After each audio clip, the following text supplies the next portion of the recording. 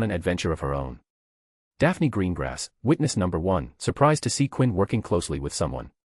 Tracy Greengrass, witness number 2, curious like a cat about what is behind the wall. Astoria Greengrass, witness number 3, so Daphne has this small blanket that she hugged dash, muffle asterisk. Dash asterisk asterisk dash asterisk asterisk dash asterisk. Web novel has been shadow banning comments recently. This means that any comment that contains profanities in any form will be automatically deleted.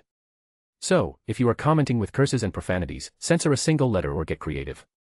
Chapter 87, Third Encounter, and fail to succeed. Dash asterisk asterisk dash asterisk asterisk dash asterisk.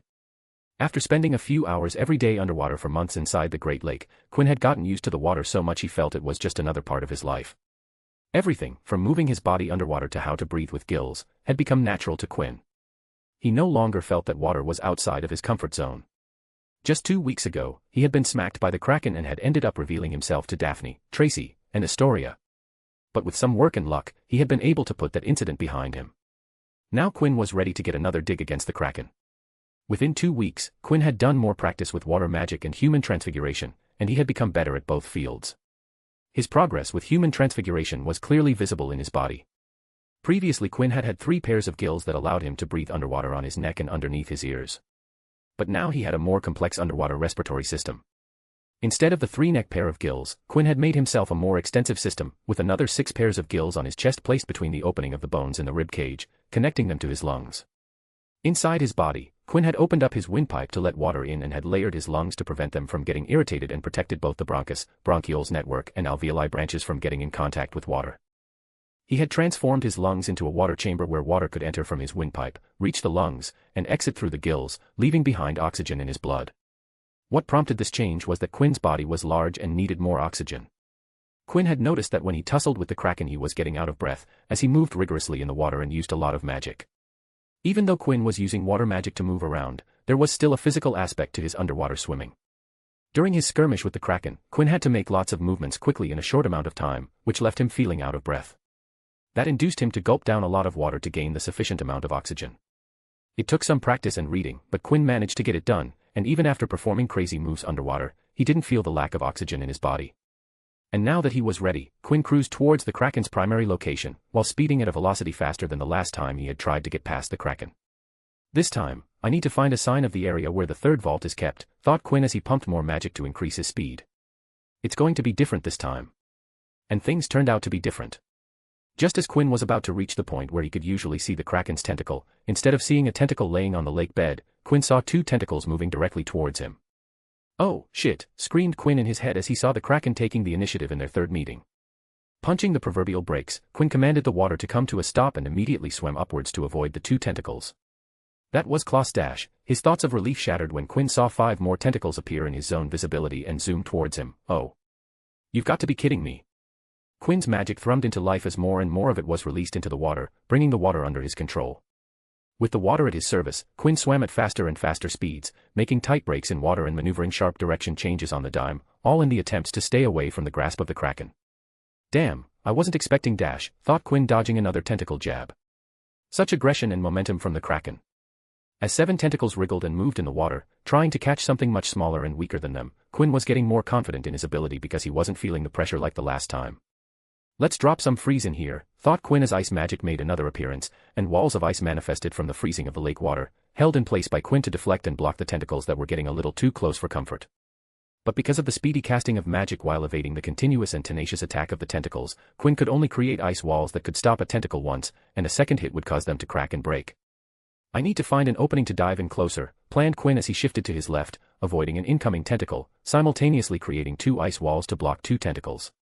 One ice blockade for the tentacle coming from the left and the second wall for the tentacle that he had just dodged, which was coming back from his back.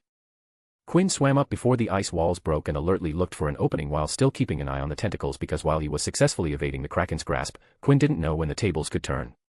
"There it is," yelled Quinn as he saw an opening straight ahead. All the tentacles were far enough for Quinn to sprint full speed and without getting caught by them. Just to be sure, he barraged a near 100 ice spheres in all directions in an attempt to stall the tentacles. "Go!" With a mental yell, Quinn zapped forwards, but not even 3 seconds in his full-speed swim sprint, 2 new tentacles appeared in front of Quinn. Hell no. Quinn had enough and clapped his hand in front of himself, and immediately the surrounding water with Quinn in the center turned black. Waves and waves of black erupted, covering everything in inky black. He had released so much magic in a low-costing color change spell that it was slightly visible on the Great Lake surface if someone was paying attention. To make sure that he didn't get in contact with tentacles by accident, Quinn dropped down to the lake bed and started to swim close to the surface. The damn Kraken took me by surprise. Quinn wasn't a great fan of his current situation. He had been avoiding both of the actions he had just taken because of the disadvantage that they put him in. Turning the water into a color that reduced visibility did provide Quinn cover from the Kraken, but it also heavily reduced away his own ability to see in the water. Plus, Quinn wasn't sure if the Kraken had some form of water perception. If it did, then his effort was a waste. Second, Quinn avoided swimming close to the lake bed because it took away his ability to move downwards. He had been staying a good distance above the lake bed because that allowed him to move in any direction, a 360-degree movement possibility. But now, with him swimming so close to the lake bed, Quinn had lost a variety of evading options. "Don't let it find me. Don't let it find me. Don't let it find me," repeatedly chanted Quinn in his mind as he carefully and silently swam forward. 3 tentacles suddenly came from above and stabbed the ground behind Quinn. Did it find me? Did it find me? Did it find me? Did it find me? Shit. He didn't know if Kraken had locked onto his position, so Quinn did what he felt right in the moment and kicked up the speed and darted forward, throwing zigzags every few meters. Quinn could hear the sounds of the stabbing of the ground by the tentacles. This told Quinn that Kraken had a vague idea of his location, but that piece of information wasn't favorable to Quinn, so he kept going, and finally Kraken's body. This was the first time in his months of starting his dives that Quinn had seen the Kraken's main body. It remarkably looked like a squid with an elongated tube-shaped body, large yellow eyes, skin that certainly didn't match a typical squid's skin. It had that hard and rough texture, unlike the squid's soft outer layer. There were so many tentacles coming out of the Kraken's body that Quinn couldn't tell how many did it have. One thing that Quinn did notice was, it wasn't going serious against me. Even though Quinn couldn't count or even see the number of tentacle bases, he knew that there were far more than the Kraken had used on him. Kraken's eyes met with Quinn's, and at that moment, he studied Kraken's eyes. In those eyes, Quinn saw no hostility or anger of any kind. All he could discern in the holy yellow eyes was curiosity and interest towards Quinn. The Kraken saw in Quinn's eyes fascination, interest, and slight concern. The Kraken clearly had an idea of what the tiny human wanted. The tiny human child clearly wanted to get to the place that it was hiding. It knew that this human child knew of the place that it hid beneath its body.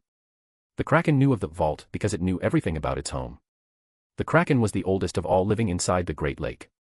The Kraken could be the apex predator if it wanted to be and wipe every being in the lake, but it didn't. All it wanted to do was to live its life peacefully. Even the colony of militant merpeople avoided the Kraken because of fear and respect. Decades ago, it had come through the waterway connecting the Great Lake to the ocean and ever since lived inside the lake. During its time here, it found about the place that he now guarded. The vault wasn't much to someone as great as itself. But to the little human children that came to the castle every year, it was dangerous. It had taken upon himself from getting humans inside there. It wanted to protect human children. So when this little child was clearly trying to get inside the dangerous place, it stopped the child twice, but here he was coming for the third time, and he had almost slipped away this time. The beast and the human stared at each other for a moment of peace and stillness before the game of cat and mouse started again as tentacles rose to catch Quinn and Quinn took off with water magic. Quinn, who had gotten so close to the Kraken, looked for a gate or entrance of some kind. He had gotten so close and wasn't going to let this opportunity pass away. It doesn't matter if the Kraken likes it or not, but I am going in there, thought Quinn as he dodged tentacles that seemed to increase in number and increasing the difficulty by another level. Where is it? Where is it? Quinn swam at top speeds around the Kraken, trying to find the vault and avoiding the tentacles at the same time when he came across a clearly carved design into the lake bed. Upon a closer look, Quinn was that it was some kind of tunnel partially blocked by the Kraken's tentacle. That is it. That must be it, smiled Quinn and immediately shot towards it in an attempt to get inside. Yes, celebrated Quinn when he saw within touching distance of the tunnel. But then his body snapped to stop, and Quinn clearly felt something wrap around his leg and pull him back. The Kraken had got Quinn's legs with one of its tentacles. "No," yelled Quinn into the water, but no voice came out. All he could do was see the tunnel getting distant from him as the Kraken's tentacle pulled him away. Scene break. On the lakeside, Quinn laid on the ground watching the afternoon sky. The Kraken had dropped him on the shore immediately after his capture. Quinn had been caught inches away from the tunnel and dragged away from the prize he was seeking. For the third time, Quinn had been bested by the Kraken. Both parties didn't want the other to get hurt and had taken the lethality out of their moves. And in that playing field, Quinn had been defeated thrice. Currently, Quinn was feeling a deep sense of failure. The goal line was in front of him, and he was about to reach it, but then he literally was thrown out of the race. The reason for that unusual sense of deep failure was because of the last year's events. Last year, Quinn had been taken over by the sin curse and taken for a ride that he clearly didn't sign up for. Even though Quinn had come out stronger on the other side, but the truth was that the second vault had utterly defeated him without even giving Quinn a fighting chance. He was defeated before he even knew the fight had started. So to make up for that humiliating defeat, Quinn wanted to cruise through the third vault and show that the results of the last vault were not his top ability and that the icy vault wasn't a fluke. He wanted to crush the third vault without breaking a sweat. But even before entering the vault, Quinn had been thwarted thrice. No. A barely audible whisper escaped Quinn. Quinn got up from the ground and stood up straight, looking at the lake with a straight expression, but there was a fire in his eyes. Failure isn't the opposite of success, spat out Quinn with heat in his voice. He turned away from the lake and walked some steps away before turning back to face the lake and cracked his neck. It's a part of success. He ran towards the lake, and as he ran, gills appeared on his neck and sides of his chest. Quinn jumped into the lake, and the second his body was fully inside the water, he opened his eyes, and the water surrounding him heard the command of magic. A calm envelope of water formed around Quinn, but outside of that water envelope, the water roared with energy. With a single thought from Quinn, he shot forward with full speed towards the Kraken. Not towards the Kraken, thought Quinn. He wasn't going towards the Kraken. The Kraken is a stepping stone. I am going towards that tunnel. I am going towards success. Within a few minutes, Quinn reached the Kraken's tentacles, and instead of going straight for the tunnel, Quinn landed on the lake bed, closed his eyes, and raised his hands. Failure he was feeling. Determination to get past the Kraken. Anger of failing to get past the Kraken thrice. Serenity he felt in the current moment as he focused on his magic. Resentment towards the Kraken, who blocked his path. Excitement of having his goal so close. Every emotion Quinn felt mixed together and touched his magic. The failure of the second vault wasn't a worthless experience. It was one of the most important events of Quinn's life. And right now, Quinn was going to use what he had learned in that failure. All sound vanished for Quinn as he opened his eyes and casted the magic. The Kraken, who had just sent the human child away, frowned when he felt the child return and was about to once again throw him out of his house when it felt a tingle through the water. It felt magic. A lot of magic coursing through the water. The Kraken could tell that the magic was from the human child, and the second that thought flashed through its mind, the Kraken saw. The mighty beast of water watched as the water around its skin turned to ice, covering his body in ice. Within a blink of an eye, the front side of the Kraken was covered in thick ice. The Kraken was confused because it felt no pain or discomfort from the ice. All the ice did was cover his body. But then the Kraken understood the reason for the ice as the blanket of ice suddenly pushed against its body and dislodged its body from the lake floor, pushing him up to make him tumble. The tiny human child was pushing with ice so that he could get inside the dangerous place. It wasn't going to let him go in so easily. The Kraken tried to break the ice, but another layer of ice would replace the cracked layer. No matter what the Kraken tried, the ice reappeared thicker than before, and eventually, he was pushed and tumbled over to his side, leaving the tunnel to the dangerous wide open. Quinn lowered his hands with a deep exhale of water before jumping with water magic his movements, and in one leap, he was beside the tunnel with the carvings around the edges of the entrance of the tunnel. He gave the fallen Kraken one final look and saw that one of the tentacles had risen and was making its way towards Quinn. A smirk appeared on Quinn as he waved the tentacle goodbye while jumping down the tunnel, leaving behind the fallen Kraken.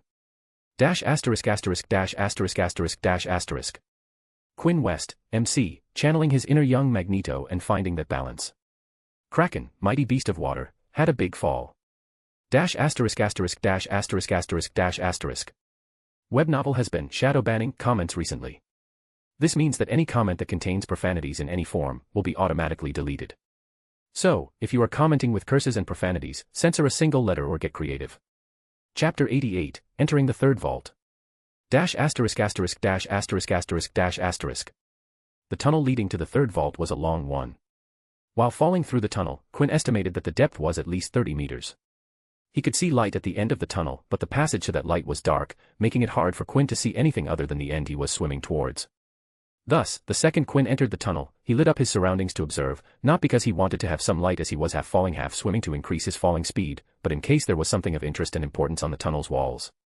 The result he was able to glean at, as he passed the stone walls, was that the tunnel walls were smooth and clean. There were no signs of any markings or etchings that gave any information about what was to come. Quinn felt relieved and worried while swimming through the tunnel. He was relieved because there was no extra information that needed to be memorized on the fly before exiting the tunnel, and he was worried because he was once again stepping into the unknown with no idea of what would come. He was sure that whatever came was related to water because it was what he had interpreted from Friar's Riddle. So he ramped up the water magic around him and got himself ready as he closed in towards the light at the end. The thing at the end of the tunnel wasn't what he was expecting. Quinn was expecting there to be water when he exited the tunnel, but the reality was 180 degrees different. The moment his head exited the tunnel, his breathing hitched because there was no water outside the tunnel. He couldn't get any more water inside his body through his mouth. The second he came out of the tunnel, Quinn's pupils narrowed because of the sudden cut from an oxygen source. His respiratory system was magically transformed to work inside water, but that also meant that his natural respiratory system was reshaped and, thus, he couldn't exchange gases from the air. Quinn gasped for a solid 2 to 3 seconds before his mind caught up to what was happening, prompting him to reverse all the transfigurations in his body and went back to his human respiratory system. The water from his lung cavity was immediately gathered up and vanished so that there wasn't any fluid buildup, and when everything was cleared, Quinn took deep breaths through his mouth to get the airflow going. The erratic gasping subsided, and Quinn went back to breathing through his nose. Recovering from the sudden surprise, Quinn noticed something unnatural in his current position. His eyes widened when he saw that his arms were resting on the rim of the tunnel. "I was swimming down, right?" asked Quinn to himself. Quinn had swum into the tunnel down from the lake bed and expected to emerge from the other end, like falling down from a ceiling vent. But instead, he climbed up from a manhole in a road. He stretched his hand to push himself back and looked below to see that he could still see the lake end of the tunnel. "Okay, this is freaky and really interesting," commented Quinn. He then decided to get out of the tunnel. He placed his hands on the rim of the tunnel and pushed himself up out of the water. Standing on the edge of the tunnel, Quinn looked down, and even now, he could see the other side of the tunnel that opened up in the Great Lake. Quinn just needed to jump in the tunnel and sink or swim down to come out of the lake bed of the Great Lake. "How did they do this?" remarked Quinn, looking at the dull stone cave, briefly looking for signs. "This cave is upside down. So cool.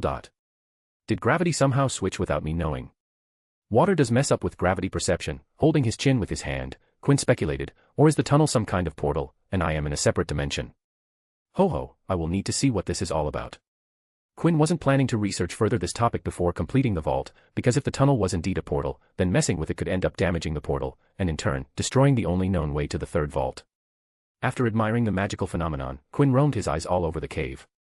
Starting from the tunnel, Quinn noticed that not a single drop of water from the tunnel made its way into the stone cave itself. The tunnel was filled with water to the brim, but not a single drop had splashed into the cave after Quinn had pulled himself into the stone cave. "There is some kind of anti-water ward in here," observed Quinn as he looked at the dry cave floor and then looked down at his body. Not a single drop of water could be seen on Quinn's body. Combing a hand through his hair told him that even his hair was dry, as if he had never swum his way into the cave. Yup, a version of anti-water ward, confirmed Quinn as he examined the credibility of his speculation by dunking his hand into the tunnel and pulling it back to see that not a single drop of water had made its way into the cave on his hand. Does it mean I can't sweat in here, or do the hydrophobic properties only extend to the lake water?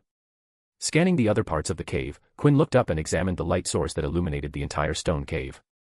It was a load of crystal sticking out of the roof, scattering soft water blue light all around the stone cave.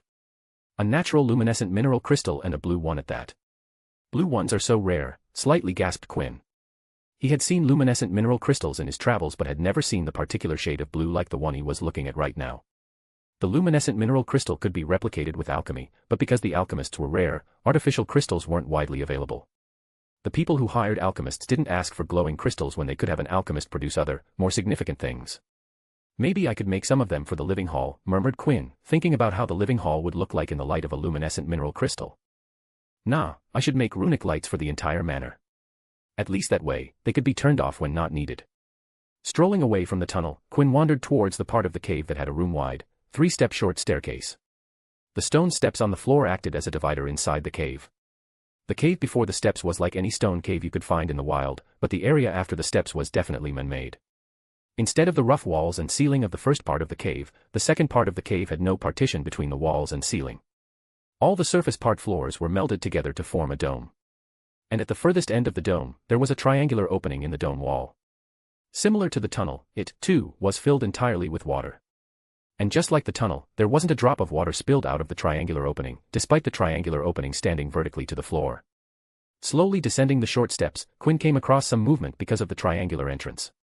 The second Quinn stepped down for the last time, the stone sunk at some places to form engraved words in the wall.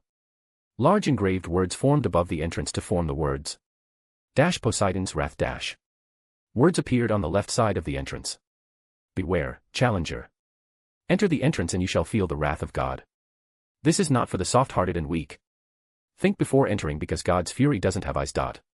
Another set of words appeared on the right side of the wall that said. The trials are long and arduous. To understand the law, you, brave challenger, will need some aid. Wish it upon the water, and you will return to the safety, away from peril. Fluidly an orb of water came out of the water inside the triangular entrance and gently floated towards Quinn. It stopped a short distance away from him. The orb of water emitted faint magic. Quinn noticed that the words were on the right side of the wall. In addition, he could tell that this orb of water was the aid he was told that he'd have in the words engraved on the right side of the wall.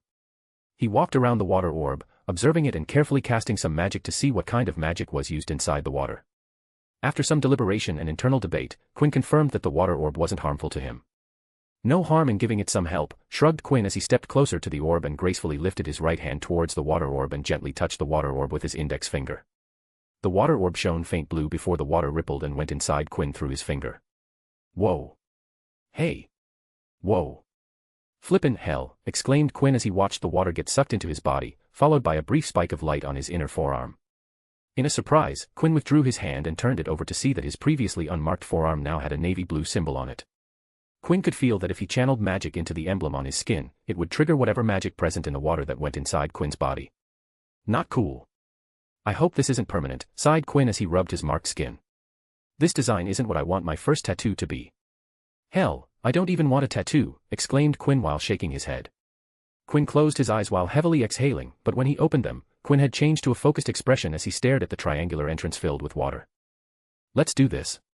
He walked to the triangular opening, held his breath, closed his eyes, and dived into the water without hesitation. Feeling the lukewarm water against his skin, which was much warmer than the cold Great Lake, Quinn primed his magic to change his body through transfiguration. After submerging his entire body, Quinn opened his eyes and noticed that the water was cleaner than the lake water, and, because of that, he could see better in that water. Quinn was about to transfigure his body to add the underwater respiratory system with transfiguration, when he felt the familiar feeling that he had felt many times in his life, especially during this past summer break. There was a tug on his entire body and the momentary lack of sensory input. He had felt the similar tug at least twice every day while he went back and forth between the West Manor and Keopadang Gym. I'm being teleported, thought Quinn, and just then, he re-emerged into a completely different place. He didn't appear in the water anymore, but somewhere he was least expecting to be. A wide-eyed Quinn stared down from a height of 5 meters down a humongous raging whirlpool.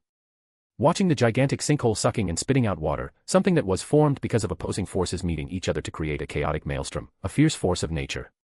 "Oh, shit," yelled Quinn as he fell. The 5-meter fall went very quickly.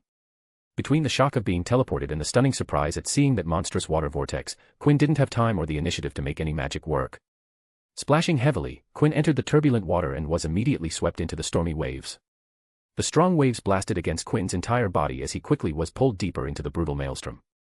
For a full 10 seconds, that became the longest 10 seconds of Quinn's life, as his entire body was being pulled apart from all directions by the might from the revolving water waves.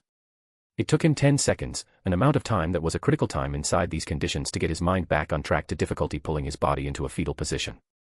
Every ounce of water magic he knew was used to barely being able to pull himself together and attain a position with minimal surface area for the whirlpool water to work on. He had gone from using water magic to swimming in calm water, to using it to decrease his injury chances.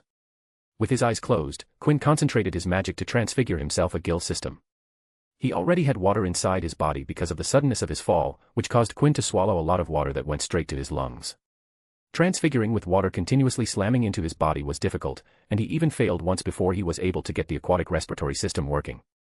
But the situation gave him another twist when water entered his body through the gill flaps, and the second Quinn felt it, he pulled the plug.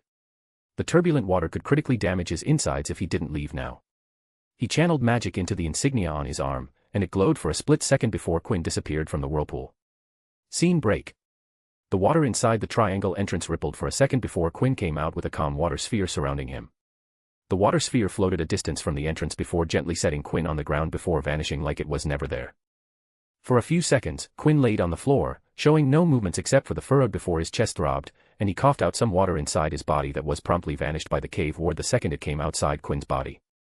Quinn rolled over on his elbow to lift his chest up and used his other hand to pound his chest while coughing. He had just vanished the backlog of water that was not expelled from the previous cough. He collapsed back on the floor, rolled over to his back, and took deep breaths through his mouth as his chest heaved up and down. There was no cursing externally or internally as Quinn regained his mental facilities and showed it by lifting his right arm to observe it. "The mark is gone," noticed Quinn, entering full analysis mode. "One-time usage," thought Quinn, and then raised his head to see in the entrance's direction and saw another water orb floating there as if waiting for Quinn to touch it and take its place in his arm. A portkey type of magic. At least something similar with additional magic, theorized Quinn, thinking back to his experience. "I went from turbulent water to the calm water at the entrance. I was definitely teleported and then brought out here." He sat up and stared past the water orb at the triangular entrance. Quinn couldn't see anything inside, but the words, "Poseidon's Wrath," were staring him in the eye, telling him that the entrance was the gate to the chaotic waters. Quinn got up and started pacing back and forth under the dome-shaped part of the cave. A big-ass maelstrom. That wasn't natural. Not at all, dismissed Quinn with a shake of his head. Natural water whirlpools aren't that powerful. That was definitely maintained deliberately to perform with that level of rotational force. I barely have any information. Was it a real place on Earth, or was it an expanded dimension? I couldn't see the sky, or else I would have known. Quinn clicked his tongue because of the extremity of the conditions and the short time he had spent inside. If it was an expanded dimension ... Quinn's guess between a place on Earth or a magically created dimension was the latter. Then how big was the place? Is there a limit to the depth? Would I have reached depth if I had stayed in there? There were a lot of questions related to the properties of the magical maelstrom in his mind. But the biggest question in his mind was, what do I have to accomplish in there? What's the goal? The end line. Quinn sighed as he stretched his body and felt the dull ache erupting in his limbs and joints. "Arg, I took some beating in there," groaned Quinn. His chest, back, and limbs hurt from being pulled apart inside the whirlpool. "I need to fix that before tomorrow." The injuries weren't serious, and he could fix them in a jiffy, but he wasn't looking forward to getting this beat up every day. "Just need to get better at water magic to make myself comfortable there. Oh gosh, look at me. My first thought is to get comfortable instead of avoiding that. How far I have come," smiled Quinn, completely oblivious that he was on the empath. "Baby steps," sighed Quinn and looked at the words etched in the stone walls. Even though the first attempt was a total failure, Quinn had a smile on his face because it was a start.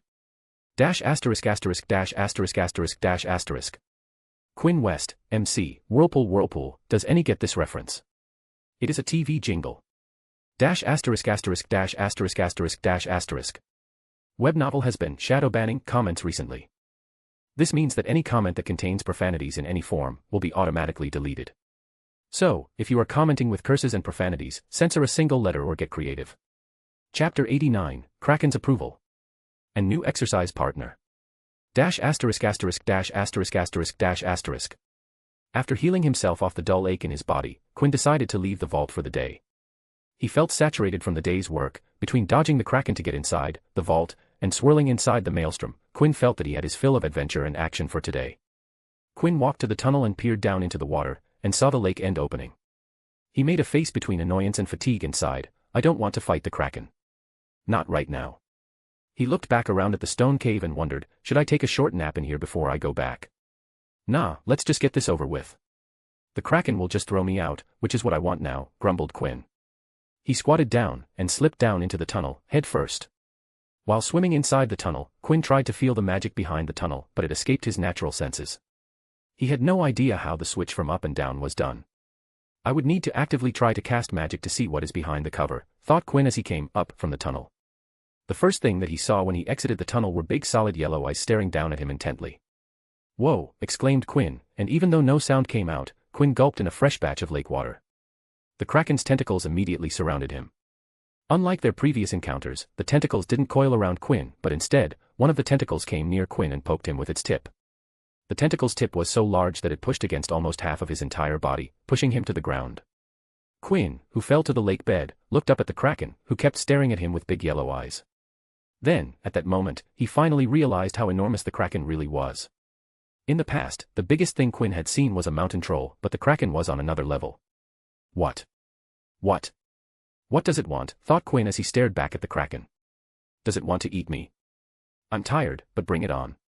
He revved up his magic and readied for another bout. Quinn hoped for the Kraken to give him a ride to the shore. But if it wanted to fight, Quinn was going to give it one. It turned out that Kraken didn't want to fight because it withdrew its enormous body and assumed a comfortable position. One tentacle wrapped around the tunnel entrance, forming a coiled wall around the tunnel entrance, but didn't block it from above. Ah. What? Wondered Quinn bewilderedly. He had no idea why the Kraken backed off after some staring and a poke. Quinn didn't know that the reason the Kraken had stared him down was because it was checking if Quinn was alright. It wanted to check if Quinn happened to be fine after going inside the dangerous place. After it confirmed that Quinn was uninjured, it backed off and went back to his chill lake life. The Kraken didn't block the entrance as a show of his intentions. It was going to continue to guard the dangerous place in case another tiny human came looking, but if Quinn wanted to go in, he could go in because as far as the Kraken was concerned, Quinn had made it back alive after going in, so he probably would be fine if Quinn went in again. Plus, the Kraken was prideful and considered Quinn to be capable. Quinn had successfully made the Kraken move, and that in the Kraken's eyes was a sign of strength. As far as the Kraken was concerned, Quinn was strong and could handle himself. Quinn stared at the Kraken for a while before swimming away, still not knowing the reason behind the Kraken's actions. Scene break. "Why are you here again?" asked Quinn, stretching his body for his morning run and workout. Quinn looked to Eddie as both stood at the starting point of Quinn's daily run route. Yesterday after dinner, Eddie had informed Quinn that he would like to join him for his morning exercises. Quinn, who had been lost in thought, thinking about the third vault, had heard Eddie's words and had absent-mindedly nodded and hadn't asked for the reason. "About that. The Quidditch tryouts are in 2 months, and I was thinking about joining the team," spoke Eddie as he awkwardly tried to copy Quinn's stretching movements. "I want to pass the tryouts so that I can make the bench this year and then play on the field next year." Eddie knew that Quinn went for a run every morning and decided to follow him to get fit for the coming tryouts so that he could have an extra edge. "I see. Quidditch, huh? I know you followed the sport but never knew that you wanted to play for the team," asked Quinn. He was happy that Eddie decided to do exercise to get fit. "I wasn't planning on joining the team before, but I decided to give it a try this year. It would be fun to play Quidditch for the house. Everybody would be looking while I play," replied Eddie, a bright smile on his face. "So what you mean to say is that you want to play so that you can get popular and get a girlfriend," said Quinn, reading between the lines and finding out the real reason behind his friend's sudden interest in playing Quidditch. Eddie unabashedly put a hand over Quinn's shoulder and gave him a lopsided grin. "You know me so well. No wonder we are so close." Quinn shook his head with a small smile before asking, "But are you sure you want to join the team? We have the OWLS next year, you know. Will you be able to balance Quidditch and studies?" "I'll be fine. If I see my grades slipping, I'll have you tutor me. With you helping me out, I'll probably do better than I do now," responded Eddie and gave Quinn a thumbs up as if saying thank you in advance. "I'll help you out if you need it, but I'm going to only help you out with the practical side. I'm not good at explaining the theory," said Quinn, agreeing to help his friend. Eddie gave Quinn a silent stare before speaking. "So what you are implying is that you get frustrated when we don't understand things after you explain them once." In times like those, you probably think of us as monkeys, don't you? This time Quinn put his hand on Eddie's shoulder, beamed, and unabashedly spoke, "You're right. We're close.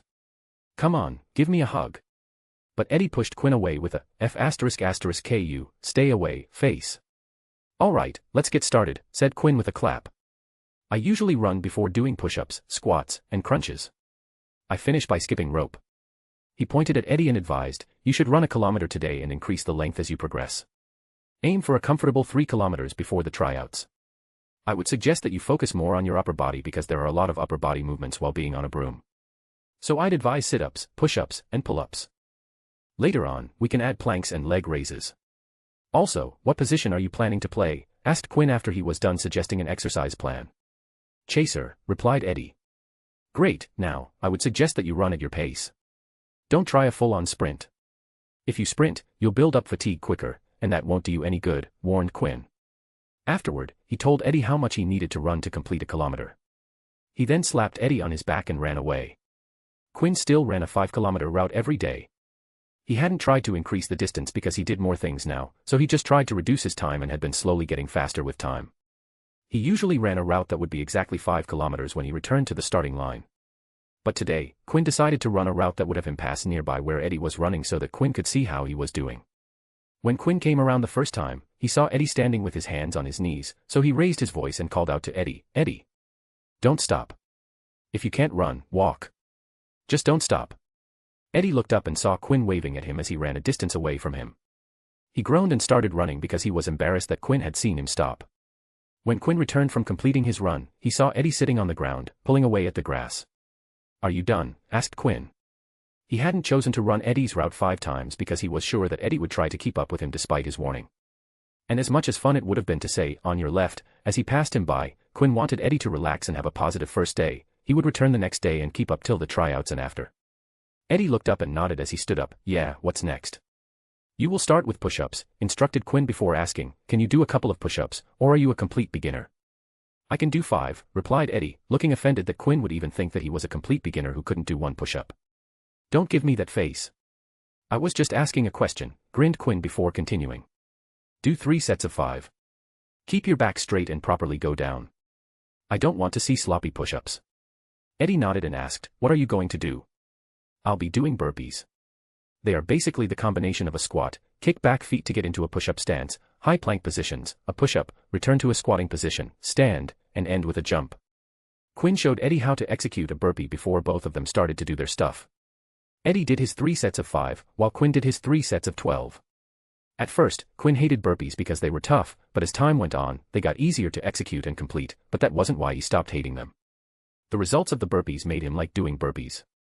After he was half a month in, doing burpees every day, Quinn noticed that his running had improved. He started running faster without consciously ramping up my speed. His lungs felt clear, and he found him coasting through the miles. A month after adding burpees into his routine, Quinn felt that his strides felt stronger and felt that his breathing was more composed than at the start of the month. To Quinn, who ran every day, seeing noticeable improvement was enough for him to keep doing burpees. Quinn was done with 2 sets of 12 when Eddie called to him, "Hey, I'm done. What do I have to do next?" Quinn laid down on the ground, completely flat on his back with his legs bent at knees with feet planted firmly on the ground, about shoulder width apart. "I want you to raise your head and shoulders from the floor and feel your abdominal muscles contract. You don't have to fully sit up, just lift enough till you feel your abdominal muscles contract," instructed Quinn as he showed Eddie how to do a crunch. "Try to avoid pulling your head forward, as it may strain your neck. Lower your head and shoulders back towards your starting position. Remember to exhale as you raise your head and shoulders, then inhale as you lower them." Getting up from the ground, Quinn explained, that is called a crunch. It will target your abs, and if you maybe work really hard and eat right, run a lot, you might show some abs later. "Do you have abs?" asked Eddie, looking down at Quinn's stomach area. Quinn raised his shirt and showed Eddie his stomach. He had a 4-pack, but they were faint and not toned enough to see sharp squares and lacked definition. But Quinn did have visible oblique abs on his side and a faint V-cut near on his lower waist from practicing Muay Thai every day in the evening. "Holy shit. When did you get those?" exclaimed Eddie as he stared at Quinn's abs before looking up and suggesting, "How about we find a way for you to walk around shirtless? That way, you can showcase the goods, and I can take advantage of the pact when you get a girlfriend." Quinn stared at his friend and thought about how much Eddie had been thinking about getting a girlfriend. He could see gears turning inside Eddie's head, probably thinking about how to use him to get a girlfriend. What if I don't get a girlfriend? Asked Quinn, a bit interested in the answer that Eddie would give him. Even if you don't get a girlfriend, there is an excellent, near 100% chance that a lot of girls would flirt with you, said Eddie as he crossed his hands and smiled. Like a moth to a flame, they will gather around you, and I will be standing there with my net of charisma to trap them under my spell. Quinn blinked a couple of times before speaking. Cool, but I'd really suggest you change the terminology. No, how about we don't talk about this ever again? Yeah, that would be good for both of us. Ah. Sure, whatever, let me think more about this plan, said Eddie distractedly, thinking about how to exploit Quinn for his future dating life.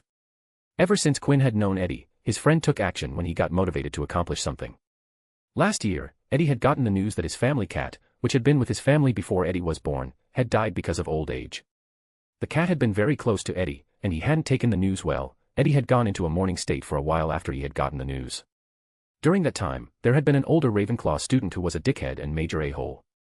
When he found out that Eddie's cat had died, he decided to grace Eddie with his awful presence.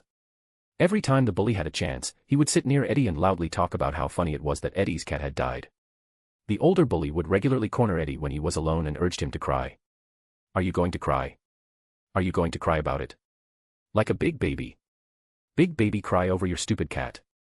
Everyone's going to see you cry. You're about to cry, aren't you? And more similar things. At that time, Quinn, who was under the influence of the sin curse, had wanted to rip the bully apart so much that it would haunt him for a lifetime.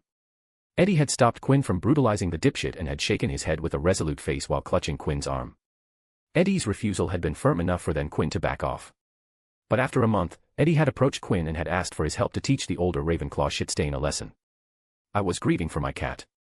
Now I'm done, and I'm feeling angry.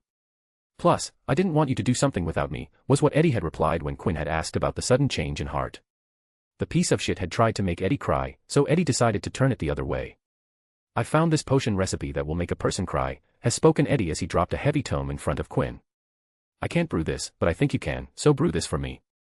That guy wants to see me crying, but I will be the one who's going to see him crying. Quinn still recalled how he had given a smirk that had promised humiliation. He had spent many hours on that project. He had improved the recipe to make it more potent and last longer. After Quinn finished, the recipe he had devised would induce someone to cry like a baby, snot with a constantly runny nose, and make them sweat heavily. Eddie had taken the new potion and had slipped it to the target, sat back, and saw the show unfold. The shithead took the potion and it took maybe an hour before the crying started. Eddie had slipped in the potion during breakfast, so the crying started during a class. McGonagall had to send the crying boy with a runny nose so bad that his handkerchief and sleeves were dripping wet to the hospital wing to get him fixed. Madame Pomfrey had tried to give the snot baby a counter potion that she had concocted. But Quinn's potion was a modified recipe that had taken the counter potion for the original recipe into account. The counter potion failed, and the bully was told to stay in the hospital wing until she could brew a flushing potion that would flush out every potion inside the body. When Eddie got the news that the potion had worked, he went with Quinn to the hospital wing. Quinn made sure that Madame Pomfrey was away and gave Eddie the nod. Eddie had taken one of his potion gloves with him, so when they reached the hospital wing, Eddie was wearing the glove. He then walked to the boy who had made the grieving process so much harder. Hey, dipshit. You wanted to see me crying, satisfied now, said Eddie as he stood by the bedside. The still crying Ravenclaw's eyes widened when he realized that Eddie was the one who had caused what he was going through right now. You dash. He tried to speak up, but Eddie tightly clutched his face with his gloved hand, cutting him off. Everybody saw you, bawling like a baby, and I'm going to spread that you're a crybaby and make sure it sticks, so even when you graduate from Hogwarts, people will still remember your new nickname, threatened Eddie with a scathing tone. If you don't want things to get worse, stay away from me, don't talk to me. Don't even look at me. If I'm walking towards you, turn the other way round. I don't want to see your ugly mug ever again. Eddie jerked his hand from his face and wiped it off on the stunned bully's hair before adding. It seems Madame Pomfrey doesn't have the counter potion. It takes 3 days to brew a flushing potion, so get ready to face the snot fest for 3 days because you aren't going anywhere else, he smirked and added one last bit. When someone drinks a flushing potion, the person goes through hours of vomiting and violent diarrhea. I'm sure you'll enjoy the experience. Good luck. Eddie turned back and walked out of the hospital wing without turning around. Quinn, who was still standing inside the hospital wing, waited until Eddie was out to take a picture of the boy in the bed from a borrowed camera the second the subject looked his way. After clicking the photo, Quinn spoke with gestures, talk, and this goes out to everyone. He gave a wide smile with a wave before exiting the hospital wing. Eddie, who was coming back to the real world after thinking about exploiting Quinn to get himself a girlfriend, noticed a smile on Quinn's face. Why are you smiling? Quinn looked at Eddie with the smile still on his face and replied, I was remembering the crybaby incident. That day at the hospital wing was fun. Eddie's eyes shined in remembrance. He nodded with a small smile, yeah, that was a fun day. I was so cool that day.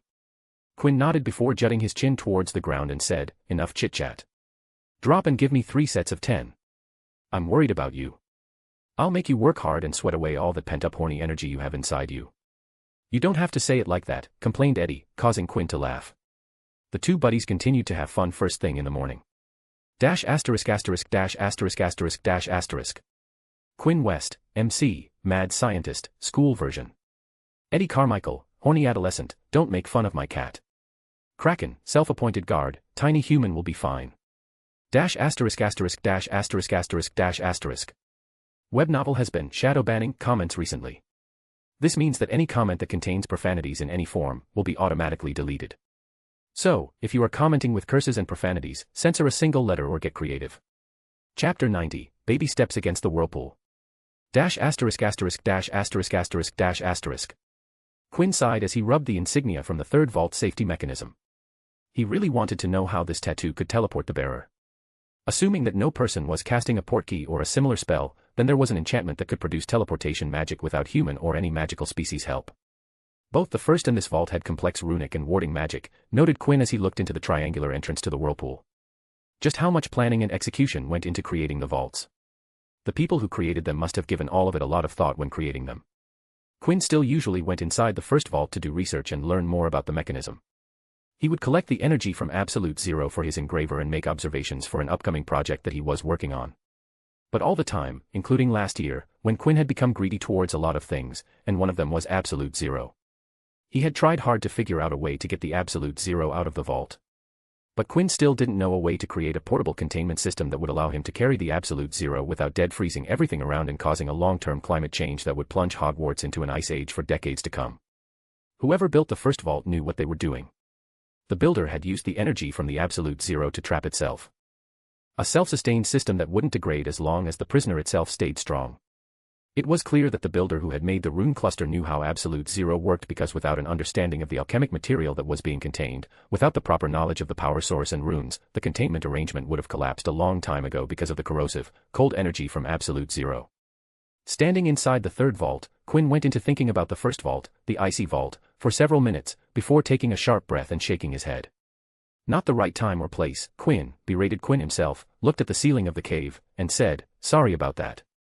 Quinn talked to the third vault as if it was a girl, apologizing because he was thinking about another girl while on a date. Let's effin' go, said Quinn to hype himself as he looked at the triangular entrance. Quinn loosened his body, wriggled his arms and legs, and made sure he was ready before running towards the triangular water-filled entrance where was Poseidon's wrath. He felt the water cover his body, immediately followed by a tug on his body, and with a ripple in the water, Quinn was gone. Scene break. After a momentary loss of his sensation, Quinn's senses returned. His eyes showed him the raging water, his ears made him hear the loud and continuous splashes of water, he could feel the moisture in the air against his skin, his sense of smell detected the heavy scent of water. Finally, even his tongue sent a signal of a nearby presence of water. This time, though, Quinn wasn't surprised and was ready for the sudden teleportation. He turned upside down, away from the water, faced upwards, and immediately used one of the spells he had come to look forward to. The second the magic triggered, Quinn stopped dead in the air. The charm slowed his body's velocity to 0, to the point he was no longer falling and stayed in a spot in the air. Arresto Momentum was a fascinating spell that was capable of slowing the velocity of the target. If used properly, it could also stop the target completely. Of course, there were limitations to the Arresto Momentum spell. First, the difficulty of slowing down objects was directly proportional to the initial velocity of the object. The faster the speed of the target, the more magic and skill from the user it would take to slow down the target. Factors like mass, surface area, and acceleration of the target all added to the spell's difficulty. For example, an object dropping at its terminal speed would be much tougher to slow down than an object thrown from the top of a short building.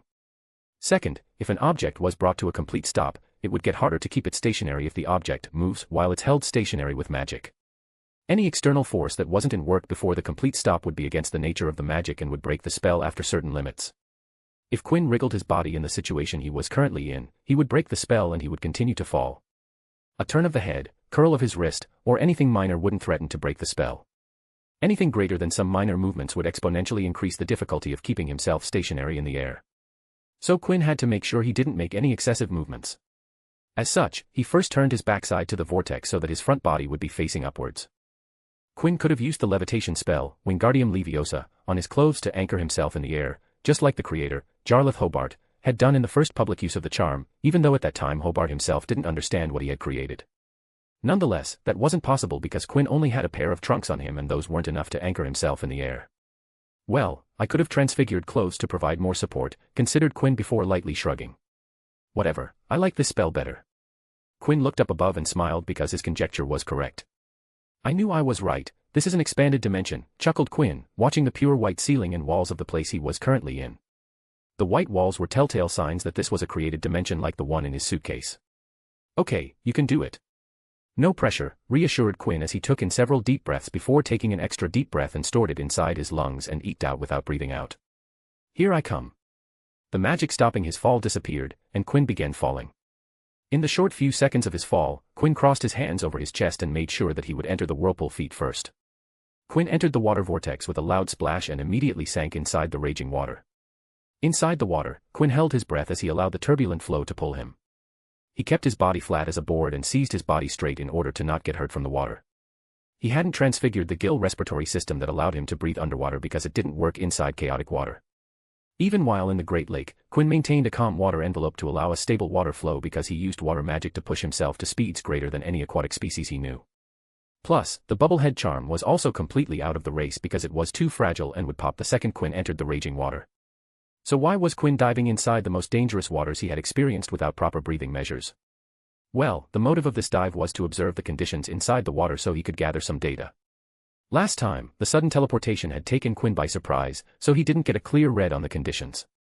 But this time, he was ready and was getting a feel of the current with his body. Quinn had made a plan to get his transfigured gill respiratory system work in his current conditions, but he needed physical data to verify if his method would work. The flow of the water inside the Maelstrom was rough, and the last time, Quinn had experienced water entering his body through the gill side. This wasn't suitable because the water was supposed to enter through his mouth and gently flow over the gill leaves before exiting through the gill flaps. Water entering through his gills with speed could injure his lungs and cause complications that Quinn didn't want to deal with. So before implementing the changes that would allow him to breathe in his current conditions, Quinn needed the physical data that would roughly show that his idea would work. Hence, for 3 minutes, which was his limit for holding his breath, Quinn, with his eyes closed, focused all his attention on his body, feeling the water current, carefully and consciously perceiving the water velocity. When Quinn felt he couldn't hold his breath any longer, he sent magic to the insignia, and at a certain point, he felt the tug of teleportation. Right after, Quinn disappeared from inside the water. Scene break.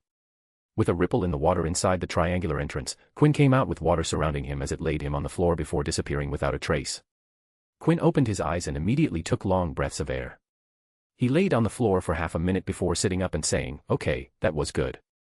He got up and started to pace around the room, a look of deep thought evident on his face.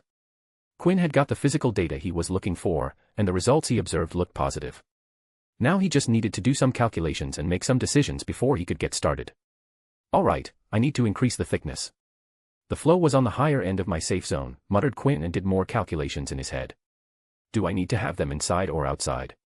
Nope, not inside, the gills have nerves, and I'll definitely feel pain. Yup.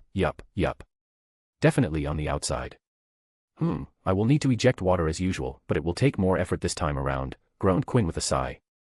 If only the gillyweed potion didn't have side effects on repeated consumption. Gillyweed was a magical plant that, when eaten, allowed a human to breathe underwater. It was said to resemble a bundle of slimy, gray-green rat tails. When eaten, it gave the consumer gills, allowing them to breathe underwater and webbing between the fingers and toes, allowing them to swim underwater with ease. Then, there was the gillyweed potion, which would enhance the effects of the original plant. The gillyweed when brewed into a potion would increase the efficiency of the plant by multiple times and would allow the consumer to breathe underwater for a few hours, in the same amount of gillyweed that would only allow 1 hour of underwater breathing. The advantage of consuming gillyweed was that the respiratory system given by the plant was automatic. Quinn had taken the potion while traveling around the world, and at that time, he only had needed to gulp in water, and his work was done. The muscles given by the magical plant took care of everything. Quinn's system was entirely manual, and he needed to direct the water into his lungs and then eject it through the gill openings using water magic. If Quinn wanted the automatic system, then he would either have to research aquatic creatures in more depth than he had done, or he would need to transfigure his body into an aquatic species as Victor Crumb did. Quinn didn't think that doing more research was worth the returns, and changing himself into another animal wasn't something Quinn was thrilled about. But there were the side effects of consuming raw gillyweed or the gillyweed potion when taken regularly. The side effects included developing fish-like features, pale and oily skin, webbing between fingers and toes, and the worst, fishy breath and, similarly, fishy body odor. From the second Quinn confirmed that the third vault was going underwater, he knew gillyweed wouldn't be in his plan. Quinn knew he was going to spend a lot of time in the water. There was no way he was going to keep consuming gillyweed every time he went into the water. "Okay, I'm done," declared Quinn, raised both his hands above his head and closed his for a few seconds before opening them. "Come on, you can do it." Quinn channeled his magic through his body, and the muscles under the skin of his neck and chest wriggled violently before his skin split apart and grew into gill flaps. From the outside, there was nothing different from before, but Quinn could feel the changes inside. He immediately walked towards the triangular entrance and touched the safety water orb. The orb got sucked in, and once again, Quinn had the royal blue teleportation insignia on his arm. As Quinn's upper body immersed in the water, he felt the breath of life return to him. He gulped in more water. "All right, it's working in calm water," affirmed Quinn as he flexed his gill muscles and felt the new addition working on his commands. "Let's hope it will work in the vortex." Quinn teleported with a ripple in the water and a tug on his body. The second the water teleported him into the air, Quinn conjured a pair of swimming goggles over his eyes and crossed his arms over his chest. Quinn said out loud his last words before plunging into the water, "Let's go." The water swept him away, and with a prayer to the water gods, Quinn took a couple of big gulps of water into his body. He felt the water travel through his body. Some water diverged to his neck gills while the majority went to his lungs. Quinn patiently waited for the water to cover the gills and spread over the blood vessels inside the gill leaves. The oxygen moved from the oxygen-rich water to the oxygen-deficient blood inside the blood vessels. Now came the main event, the climax of Quinn's motive today. The problem with his respiratory system was that the turbulent water would rush into his restructured lungs through the gill openings. Thus, in order to fix that problem, Quinn turned to biology to find a solution. And Quinn didn't have to travel far because the answer was inside the human body all along. The human heart consisted of 4 chambers, 2 upper chambers and 2 lower chambers. There was a valve through which blood passed before leaving each heart chamber. These valves prevented blood from flowing backwards. These valves were actual flaps located on each end of the 2 lower heart chambers. They acted as one-way inlets of blood on one side of a ventricle and one-way outlets of blood on the other side of a ventricle. As the heart muscle contracted and relaxed, the valves opened and shut, letting blood flow into the lower chamber and upper chamber at alternate times. Quinn realized that his water problem was somehow similar to how the water rushed from the wrong direction. He needed to stop that backflow, so he decided to copy the heart valve system. Quinn increased, first of all, the size of the valves and made them more sturdy than the heart valves because the pressure of water from the undertow was much higher than the pressure created by a human heart. He devised a layer in these valves that would sit under the gill flaps and above the actual gill leaves that held the blood vessels, so after the water was done with the gas exchange, Quinn would guide it towards the valve layer. When the gill flaps would open to let the water out, the valve layer would stop the water from rushing in.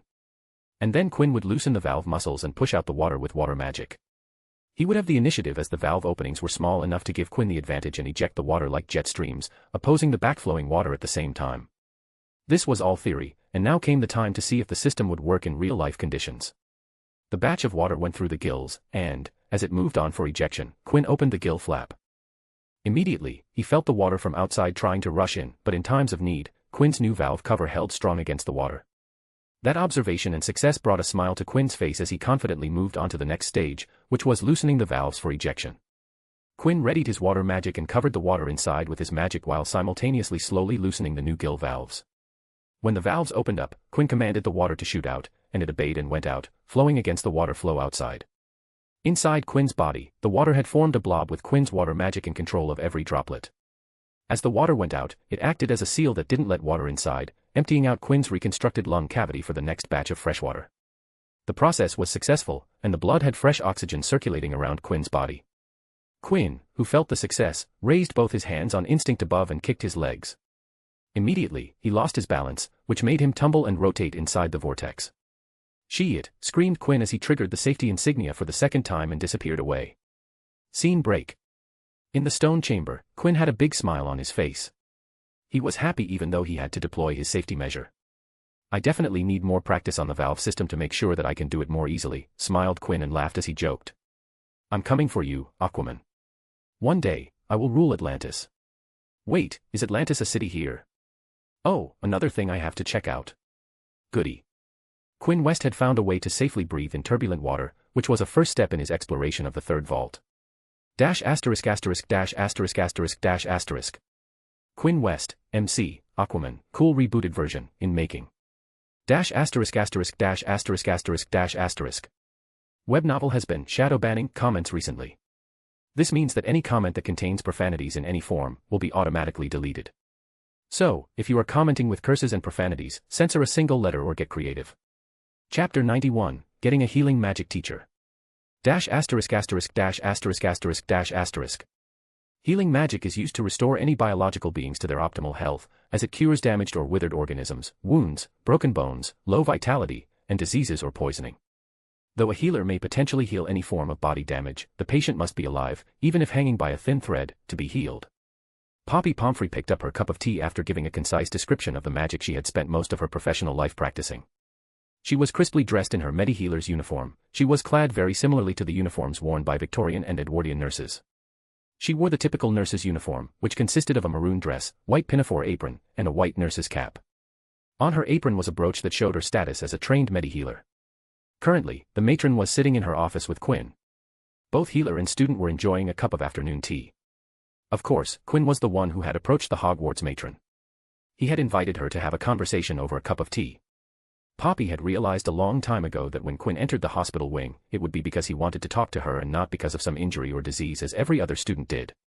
She knew that if she tried to ignore Quinn, the Ravenclaw would just hang in the hospital wing and keep on talking to her. It didn't matter if she was tending to another patient, brewing potions, cleaning, or preparing an inventory, as Quinn would keep up a one-sided conversation, and somehow every time, he would be successful in making her talk. Every single time, she would be roped into a conversation, and before Poppy knew it, she would have talked to Quinn for nearly an hour. After months of that, Poppy had realized that if Quinn entered the hospital wing when she wasn't terribly busy and could afford to talk as she worked, then she would have to talk to Quinn. So at times like now, when there were no patients in the hospital wing, she would have tea with Quinn. She had come to console herself that at least Quinn didn't visit her injured. Things could always be worse. "We have been doing this for a while, and I have yet to see you drink tea." "Why is that?" asked Poppy after sipping her tea, looking at the beverage in front of Quinn. "I don't like tea," replied Quinn as he picked up his non-alcoholic ginger beer glass mug. "I don't like the taste, even with milk added to it." Poppy looked at Quinn with mock apprehension and commented, "And you call yourself an Englishman? How can you not like tea?" Quinn rolled his eyes at the quip before asking, "When you heal an injury such as a lesion or broken bone, is the healing process the same as the natural healing process?"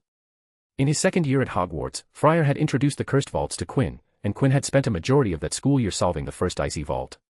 But after he was done, Quinn realized that he had spent most of his time with the vault. The exploration had disrupted his magic learning and researching plan that Quinn had set up before knowing about the existence of the vaults. So Quinn had made a resolution that he would give ample enough time to learn magic that he had planned to learn before he knew the existence of the vaults. Last year, Quinn had started strong and started upon illusion magic while researching the second vaults. But after that, Quinn had been inflicted by the sin curse. Because of the influence of the sin curse, Quinn had not given the second vault a second glance and had spent a lot of time in the library. That had pushed Quinn to gain a lot of knowledge, which was great for Quinn as he had learned more than he had estimated at the start of the year. But this year, Quinn was working on the third vault, which resulted in the vault taking a chunk of his time. So in order to fulfill his resolution, Quinn started strong and looked for a branch of magic that wasn't directly related to the vault and that would be advantageous to learn. The branch he chose to research in earnest was healing magic, and Northwest better place to start than his favorite faculty, Matron Poppy Pomfrey. "I presume you are talking about the traditional wound healing without magic," inquired Poppy and got a nod from Quinn. The healing process of a wound consists in replacing destroyed or damaged tissue with newly produced tissue. When someone is injured, a regulated sequence of biochemical events is set into motion to repair the damage.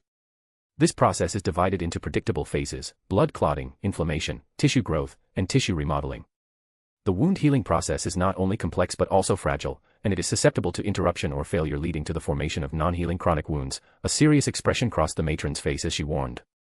Therefore, under inexperienced hands, healing magic can do more harm than good. That is why healers have harsher NEWT grade requirements than any other mainstream field. Healing magic replaces the 4 steps and semi-replaces them to the point that you can see the regenerative process progressing with the naked eye. Poppy cut a forkful of cake and ate it before explaining how healing of wounds worked. For example, if a patient comes with a cut in their arm, I would first replace the natural blood clotting stage by magically slowing down the flow of blood and making sure that it doesn't ooze outside the body to avoid death by blood loss.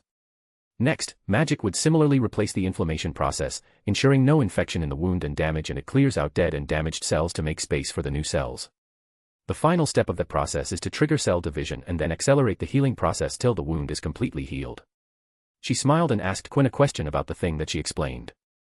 What is the thing you will never see in magical healing that is always seen during natural healing?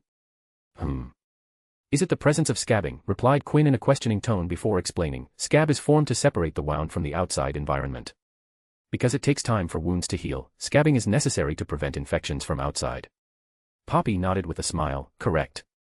The presence of a scab is not needed with healing magic. So healing spells make sure that scabs aren't formed by the body.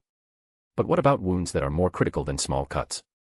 The wounds that can't be healed in one go, do they also don't need scabbing? Asked Quinn as he thought about wounds that could potentially kill a person within a minute. No, they don't need scabbing. A wound, no matter how severe, and as long as it isn't cursed, can be healed within a day or two. Even if a person's entire body was heavily injured. Poppy stared intently at Quinn as she continued. Like someone who doused themselves into a high-grade freezing potion and caused damage to their internal organs, could be stabilized until we heal their injuries to the point that they aren't life-threatening.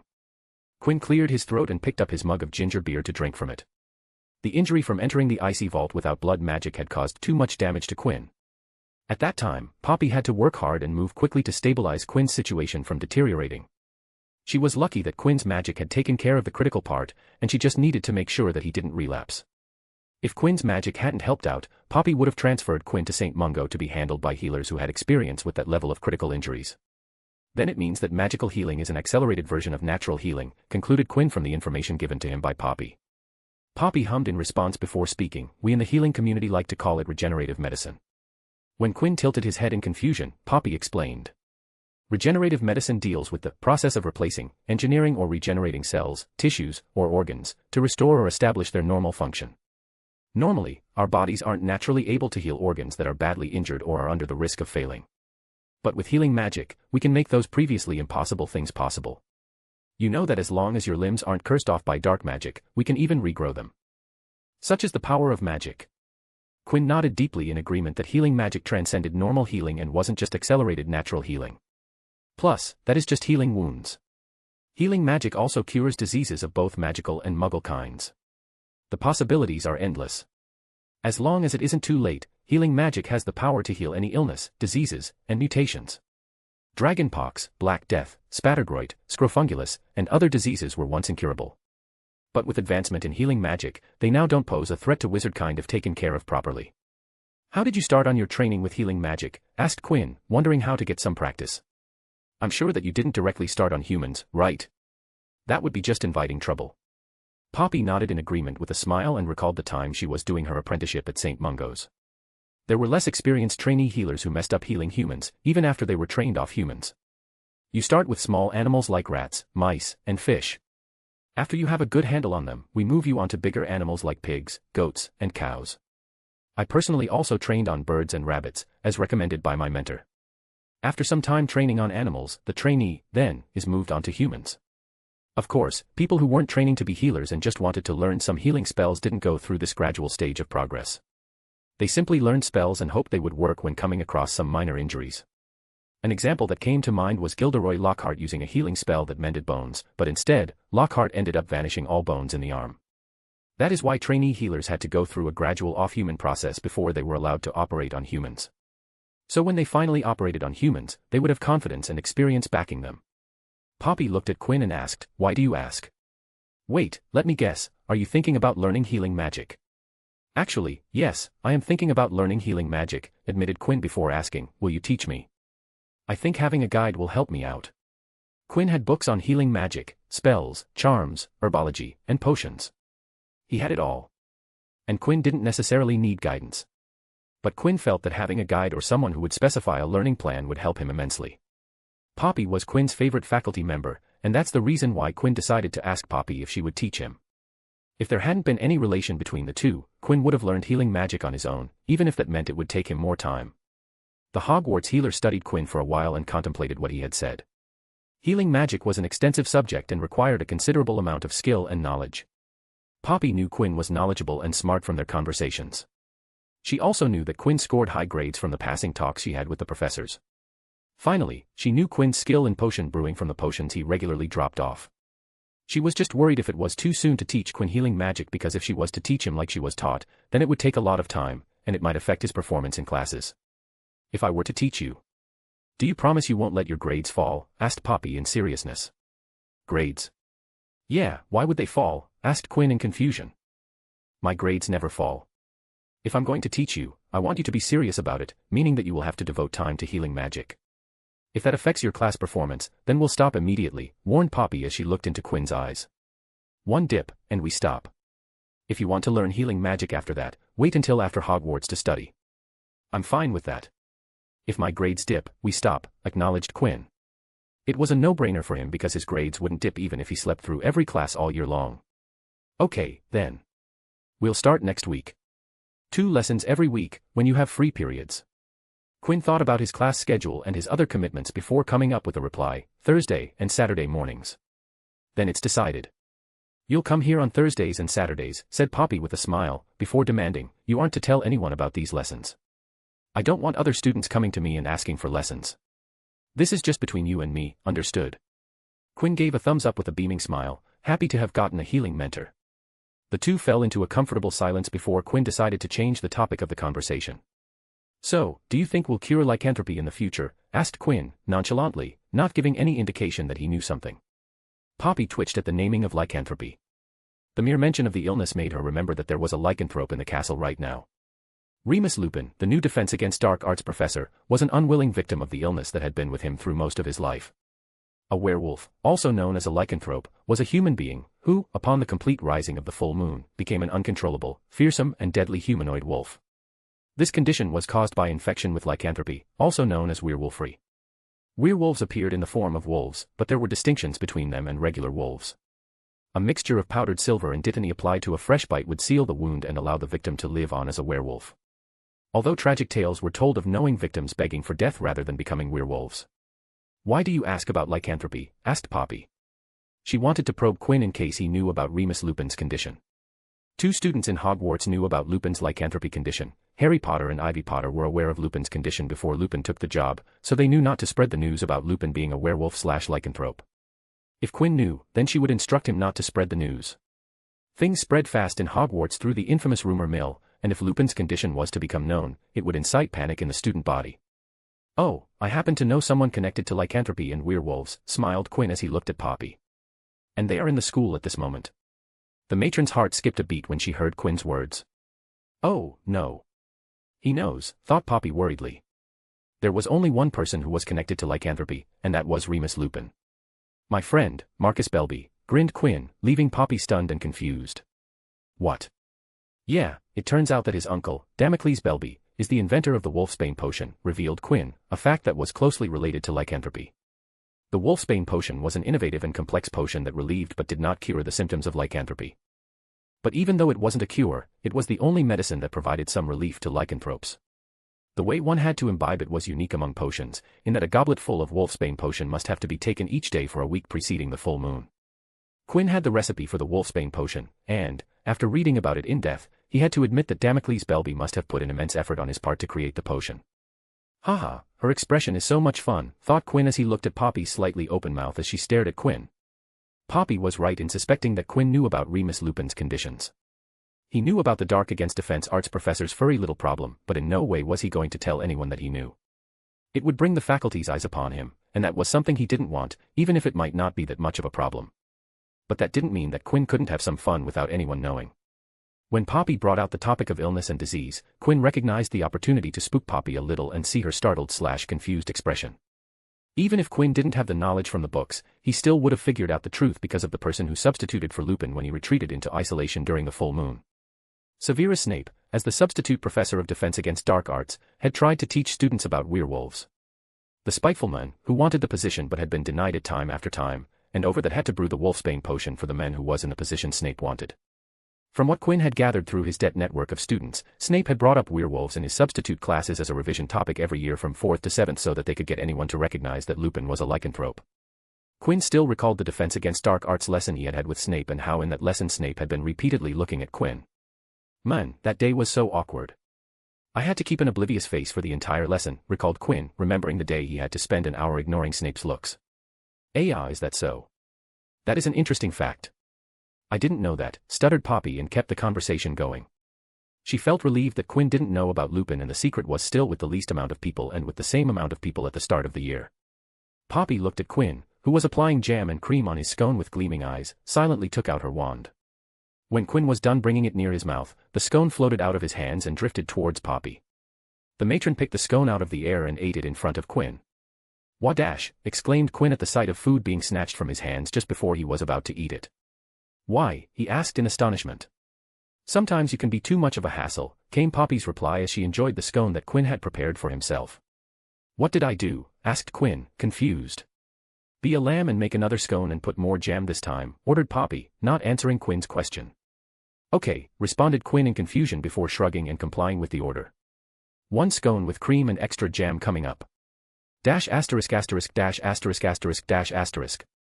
Quinn West, MC, gotta get that white mage class. Poppy Pomfrey, healer, got herself a semi-apprentice. Dash asterisk asterisk dash asterisk asterisk dash asterisk. Web novel has been shadow banning comments recently. This means that any comment that contains profanities in any form will be automatically deleted. So, if you are commenting with curses and profanities, censor a single letter or get creative. Chapter 92, Confrontation with Gryffindor Quidditch Team. Dash asterisk asterisk dash asterisk asterisk dash asterisk. It was a clear, sunny day. White fluffy clouds drifted across the clear blue sky.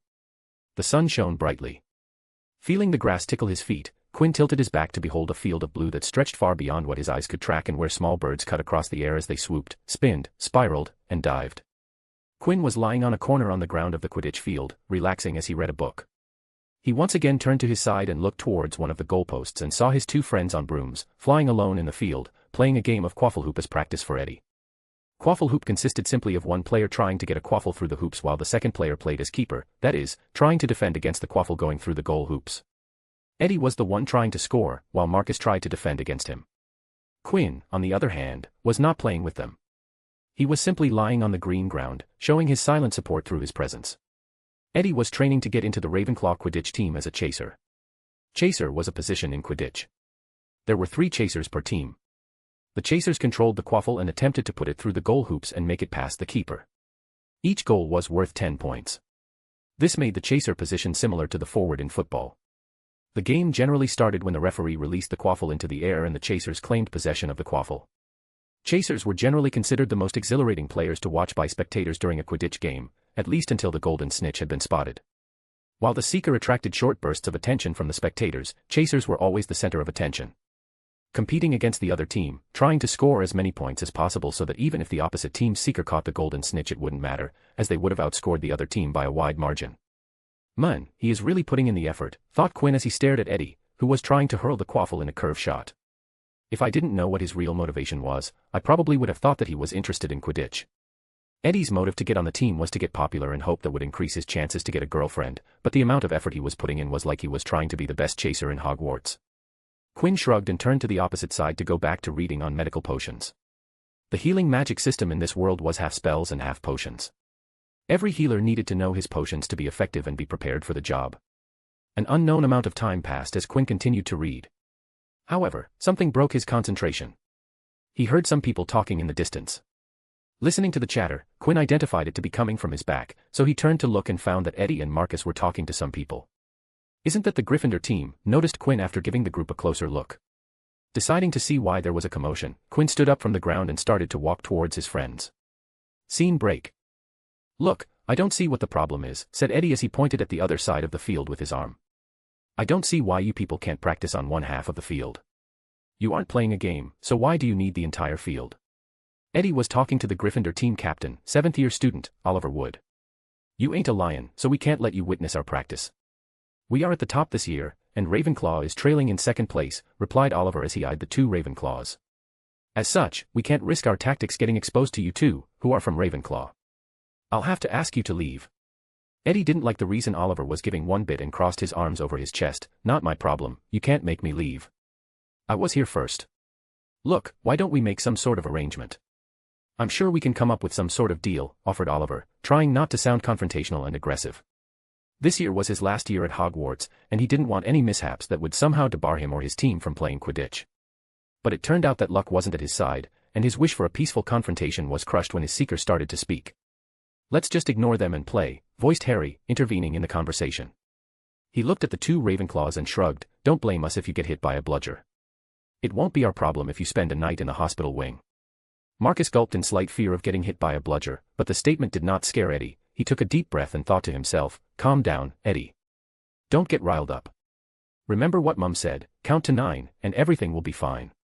1, 2, 3, 4, 5, what the hell is with that smile?" Eddie saw Harry smirking and his attempts to calm himself down went down the gutter.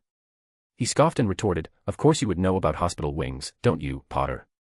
Seeing that you practically live there."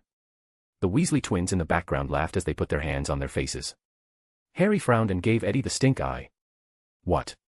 Are you going to complain to your mum?" "Go on, mama's boy, I don't mind," smirked Eddie, delighted to see that his words did damage as he punched in another taunt. Harry growled and stepped forward towards Eddie but was held back by Oliver, who could already feel a headache coming up. "Let's not fight." "Harry, back off," Oliver warned Harry and pulled him back with a jerk. "What?" asked Alicia Spinnet, one of the 3 Gryffindor chasers. The twins pointed in a direction behind them and spoke in unison. "Little Lord West is coming." Fred and George had come to call Quinn Little Lord West because of his mannerisms and their interactions with Quinn inside the AID office. Both the twins felt that inside the AID room, everything was in Quinn's control. Despite Quinn's effort to make the office welcoming and comforting for the visitors, to the twins, the office was Quinn's territory, and he was its lord, who ruled every single thing that happened. Everybody looked in the direction the twins were pointing and saw Quinn walking towards them. And it seemed that Quinn had seen them looking at him because he waved with a small smile on his face. "Good afternoon, people. What a great day we are having today," greeted Quinn as he walked to Eddie's side. "What seems to be the problem here?" "They want us to get out of here," replied Eddie, looking bored as he couldn't see why he was wasting his time here. "I see," began Quinn before turning to Oliver. He asked, "Do you have a written permission that states you can use the field exclusively?" No," replied Oliver, looking uncomfortable. He wasn't expecting Quinn to get straight to the point to ask whether they had permission. This training session was a spur-of-the-moment thing and was set this morning after Oliver had seen that the weather was clear and no other team had booked it. So he jumped at the chance and gathered his team for practice. He didn't get permission that would grant him exclusive possession of the field. "Then, Wood, you can't kick us out," shrugged Quinn. Wood had no authoritative power to kick Eddie and Marcus out of the field. "Also, why do you need the entire field? Just give us the scoring area, and you can take the rest of the field," suggested Quinn. "No, they need the entire field," responded Eddie with a roll of his eyes. "They're scared we'll leak their tactics to the Ravenclaw team." Quinn gave the entire Gryffindor Quidditch team a look and started.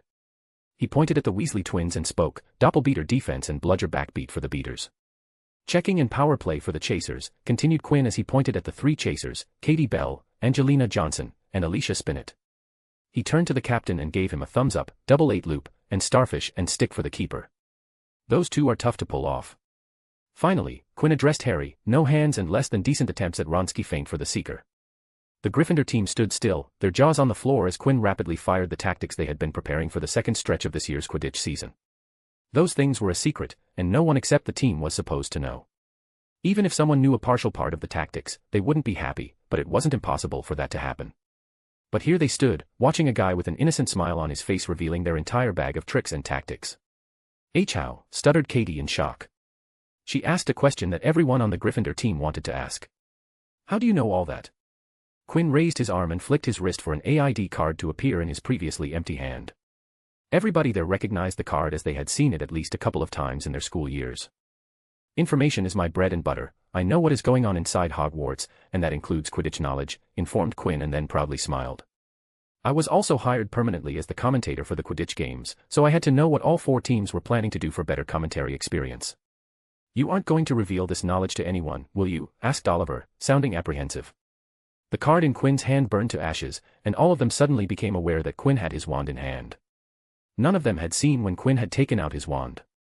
One moment both his hands were empty, the next second, he had a card in one and a wand in the other. And while this was happening, he kept a friendly smile on his face. "Of course not. I'm not mad," snorted Quinn derisively. He humphed and pointed at the castle. "If it became known that I leaked information to a team, the entire student body would pelt me with spells. There wouldn't be any safe space for me inside Hogwarts."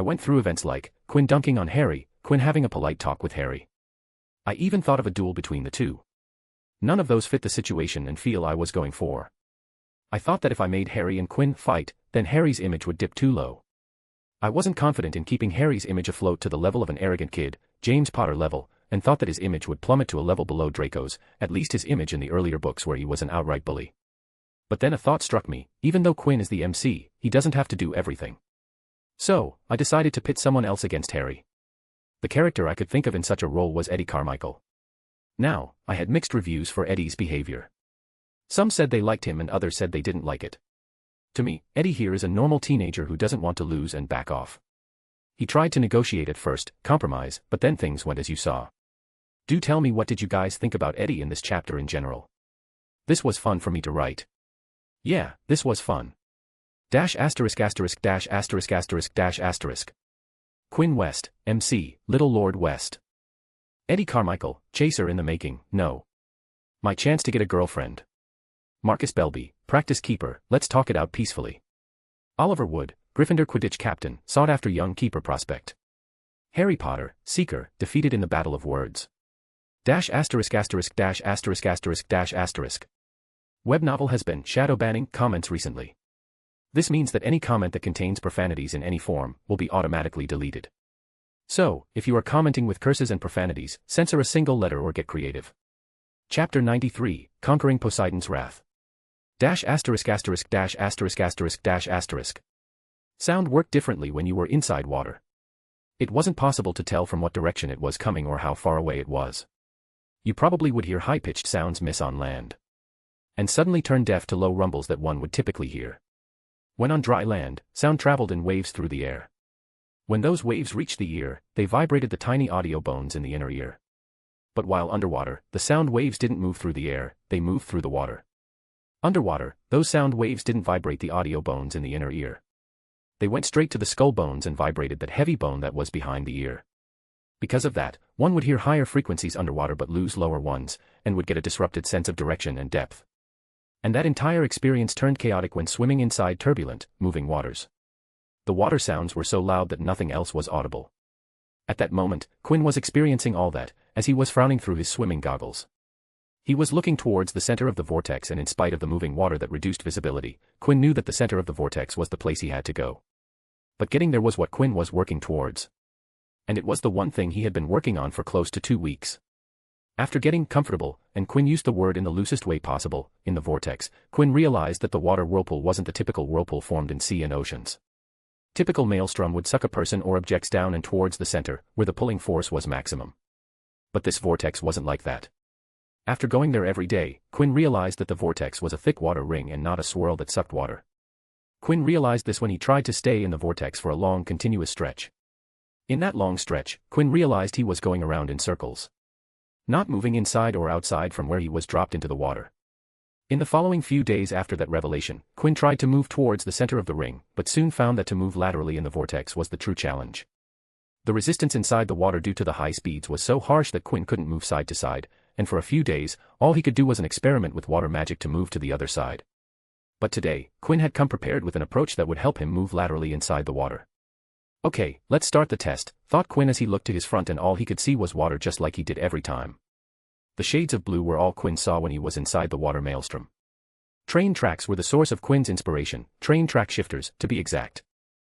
A train track switch was a mechanical installation that enabled railway trains to be guided from one track to another, such as at a railway junction or where a spur or siding branches off.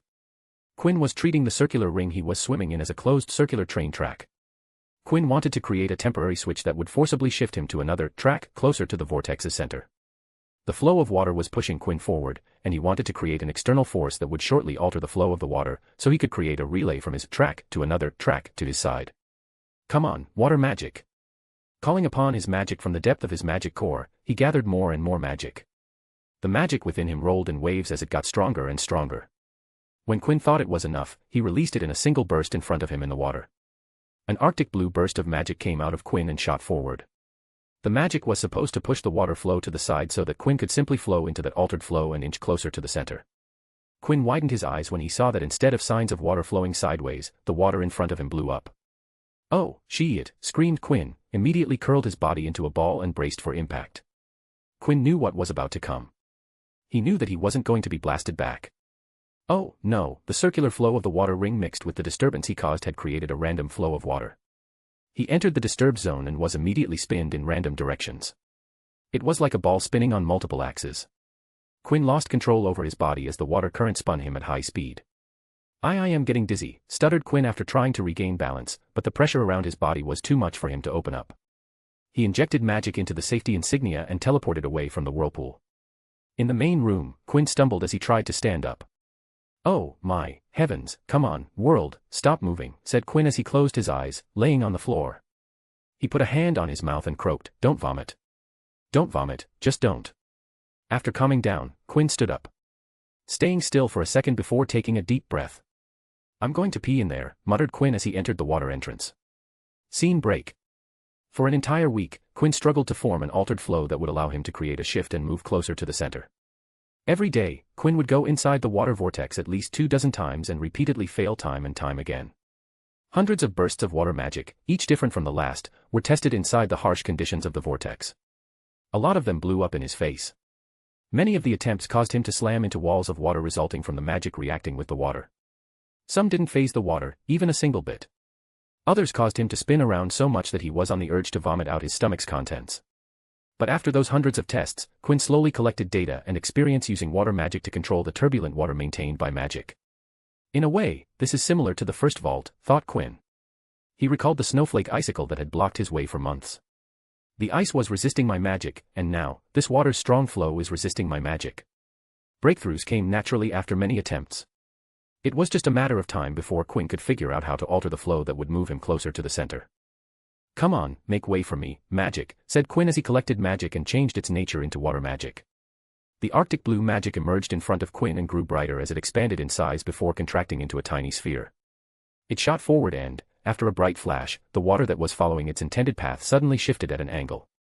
Let's go, exclaimed Quinn, and with a high swimming speed, he flowed into the altered flow and moved closer to the center. Yes, celebrated his success Quinn. That was a solid 3-meter shift. Quinn always dropped at 60 meters from the center, so he needed to create around 20 shifts to get to the center. Gulping in a bottle full of water, Quinn felt the breath return to him and closed his eyes to focus. This is going to take time. Let's see if I can get to the center today. He wasn't able to get it done that day. Quinn spent around 2 to 3 hours every day inside the vault. Any more than that would take time out of his daily schedule. He had to attend classes, spend time in the AID office and complete requests, his 2 daily workout sessions, study magic in the library, practice using magic inside the room of requirements, and spend time eating and socializing. If he spent more time in the vault, he would be reverting back to his second year, where he was spending too much time on other things. Scene break. It took another 2 days until Quinn was fast enough to cover the 60 meters in 3-meter shifts before time ran out. One more shift and I'll be inside the center, noted Quinn as he looked to the side. He could faintly see the boundary where the water ended. The circular water whirlpool had a 5-meter waterless wide center. Quinn saw it every time he fell into the water. In fact, in the beginning, which was a few days ago, Quinn would try to get into the center without entering the water. He would try to use the Seize Pull spell to fasten himself to a wall or the ceiling, but they were too far away for Quinn to get any use out of them. Transfiguring an object underneath while riding it using levitation also didn't work. The transfigured material would glow red and immediately vanish, and Quinn would drop into the water. He had even tried to get a broom inside, but it wouldn't take flight no matter what, and once again, Quinn would drop inside the water. Because of that, he had lost the broom he had used since he was 8 years old. The wood brutally snapped because of the turbulent flow, and the pieces flew away before Quinn could get to them. The ward administration inside the expanded place was so extensive that Quinn didn't have a choice but to get to the center via the water. One last time, thought Quinn, gathering his magic and shooting it for the final time. The water flow changed and was now aimed towards the center. Quinn naturally swam with the flow, and in a moment, his head emerged from the water. I did it, exclaimed Quinn, but his eyes widened when he realized that with his exit speed, his body was going to enter the water from the opposite side. Oh, hell. No, yelled Quinn and immediately killed his fall with arresto momentum. He stopped right in the middle of the center of the vortex. He looked down and saw another triangular entrance on the floor, although this one also was filled with water. As he dropped, Quinn saw words appear above an edge of a triangle. Tham's delight. Quinn stopped just above the entrance and stared at the words etched on the floor. There's another place after this. But then the words at the first gate flashed in his mind. The trials are long and arduous. Ah, it was trials, plural. All right, that checks it out, nodded Quinn. Then his eyes went to the name of the next trial. Tham's delight. Quinn tilted his head in cluelessness. Who the hell is Tham? Damn, another god or someone. But that wasn't the thing that Quinn was mainly concerned about. The other word was more concerning to him. Delight. Yeah, no way this is anything good or delightful. Quinn didn't for a second believe that the positive-sounding words in the title were anything but negative. That just screams trouble, scoffed Quinn and shook his head. He went silent and stared at the water inside the entrance. Should I go in? Contemplated Quinn. He had just spent a lot of time slowly shifting 60 meters, and he wasn't sure if he wanted to drop down into another trial. Should I research Tham before going in? Or should I just go and see what's inside? He felt the insignia on his arm and was reminded of its existence. I have the teleportation insignia. I can always pull out at any moment, mused Quinn. It was the safety mechanism that would pull him out immediately the moment he activated it. Yeah, I should check it out. With a sharp exhale, Quinn released the magic holding him in place and sunk into the water. He felt the same tug as the last entrance and the momentary loss of sensation. But this time, his sense of sight didn't return. He could feel the water against his skin, his ears picked up sounds, he could smell some scent of water and taste the water as he gulped it down. But he couldn't see anything through his eyes. Darkness dominated his vision as he turned in the water, trying to see anything. Quinn felt fear grip his heart as he looked around. Suddenly losing your sight wasn't a pleasant feeling. Quinn could feel his heart racing as, no matter what direction he turned, he didn't manage to see anything. Okay, this is freaking me out. I need to get out. I need to get out, right now, thundered Quinn and activated the safety insignia. The next second, he was back in the stone cave, and to Quinn's relief, his sight was back along with all his other senses. Oh! Colors, pretty colors, and light, smiled Quinn as he stared at the crystal light sticking out of the ceiling. Oh, I love sight. Quinn placed his hand on his beating heart and took deep breaths to calm himself down. Yeah, what could go wrong, indeed? Even though Quinn hadn't gotten injured, he would have ended up extremely scared if his vision didn't return after he was teleported. At that moment, Quinn didn't think it would be another trial, he was just worried about his eyes. Delight, my ass, spat out Quinn in displeasure. He looked back to check something and saw that the triangular entrance in the dome's wall still had the words Poseidon's Wrath etched into the stone above it. Ah. Don't tell me I have to go through the Poseidon's Wrath before I reach the tome's delight, complained Quinn. He had completed the first trial, so he was expecting the door to change, but it didn't. Will I have to go through every trial to get to the one at the end of the line? That sucks. Quinn only had completed the first of many trials. Nonetheless, Poseidon's Wrath had been overcome. **************. Quinn West, MC, I love to see. ****************. Web novel has been shadow banning comments recently. This means that any comment that contains profanities in any form will be automatically deleted. So, if you are commenting with curses and profanities, censor a single letter or get creative. Chapter 94, T-Hum, Alchemy, and Sub-Zero. T-Hum, literally, the deep, or abyss, read Quinn from another old tome in the Hogwarts library. After having a scare of a lifetime inside the second trial, T-Hum's delight, Quinn's first course of action was to see who or what T-Hum in the title was. Refers to the great deep of the primordial waters of creation in the Bible, hummed Quinn as he summarized the information he had been able to get on T-Hum. An entity from the Christian pantheon mentioned in the Old Testament Bible, Book of Genesis, Genesis 1 verse 2. Tapping his finger on the table, Quinn thought about his experience of no sight in the second trial room. The complete darkness had taken him by surprise. Being robbed of the sense that he used the most was something deeply unsettling. The entire vault is revolving around water, and then there was the word law in the text. The trials are definitely based on something that can be found in water. Quinn glanced down at the word T-Hum on the parchment of the tome. There is no light in the depth of an ocean, and T-Hum symbolizes deep or abyss. Having no light must be the reason I wasn't able to see anything but darkness, theorized Quinn. That meant that my sense of sight was okay, but there was no light. Thus, I couldn't see. Ah, that is just plain annoying. I respect that. Another thing that Quinn focused on was the ambience of the second trial room. I was inside a water-filled region with no surface beneath my feet, remembered Quinn, while closing his eyes to relive that moment. Calm water with no violent, turbulent flow like the first room. The temperature, slightly cold. Even though he had been only inside the second trial room for less than 30 seconds, Quinn ended up having some questions. What's the aim of the second trial? Do I need to find another entrance? How do I navigate there? Is there something in there other than me? What danger there is? But spending mere seconds inside the second trial room wasn't enough to answer any of the questions. If Quinn wanted to get answers, then he would need to dive in there and get the lay of the land. Then his thoughts went further beyond the second trial room. How many trials are in the third vault? The third vault was still covered in mystery because Quinn couldn't see the end, and that unknown element slightly excited Quinn. Mystery creates wonder, and wonder was the basis of man's desire to understand the world. And Quinn wanted to understand everything. It was in his nature. Scene break. Alchemy was a branch of magic, an ancient discipline that involved studying the secrets of composition, structure, and magical properties of the four classical elements, as well as the transmutation and transfiguration of substances and, thus, it was connected intimately with potion brewing, charms and transfiguration. Of course, Quinn didn't believe in the four classical elements because of the atomic theory. But he did believe in the fifth element, which he considered to be magic itself. Back to alchemy. The branch of magic was a beautiful conjugation of various magics: transfiguration, transmutation, potions, herbology, metallurgy, charms, and other magics used to supplement it according to its needs. Alchemy was said to be the ultimate transformation magic. Alchemic counterparts were many times more potent than their potion counterparts. Properties could be permanently added to objects, something that was extremely difficult with charms.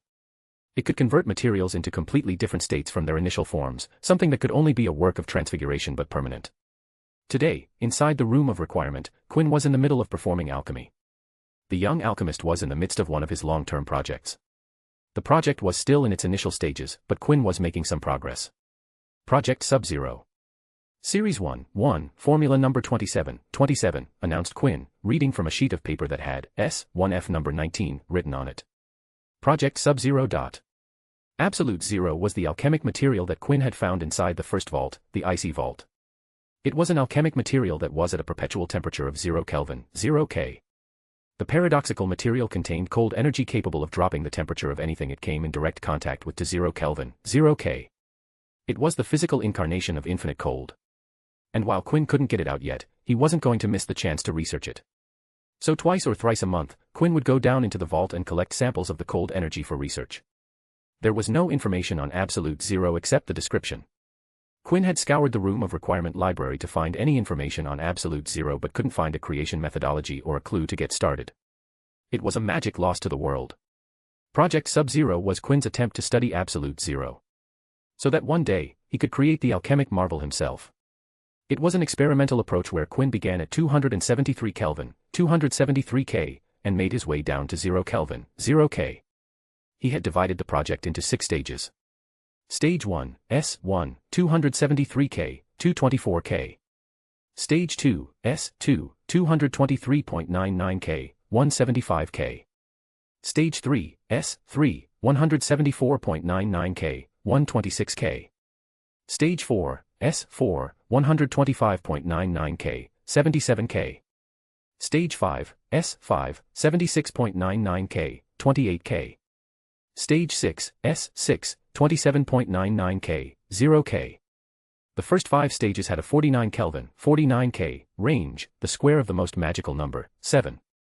But in the last stage, S6 had the remaining 22 Kelvin, 28 K, which was in a 7 times 4, 7 by 4, range.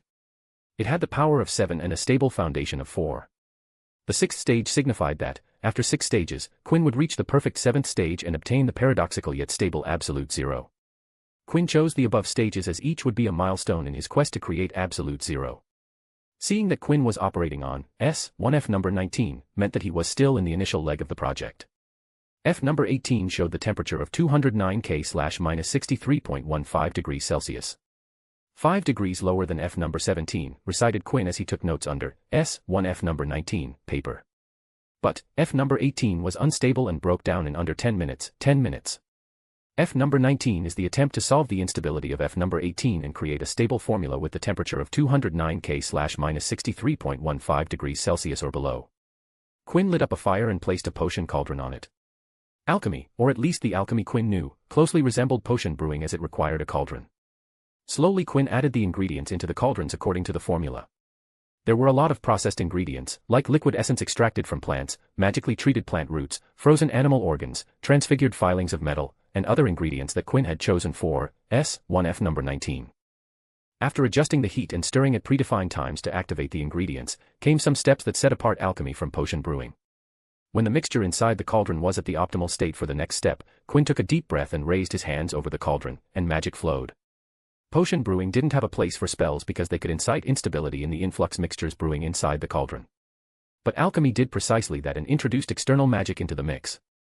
Quinn, with the utmost caution, injected his magic through alchemic transformation spells. His eyes observed the mixture for any signs of deviation. Any signs of trouble could cause the mixture to deteriorate into instability. The worst outcome would result in the cauldron exploding, which would heavily harm Quinn in the process. This was the reason such a small number of people pursued alchemy. There was a risk in every alchemic brew. A mistimed decision due to a lapse in concentration could cause injuries. That is why, even among those who did pursue alchemy, many didn't proceed further because their spell work wasn't good enough to safely perform alchemy. Of course, not all failed attempts exploded and caused drastic injuries. If one didn't make any major mistakes, the outcome would be a failed cauldron full of sludge. but why tempt fate and attempt a magic that had such high standards? With an observant gaze and a tight hold on his magic, Quinn injected property-adding charms, state-changing transmutations, and stabilizing flashes of transfiguration. The initially yellow mixture turned brown, which indicated it was time for the next step. He immediately picked up a bronze metal disc from the ground and carefully covered the cauldron. He used the disc as a lid cover. The second the disc covered the cauldron, Quinn dimmed the heat to a simmer. Quinn relaxed his body as he exhaled a breath he didn't know he was holding. He walked to the desk at a distance from the cauldron and took the inactive downtime to note his observation. Quinn picked up a pen and started writing. S1F number 19 has passed both the ingredient activation stage and active magic injection stage.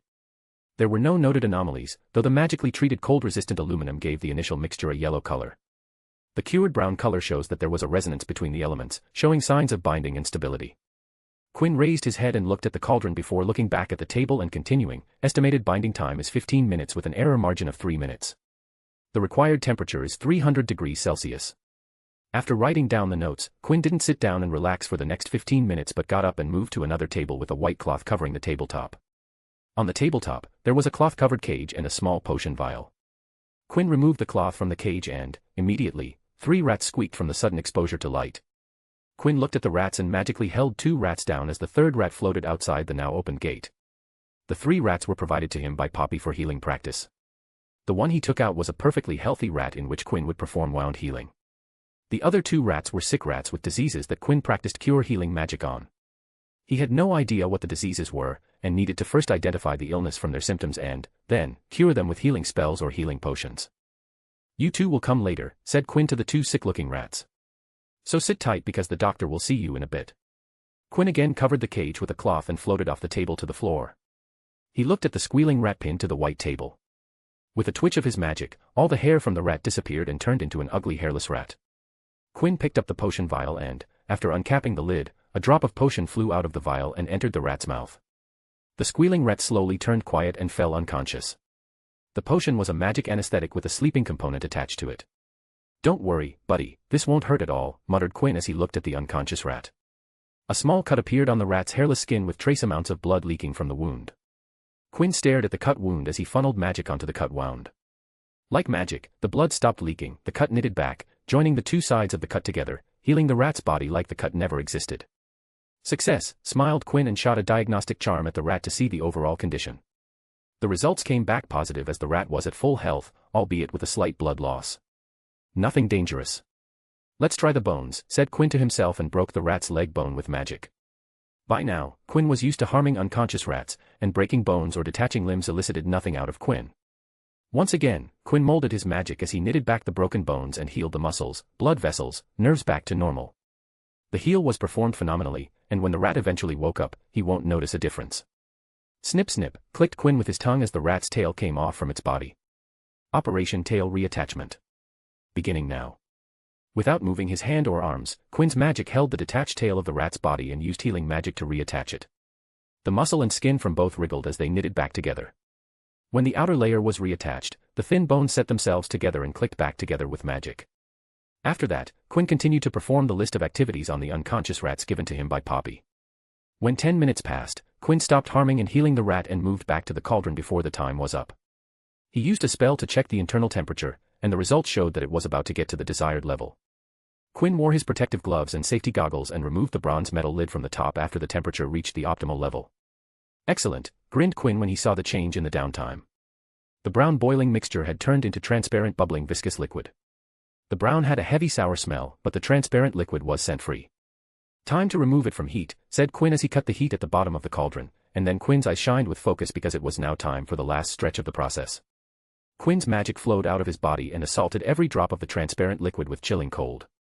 Ice magic came in contact and bled inside the potion, and reached everywhere inside the thick viscous liquid. The ice magic thrummed with activity as an icy blue light started to taint the transparent liquid. Quinn kept on dropping the internal temperature and the icy blue color deepened. After a minute of channeling magic, the liquid lit up with a brilliant light. The ethereal light reflected inside Quinn's eyes as he cut the supply of ice magic and stepped back a couple of steps. A smile lengthened on his lips as he saw the condensation appear on the cauldron's outside and froze into a white cover of ice. Quinn waited till the blue light dimmed to a level that it was faintly present before raising his hand and, with his rising hand, the contents inside the cauldron were levitated outside. The faintly shining liquid floated in the air as Quinn did a temperature and pumped his hands up and celebrated. 207 K, 2 Kelvin less than expected. Quinn danced around the floating S1F number 19 in celebration. But after celebrating the initial celebration, Quinn conjured an iron rod in his hand. Flame on, grinned Quinn and bombarded the conjured rod with powerful heat magic. Focusing his magic so that it would be concentrated on the other end. Come on, get nice and hot, so Papa can hear some sizzling goodness. The moment the quarter of the rod was red hot, Quinn gestured with his fingers, and half of the liquid broke from the floating blob and flew towards Quinn. Quinn brought it so that it was floating at his knee level. He held the iron rod in a reverse grip before stabbing it inside the viscous liquid. Immediately, there was intense sizzling as the iron rod cooled down rapidly, and within seconds, the iron rod had lost all the heat. Quinn removed the rod and threw it away, the rod vanished mid-flight. Wasting no time, Quinn checked the temperature of the cold liquid in front of him, and the spell showed him the temperature 210 K. The temperature had risen 3 Kelvin. Wait, Quinn raised his hand as if quieting a crowd around him. He watched as, within seconds, the temperature went back to 207 K. Quinn threw his arms up and announced, "We've done it, people. It has enough energy to recover. It is stable, it is beautiful, and finally, it is cold. It is Quinn made." Not really thinking that the only ones who could hear his celebration announcements were 2 rats with hair and 1 hairless rat who had woken up from the potion's effects. The 2 halves merged back together, and they floated to a container that Quinn had prepared for it. The containers were also a progressive project because these containers also got stronger as Quinn continued to improve on Project Sub-Zero. Plus, as Quinn had been working on containment longer than Project Sub-Zero, he was way ahead in containment technology. Quinn hummed in pleasure and joy to the table to make notes, and after that, his day continued to get better because that day, none of his 3 rats died.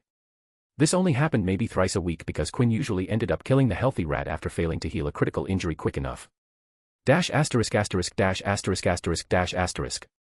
Quinn West, MC, Alchemist in Making. ************ Web novel has been shadow banning comments recently. This means that any comment that contains profanities in any form will be automatically deleted. So, if you are commenting with curses and profanities, censor a single letter or get creative. Chapter 95, T-Hum's Trap, and Plagiarizing a Game. The chapter is edited by editor, Alan_Lou/Alan L.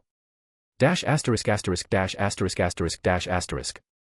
I need to get faster. I'm not going to make any progress otherwise, sighed Quinn, as he stopped himself above the triangular entrance to the second trail area.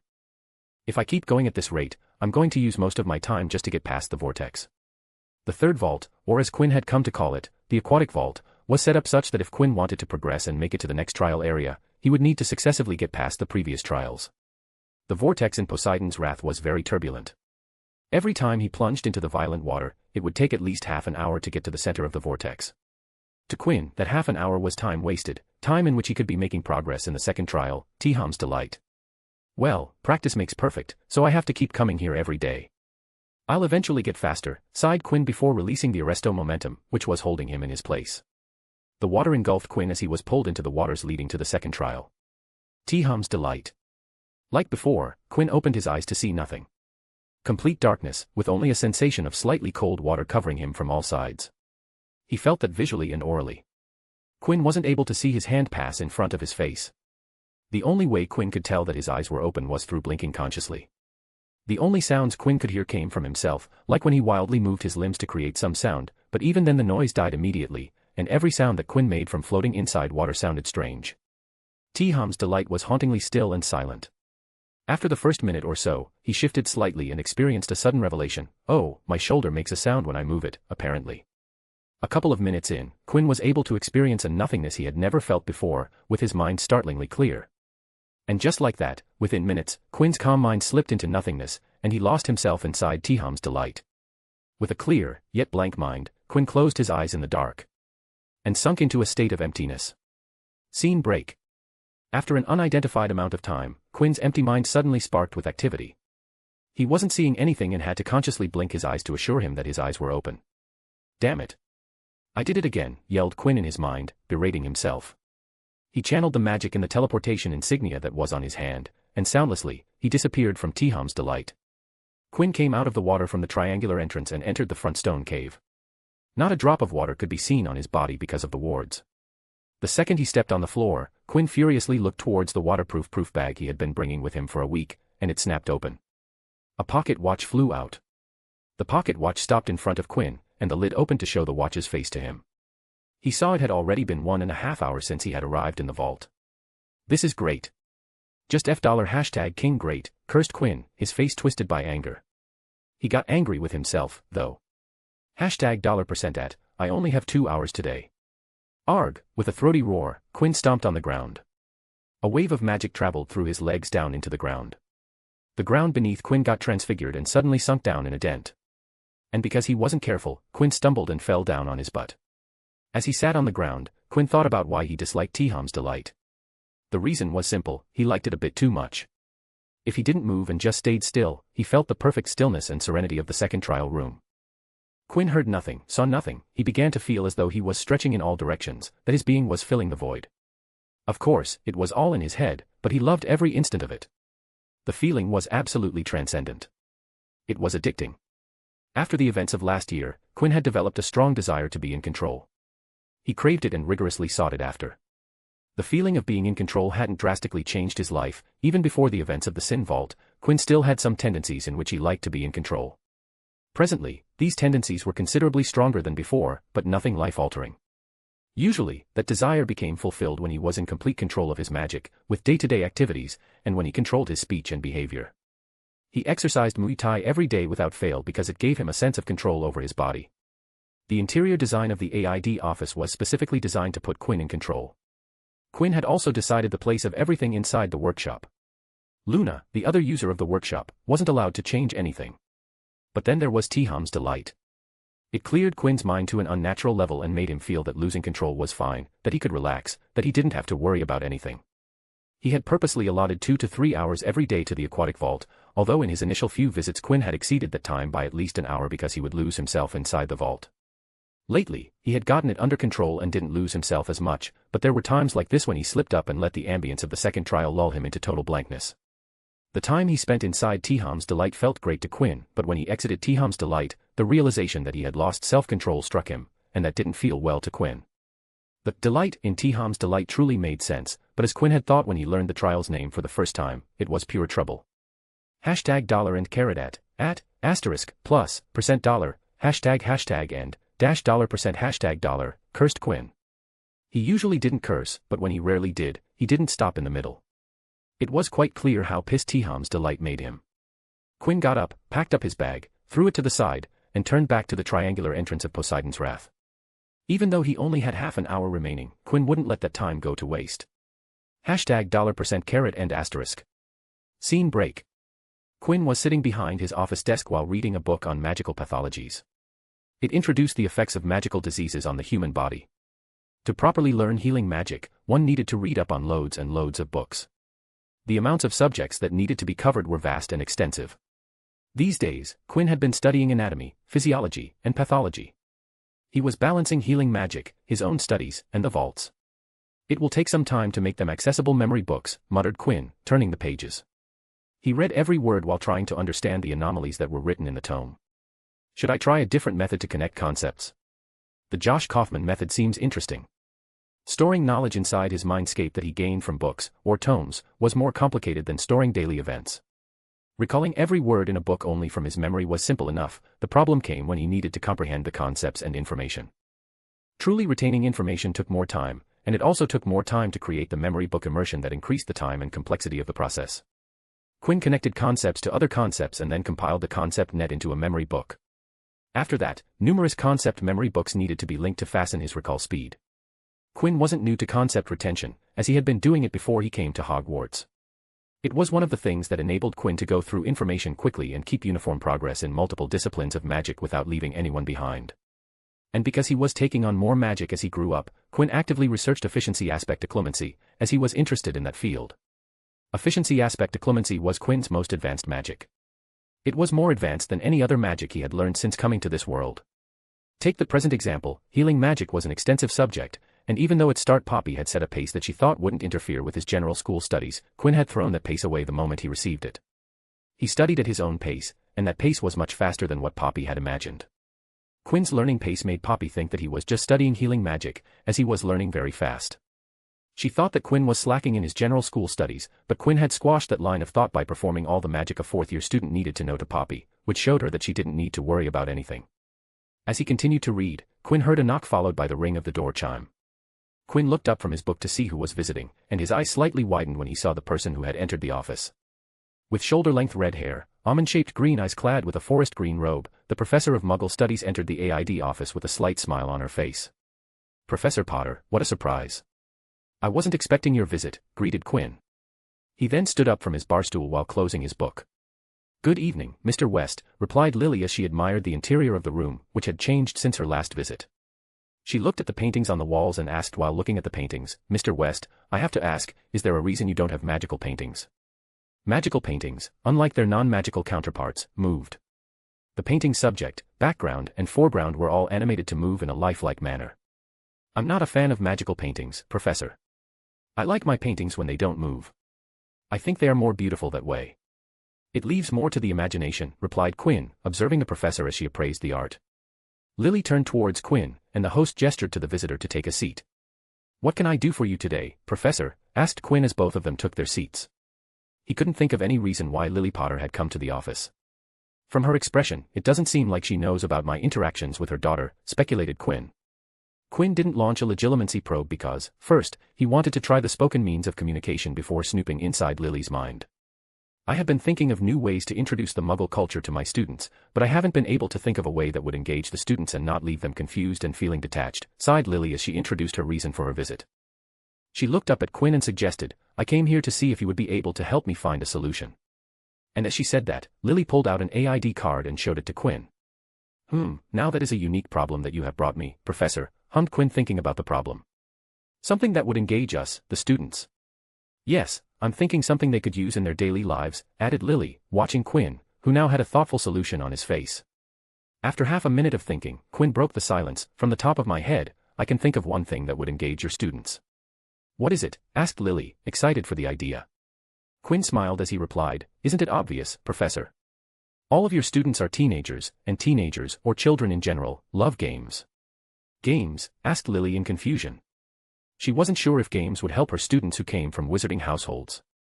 "I understand your skepticism," chuckled Quinn as he noticed the expression on the redhead's face. "Games might not be the thing you were looking for, but I assure you that it is the thing you need." "But, how? How would a game help?" Lily wasn't feeling positive about the idea because she had already tried it. "I tried to introduce football and cricket to the students, but they didn't seem interested in either of the two. None of the students from wizarding households asked me if they could play the sports." "Ah, now I understand your reluctance," nodded Quinn at the failed attempt to introduce non-magical sports. "I think the reason why your attempts failed is that the students from magical households weren't able to connect to both of the sports.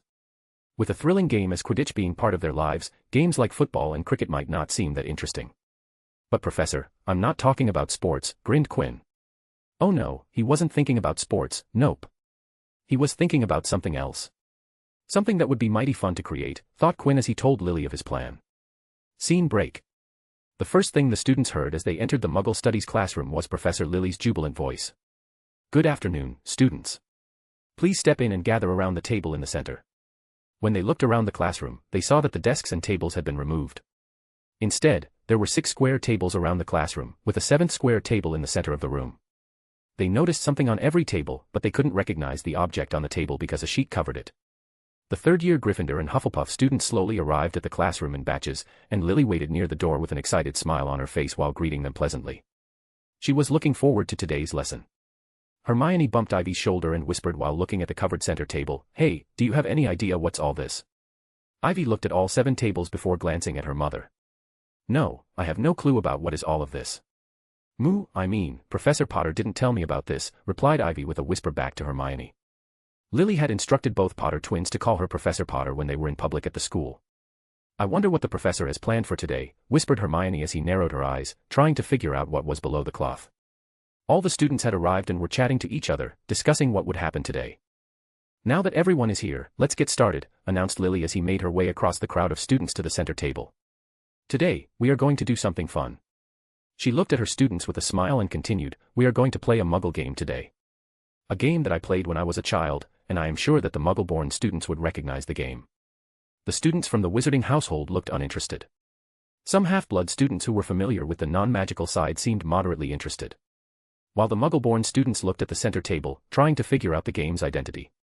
"Today, we are going to play Dash," announced Lily as she pulled the cloth off the table and revealed the game, Monopoly.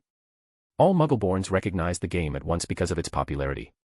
Some half-blood students recognized the game, and the pure-blood students studied the board game. Hermione recognized the game instantly. The game wasn't played in the Potter household, but Ivy recognized the game from the time she had gone to the house of some of her non-magical friends. Monopoly is a board game. In this game, players have to roll 2 six-sided dice and move around this game board with their tokens, buy and trade properties, and develop them with houses and hotels. Players collect rent from their opponents. The goal is to drive them to the point that they have no money or properties," explained Lily with nostalgia and an ever-present smile on her face. By the time she was finished explaining the rules, the class's opinion was divided into two. Half of the class seemed interested, while the other half didn't look particularly excited about the game. But then Lily introduced something that changed the entire class's opinion to positive. "But we aren't going to play this one because a lot of students here don't feel attached to the properties on the board." She took out her wand, and with a wave, the Monopoly board folded and packed itself in the game box. The box flew away to the teacher's table. "We are going to play Dash," beamed Lily as she waved her wand, and another box flew from beneath the table and set itself on the table. Monopoly, Hogwarts version. All the students suddenly became fully interested in the game as they stared at the box with an animated image of Hogwarts Castle as the night and the day alternated in the background. Murmurs and chatter broke out in the classroom as everyone spoke to everyone. "Hogwarts version," blinked Hermione as she watched as the box opened itself and a board slid out to show why it was called the Hogwarts version. A moving Hogwarts coat of arms in the middle of the board with a miniature Albus Dumbledore sticking its torso out of the letter O of Hogwarts. All the properties were changed to suit the theme: Hagrid's hut, all 4 house common rooms, the Great Hall, Ollery, kitchen, Quidditch stadium, greenhouses, hospital wing, Whooping Willow, headmaster's office, the Great Lake, and many other Hogwarts hotspots. The game started at platform 9 entry quarters. Instead of jail, there was Azkaban and detention. The community cards and chance cards were renamed potions and spells. The tokens were in the form of brooms, the sorting hat, a wand, a golden snitch, a quaffle, a bludger, quills, cauldrons, and others. Houses were turned into huts, and the hotels were turned into castles. The money was still in the paper currency form to teach the students about Muggle currency.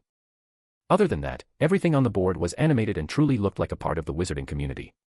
To make sure that even those who aren't familiar with Muggle places, I've made this special version so that you all can enjoy the game, smiled Lily as she looked around the classroom, happy to see activity among her students. Quinn had told her that if she could make the children like the game, she would be able to improve their view of the Muggle world. Quinn reasoned that if she could connect the Muggle world to something fun, the students would keep their minds open when introduced to other Muggle things. If you can make them interested in trying new things, then you have already passed the most difficult part of the problem, Quinn had said when pitching the idea for using a board game as a way to get students interested. You want to make them think that if something fun like this is from the non-magical world, then what other fun things are out there? You have to work up curiosity within them. A curiosity that they would try to fulfill on their own.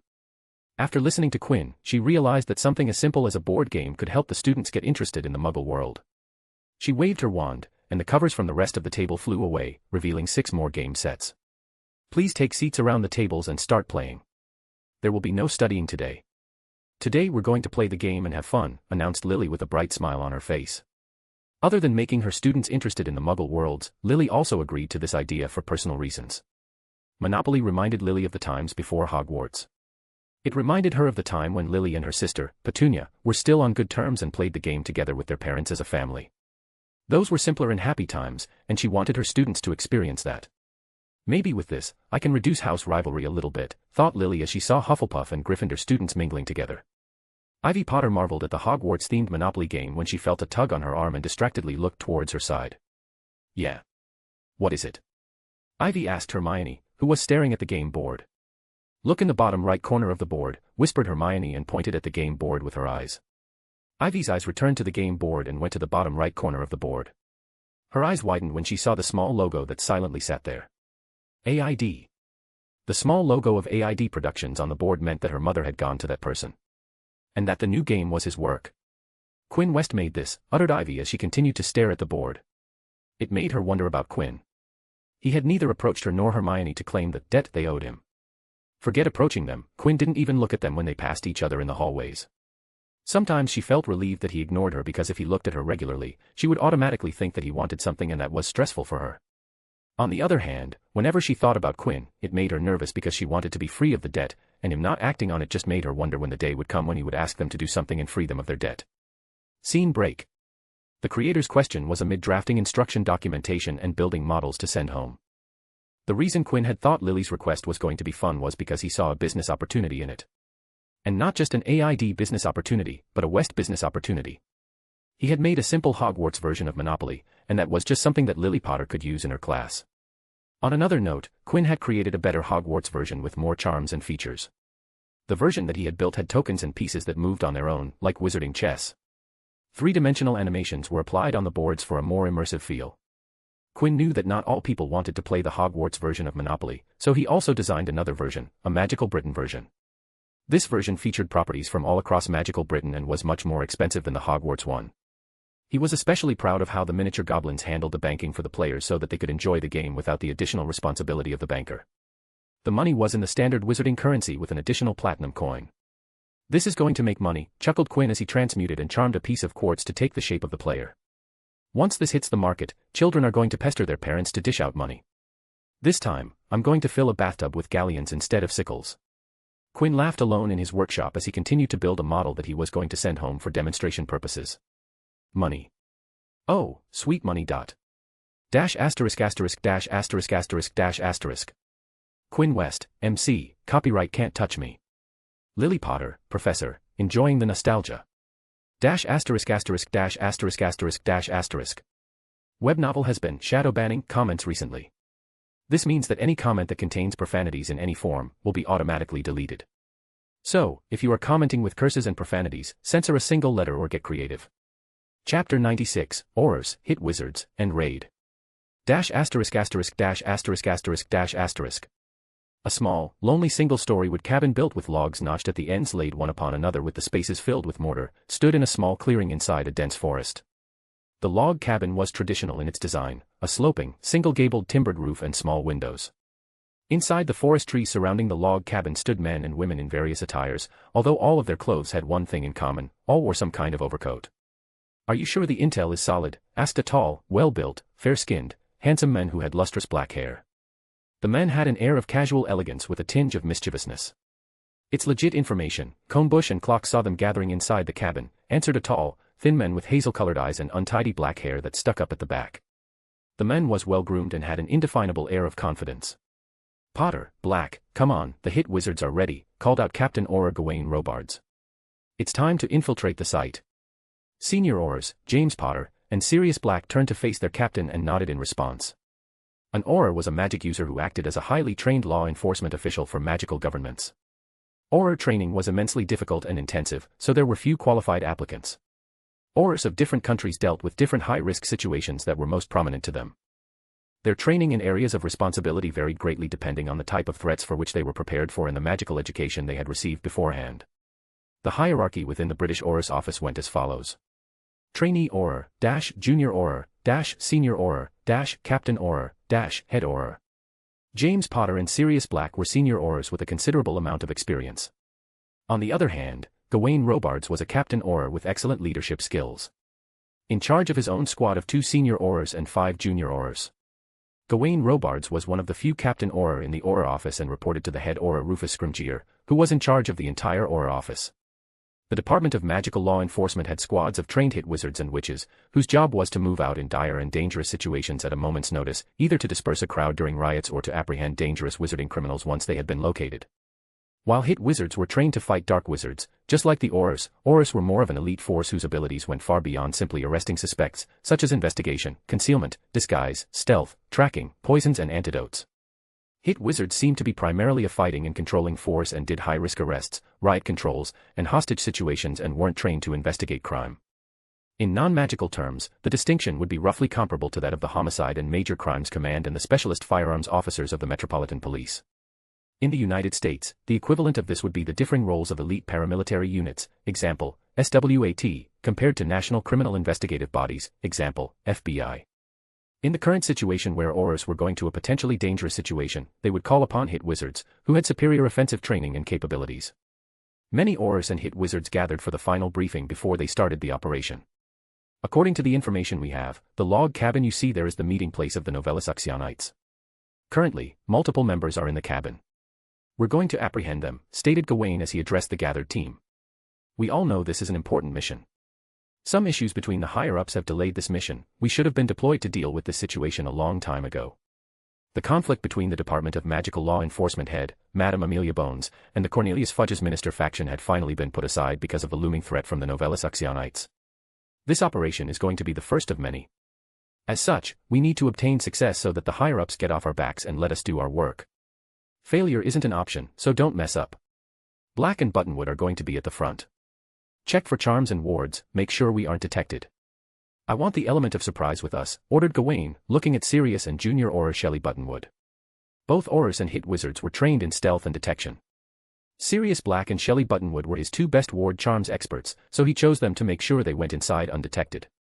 He turned to the 4 Hit Wizards that had been assigned to him for this operation and commanded, I want 2 of you to be behind Black and Buttonwood. We will provide cover for you too, so do crowd control and put them into the back foot.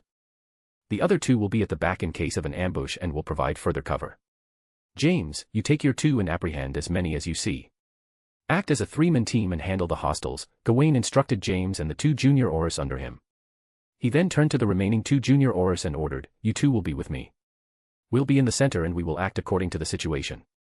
Looking at the entire team, Gawain finished with, take care of yourselves, cover for your teammates, don't be hasty, trust your partners and work as a squad. Now, let's get in. Black, cast the group disillusionment spell. Let's move in formation.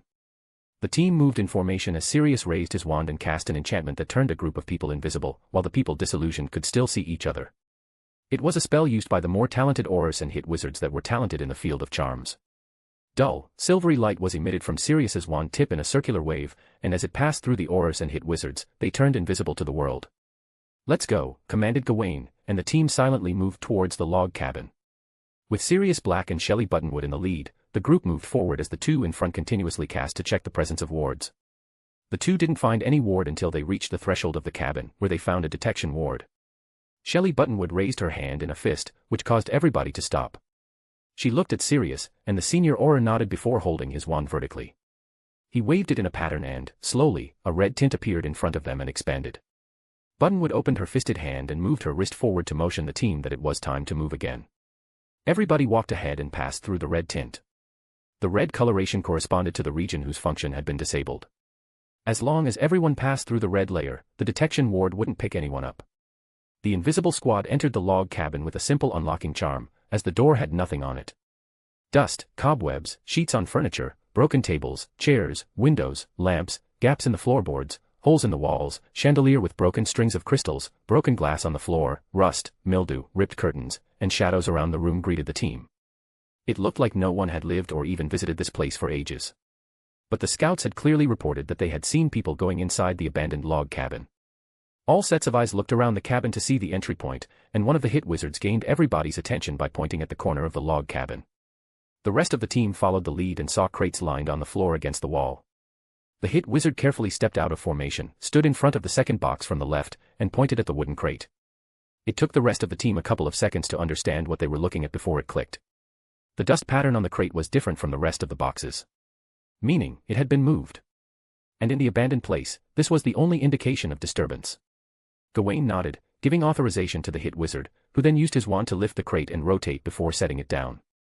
And immediately, a piece of floorboard disappeared to reveal a flight of stairs going underground.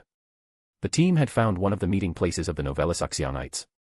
Gawain pointed at one of the Hit Wizards and James told them to take the lead down the stairs and rearrange the formation to fit the narrow stairs. He also asked 2 of the junior Aurors to stay in the cabin for safety and lookout. The group, Part 2 members, moved down the stone stairs. The stair tunnel was lit with fire torches which had a design of a hand holding a torch. The stair tunnel finally opened up in a corridor, and the invisible infiltrators could hear voices from the end of that corridor. James alone walked forward with the leading Hit Wizard trailing closely, and the rest of the team followed. As he reached the end of the corridor, James raised his wand and stepped out of the corridor. There he discovered the source of the voices. James saw a group of people standing around in small groups talking to each other in an enormous hall. A gathering of men and women who wore the same outfits, talking to each other over wine and confectionaries. The same outfits had the Novellus Actionite symbol on them, which clearly provided that this was a gathering full of terrorists and the people who supported them. He had counted that there were around 30 to 35 people in the hall.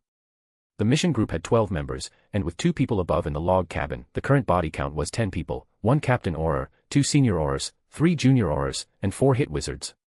James noticed that all the people present looked young, but that didn't give him an idea about their age. Magical kind had slower aging than their non-magical counterparts. Because their lifespan was twice to thrice as long as the non-magical humans' aging had become different. First, magical humans usually reached physical maturity earlier than their non-magical counterparts. Most of them reached their physical maturity at 18 or 19 years old, 18 to 19 years. After that, aging slowed down drastically. James, who was 33 years old this year, didn't look one day over that of the early 20s. He had this same physical appearance for closer than a decade. And people who were gathered here also looked the same age as him. Despite that, James didn't know the actual ages of the people. After getting a clear picture of the gathering, James gestured for everyone to walk into the hall and take positions. The aurors and hit wizards entered the hall while in formation. They moved very slowly, so their disillusionment didn't show any distortions. Gawain had his arm raised and, when everyone was in their position, he brought his arm down. And that was the signal for everyone to open fire. Suddenly, the jolly vibe of the hall changed as spells rained down on the Novellus Oxyonites members. Every single member of the squad rained down stunning spells on unarmed people. Screams filled the hall as the people closest to the squad were hit with stunning spells and, because of the element of surprise and chaos, 10 people immediately hit the ground unconscious. One of the Oxyonites in the back of the hall didn't lose calm in the chaos.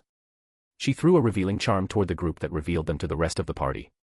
"Aurors!" yelled someone in the hall, and people who were still conscious got their wands out. The hall turned into a battlefield. Immediately the squad switched their tactics as some of them switched to defense against the incoming spells. Stunning spells were reduced and turned into disarming spells to get rid of their wands. James Potter glanced at the chandeliers on the ceiling. And while being covered by a shield charm, he raised his wand towards the ceiling and cast a transfiguration spell. The spell targeted the glass around the candles and turned them into glass birds with sharp beaks, wings, and talons. The vicious birds descended on a group of Oxyonites and started to cut them. The transfigured glass birds were meant to be a distraction as, when Oxyonites tried to get rid of the birds, one of the squad members stunned or disarmed them. Aurors' training in areas of responsibility varied greatly depending on the type of threats for which they were prepared and the magical education they received beforehand. Transfiguration became easy to James Potter, so he was the type of duelist that heavily utilized transfiguration. Lots of his spell repertoire were material spells, the Silver Shield spell or Arrowhead spells, and other similar spells. That is why when one of the Oxyonites shot a killing curse, James immediately used a Silver Shield spell to block out the green light from reaching his team. The state of the battle changed as half the remaining Oxyonites were getting used to the situation. But the mission squad couldn't let that happen. One of the hit witches stepped forward and showed how they were different from aurors. She swung her wand in a grand gesture and shot a huge explosion charm towards one of the tables, annihilating it into pieces. She didn't stop and continued her aggressive attack and used powerful banishing charms to violently slam Oxyonites into walls and brutally knock them out. Some of the Oxyonites who noticed their dwindling numbers decided to get out of there. 2 Oxyonites used apparition to get out. But the thing about apparition was that most people didn't use apparition because of the danger of splinching and discomfort, and even those who did use it regularly used it when they were calm. Out of the 2 who operated, one of them ended up splinching himself because of panic. He left an entire leg behind. Within 3 minutes, 34 Oxyonites were disarmed, stunned, and bound by 10 aurors and hit wizards. It showed how trained professionals pitted against people who didn't have the same training. 2 escaped, spat Sirius said as he walked towards the splinched leg. He kicked it hard and smirked, "At least they will be feeling like hell." "We should have set up an anti-apparition ward around the place," one of the hit wizards chimed in as he collected the wand off from the floor. The 10 squad members walked around the room, bounding people and collecting wands for safety reasons. "This is good enough," replied Gawain as he looked at the 30-something unconscious/injured bodies. "This will get us a task force up and running." The next day, the news about the first successful raid against Novellus Oxyonites hit the Daily Prophet and other news outlets. The papers, who had been badmouthing the lack of action from Aura's part, were suddenly raining praises on them. That same week, the Department of Magical Law Enforcement interrogated all the captured members and put them on trial by the end of the week. Unlike the end of the First Wizarding War, the Light faction was strong this time. So in Wisengamot, the trials didn't go in favor of the pureblood Novellus Oxyonites. Out of the 34 people, 10 of them were sent to low Dementor exposure sections for a few years. 3 people were sent to medium Dementor exposure. And the rest of those who weren't guilty of the murder of Muggleborns and Muggles had their wands taken for a year. To people who heavily depended on wands to perform magic, this was like taking their magic away from them. The first raid and trials were the start of a fight against Novellus Oxyonites. Dash asterisk asterisk dash asterisk asterisk dash asterisk. James Potter, Senior Auror, prefers using Transfiguration. Sirius Black, Senior Auror, prefers using Charms. Gawain Robards, Captain Auror, specializes in criminal investigations. Hit Wizards, lucrative career, starting salary of 700 galleons per month. Dash asterisk asterisk dash asterisk asterisk dash asterisk. Web novel has been shadow banning comments recently. This means that any comment that contains profanities in any form will be automatically deleted. So, if you are commenting with curses and profanities, censor a single letter or get creative. Chapter 97, Sonar Vision, Another Bout, Tiham's End. Dash asterisk asterisk dash asterisk asterisk dash asterisk. Working with no light and minimal sensory input was confusing when trying to gain a sense of direction. And when you completely took away sensory stimuli mostly used to navigate in your life, it created a heavy disability. In Quinn's case, it got more difficult because he wasn't even sure what side was up. There was no floor beneath his feet. Floating in the deep waters made Quinn's search area much wider. Quinn consciously blinked his eyes to make sure they were open before creating dozens of light orbs with magic. He used some spells that made bright lights and pushed them away from him at a distance in the water. Whoever made this vault thought things through, thought Quinn, observing the lights in the distance. The light orbs that he had released immediately went dull as they moved away from Quinn. A couple feet away and Quinn could barely see any light. And the problem wasn't in the spell, they were properly functioning. It was just that the water inside Tiham's delight interfered with the propagation of light. Quinn conjured another light orb between his hands and stared at the very dull light that should have been very bright. Feeling the water around the light orb, Quinn felt that the water had formed a peculiar composition that didn't allow the light to travel through the water. The second trial area had made the use of light useless. Using light inside there to provide any form of usable visibility wasn't a viable option. The lights were dull to the point that any light source was barely visible. This is fascinating. Absolutely fascinating.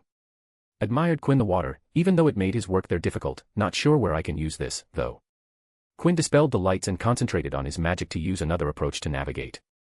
A very brief burst of water magic emitted from Quinn, and a circular wave traveled outwards. Quinn couldn't see his magic, but vibrations were clearly detectable to him. Human echolocation was the human ability to actively create sound and detect objects in their environment by sensing the echoes those objects made. People trained to orient with echolocation could interpret the sound waves reflected by nearby objects and accurately identify their location and size. Visually impaired humans mostly used it to navigate their surroundings by tapping their canes, lightly stomping their feet, snapping their fingers, or making clicking noises with their mouths. They interpreted the sound echo from the objects in their surroundings. What Quinn used was a highly advanced form of echolocation, made possible through water magic. By immersing himself in water, Quinn attempted to feel and see even the most minute aquatic vibrations in the earth. But instead of using sound waves, Quinn used aquatic vibrations, and instead of using his sense of hearing, he used his sense of touch. By sending pulses of water into his surroundings, Quinn hoped that his sense of touch, or more specifically, the mechanoreceptors in his skin that responded to mechanical pressure or distortions, would give him some clues about the area drowned in complete darkness. No returns again, thought Quinn. He had been doing this for 2 weeks, but not once had he gotten a hit. Time to switch frequency. Quinn started practicing this method of detection in the Great Lake. There he had gotten great results within days and, within a week, Quinn ended up developing the skill that allowed him to have a rough position of the objects that were nearby him. He was recalling the time when he used his version of an underwater sonar against the best target practice. Scene break. Quinn was standing inside the waters of the Great Lake as he looked down at the Kraken. If he had to be honest, Quinn wasn't sure about his relationship with the Kraken. Quinn had tussled against the Kraken 4 times, but only once he had been able to get past the titanic creature. And that was because he had taken the Kraken by surprise. Quinn wasn't sure if he would win a 5th round against a fully alert and ready Kraken. One thing was for sure, though. Which was, if the Kraken and Quinn had played cat and mouse every time Quinn visited the 3rd vault then, at least 50% of the times, Quinn would have been thrown out of the lake. Thank God, that isn't the case. I can't afford to fight the Kraken every day, thought Quinn as he stared at the Kraken's main body. The cephalopod had its eyes closed and looked like it was sleeping. So Quinn did the only sensible thing, raised his hand and shot a powerful cannon blast of water towards the Kraken. The second the water blast hit the Kraken, it opened its yellow eyes and stared at Quinn with confusion and slight annoyance. Yeah, you get up. Now isn't the time to sleep, smirked Quinn and immediately sent 2 more water cannon blasts towards the Kraken. The reason behind his actions was that every time Quinn exited the 3rd vault after a session of exploration, the Kraken would push Quinn down to the lake bed and then proceed to ignore him. The Kraken would throw seaweed in his face before he entered the tunnel and then proceed to ignore him. And that confused the heck out of Quinn. He couldn't understand why the Kraken was messing with him. Quinn had tried to stop it, but the Kraken only stopped for a day before messing with Quinn again. So Quinn decided to channel his annoyance and irritation to productivity, and picked a fight with the Kraken. "Come on, you big squid bully. Let's get some use out of you," smirked Quinn as he continued to shoot blunt water blasts that wouldn't injure the Kraken but had enough to push its body around. Just like what the Kraken did to Quinn.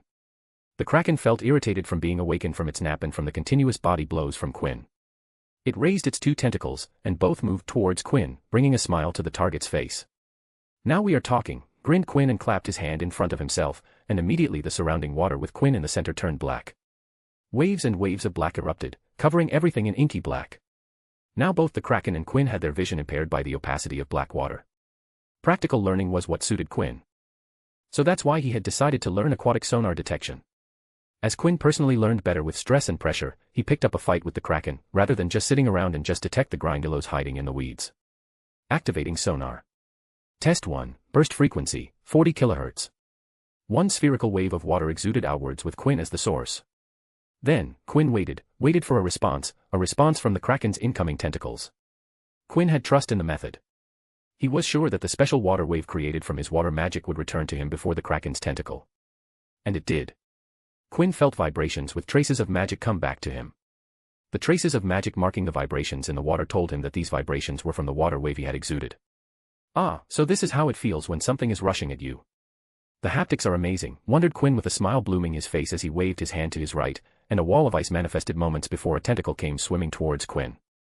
"Oh, Kraken. It's time to play," laughed Quinn and immediately moved from his spot and once again started sending water waves out. Test 2, burst frequency, 47 kHz. Test 3, burst frequency, 51 kHz. Test 15, burst frequency, 93 kHz. Spherical waves upon waves with different speeds and amplitudes rolled out from Quinn and spread out in the water. Every different frequency of the water wave sent back distinct vibrations, so when Quinn's haptic sense sensed them, he saw something miraculous. Quinn received tons and tons of vibrations that he would feel against his skin. Usually, his haptic sense wouldn't be able to differentiate these vibrations independently. But with his magic marking the vibrations, he ended up having the skill to discern them, which was, as Quinn thought, a mix of haptic and magical. His occlumency-aided brain was able to handle the mass information coming to him and quickly interpret it into understandable information for him to perceive. "I can see it. I can see it all," gasped Quinn as he looked to his front and even with his eyes showing inky blackness. He could even see the enormous body of the Kraken and the 5 tentacles racing towards him. It was like another world had been opened to him. Quinn could see his surroundings in all directions instead of just the normal span in front of him. The ability to observe both in the front and the back was an amazing and novel experience that Quinn absolutely loved. He detected every tentacle and could see them as they closed on him. Quinn readied his magic. He didn't use ice magic to block the tentacles, but decided to go with the riskier option and evade the tentacles by swimming through the incoming entanglement of tentacles. The water magic, which struggled against the Kraken's tentacle speed, had been tempered against the chaos of Poseidon's wrath, so it was no longer the same. All the time Quinn had spent working out on harsh waters made swimming inside water much easier. Water undulated around Quinn as he darted in faster than any creature inside the Great Lake. The water magic user swam quicker than the fastest non-magical fish, the black marlin, which had a top speed of 129 km per hour, 80 miles per hour. He swam at a pace of over 200 km per hour, 124.27 miles per hour. With abnormal dexterity and speed, Quinn, twisted and turned around by the 5 tentacles, avoided every single of them by inches. With every passing second, Quinn's mind ran at a faster speed than before. It computed and calculated, and he made micro-decisions as the frequency, speed, amplitude, density of the waves that changed. With every adjustment, Quinn's vision became better and sharper, which allowed him to truly see. It was instinct. It was intuition. It was magic. The Kraken, who had been trying to get back at Quinn for waking him up, felt a little frustrated because of the black water. The black water didn't hinder it that much, but the Kraken was sure that this was why it wasn't able to catch the tiny human. Otherwise, it would have smacked the tiny human, pushed him around a little, before throwing him out of his home. But then, the Kraken saw that the black water returned to normal. Finally, it was able to see the tiny human floating at a distance away, and he had his eyes closed. The Kraken didn't think much of it and sent 7 of its tentacles after the tiny human. But what the Kraken saw surprised it because the tiny human seemed to control water much better than before, and even with its 7 tentacles, the tiny human seemed relaxed as he dodged all of them. 8. 9. 10 tentacles were sent after the tiny human, but the tiny human dodged every one of them without a problem. Even when it increased the speed, the tiny human continued to swim around its tentacle and refused to come into its grasp. It was at that time that the Kraken's 5 hearts started to beat faster. It had been a while since the mighty beast of the water had felt this way. Even though it liked to live harmoniously and spend its time in peace. The titanic creature was, as its name suggested, a Kraken. It was the legendary creature that was famous for sinking ships. Now seeing something that it couldn't catch, the Kraken became excited, and the natural, primal instincts came up to the surface. The Kraken wanted to go all out. It wanted to face the challenge of the tiny human. No. The special human.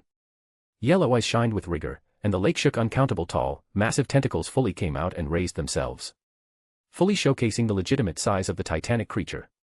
The grindillos all around scurried into their wheat homes because of the tremors in the lake. The fishes panicked as they ran to find places to hide. In the distance, the merpeople in their village looked in the Kraken's direction with fear.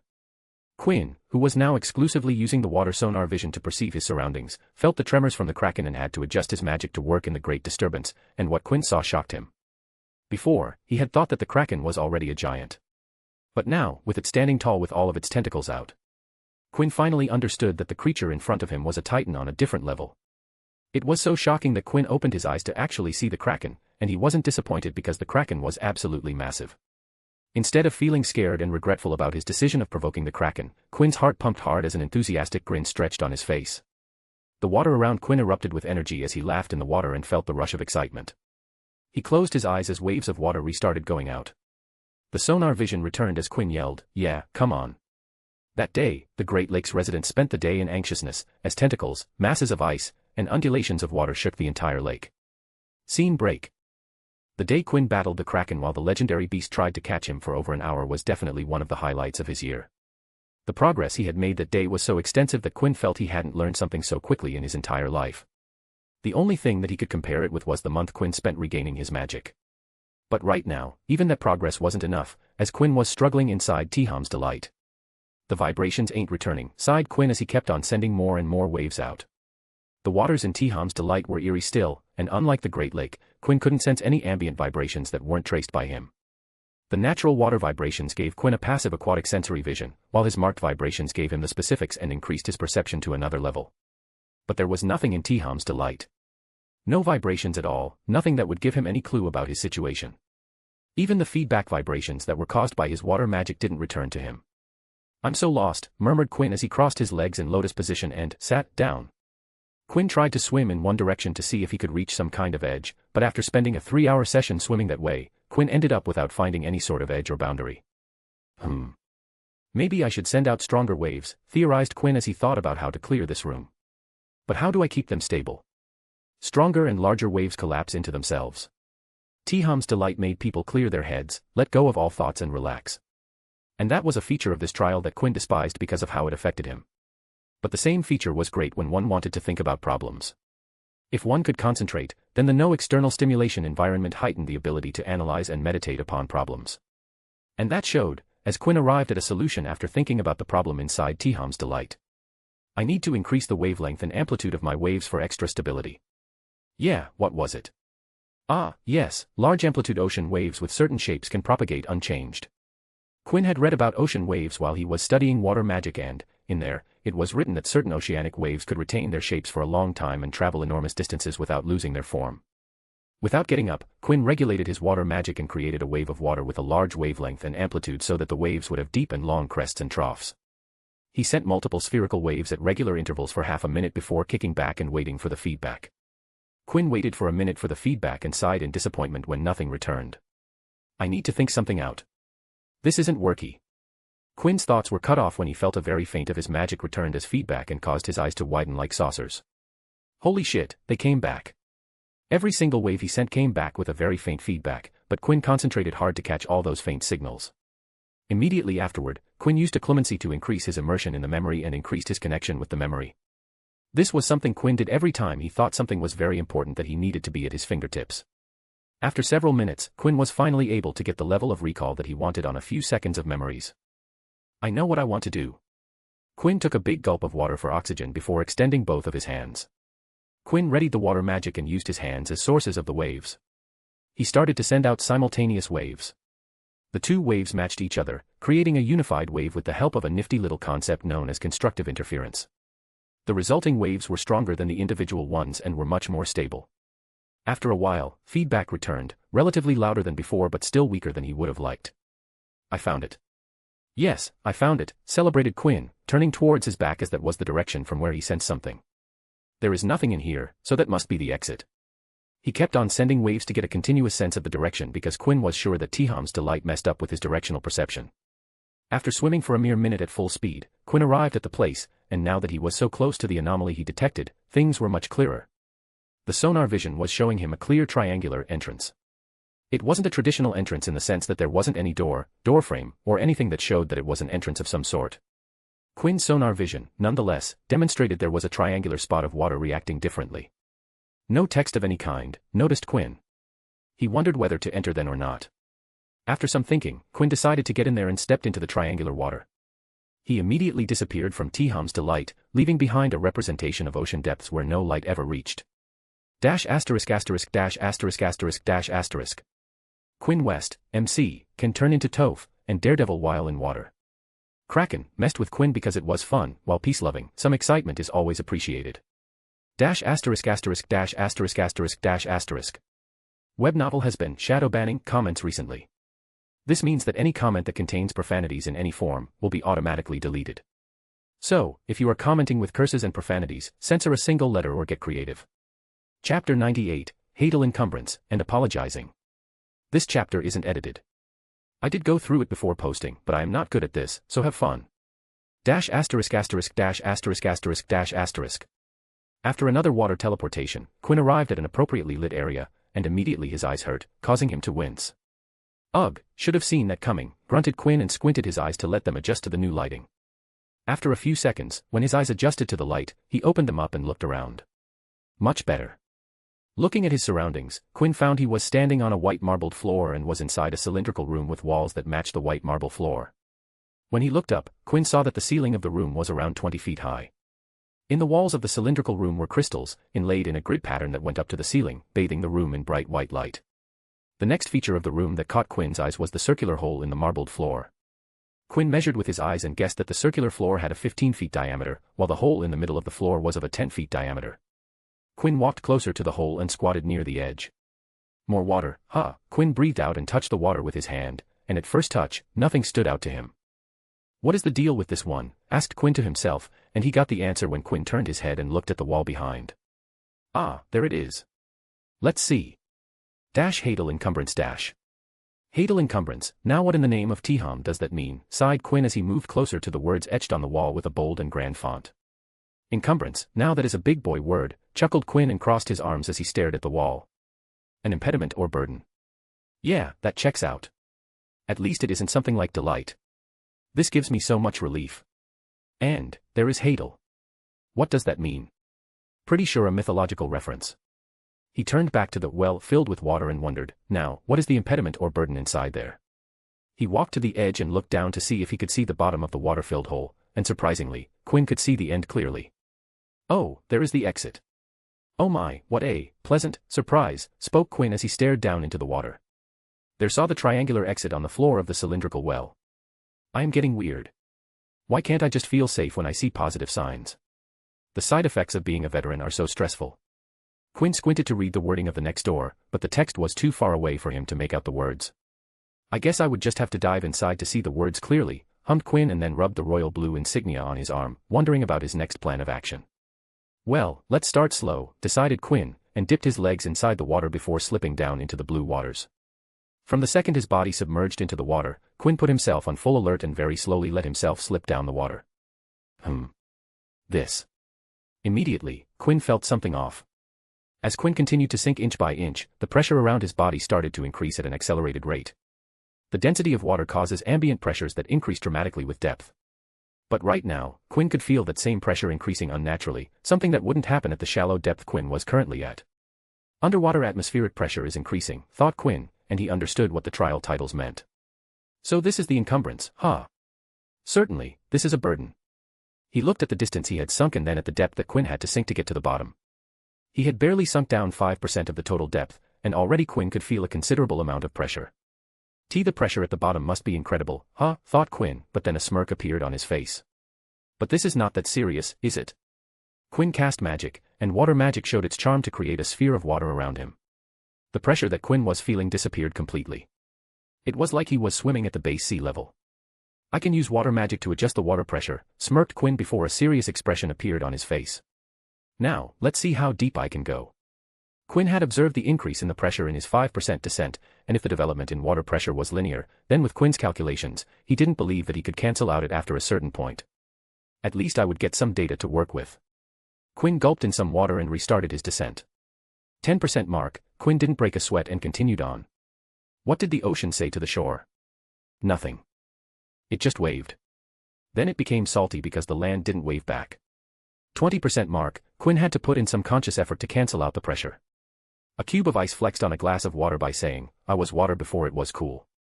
30% mark, Quinn began feeling some difficulty in canceling out the pressure. The hipster fish didn't swim in the river because it was too mainstream. 40% mark, Quinn had his eyes closed to concentrate and was solely focused on resisting the pressure. How do you make holy water? You boil the hell out of it. 50% mark, the water sphere around Quinn maintained at normal atmospheric pressure and started to ripple at the boundaries. RIP boiled water, you will be missed. 60% mark, the protective sphere around Quinn had reduced to half the size it was in the 50% mark and was rippling wildly at the boundaries, and it looked like it was going to collapse. Quinn didn't descend beyond the 60% mark, deciding to stay at the spot. Any more than that and Quinn wouldn't be able to keep normal atmospheric pressure. It would start to slip, and the pressure would increase. Some slippage wasn't bad, but it turned out that while the increment in pressure was linear, the slope on the graph was too steep. If Quinn went down from his current spot, the pressure would start to slip too quickly and cause complications inside his body. Nitrogen narcosis, the narcs, starts with the perception of euphoria and overconfidence but then leads to numbness and memory impairment similar to alcohol intoxication. Those symptoms were never a good sign and especially not in the current situation. If he took the chance and couldn't handle the pressure and then tried to come up a bit too quickly, Quinn would suffer from decompression sickness, or the bends, and excess inert gas left the solution in the blood and tissues forming bubbles. Since bubbles could be developed in or migrated to any part of the body, they produced many symptoms, and its effects may vary from joint pain and rashes to paralysis and death. His body could suffer from bone degeneration and could injure while he was inside the water. Those injuries might cause him to lose control of the pressure sphere and cause further complications. And above all of that, there was a danger of oxygen toxicity resulting from the harmful effects of breathing molecular oxygen at increased partial pressures. Severe cases could result in cell damage and death, with effects most often seen in the central nervous system, lungs, and eyes, which would be fatal in his current environment. Immediately Quinn swam back up, and because he was at normal atmospheric pressure, he was able to come out quickly without complications that deep divers needed to look out when emerging from deep down below. 60% cleared, not bad for the first try.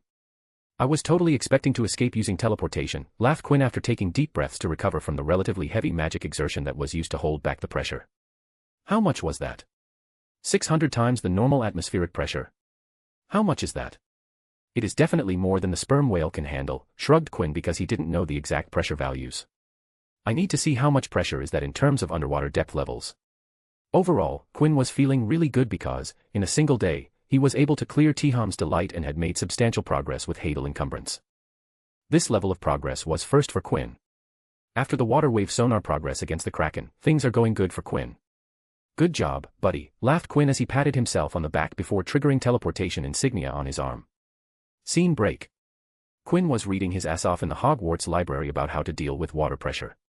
He had books on water magic sprawled in front of him. Quinn had already gone through his own ever-growing collection and the books he could find in the room of requirements. The amount of information he had read on water magic increased by the day, and Quinn enjoyed studying water magic more than any magic he was learning these days. Quinn was so immersed in his reading that he didn't realize that someone had walked near his table. Quinn. The person frowned when Quinn didn't respond and continued to read. Quinn. The person called out again, and once again, Quinn didn't respond. So the person crossed to Quinn's side of the table and tapped him on his shoulder. West. Quinn trembled in his chair at the touch on his shoulder. His concentration snapped, and he returned out of the world of him and the book in front of him to hear someone call him. He turned and raised his head to see the person who called him. Why would you call me by my last name? Asked Quinn with a frown of confusion of marring his brows. You didn't seem to respond to your given name. So I thought you forgot it, humphed Daphne Greengrass with her chin raised. All right, calm down.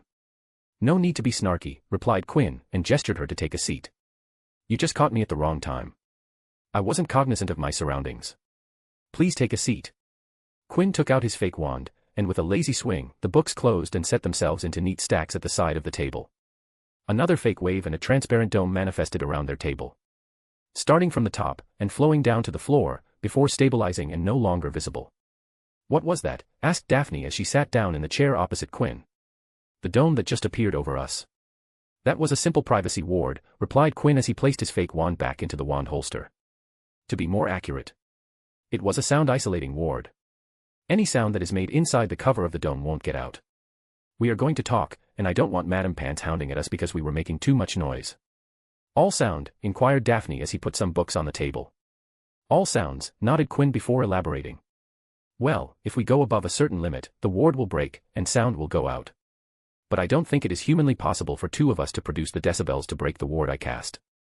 At least without magic, that is. I can teach it to you. It is actually simple, offered Quinn with a simple smile on his face. Daphne stared at him but didn't responded. And Quinn didn't notice the look in Daphne's eyes because he was looking at her books. Oh my, that book has potion recipes for that are on the level of 5th year and 6th year students, commented Quinn when he recognized the book. He had referenced that book in his first year of Hogwarts. Now that is some advanced reading. I have read it, so ask me if you have any problems. You probably think that I won't be able to understand without your help, don't you? Asked Daphne with her eyes narrowing a fraction.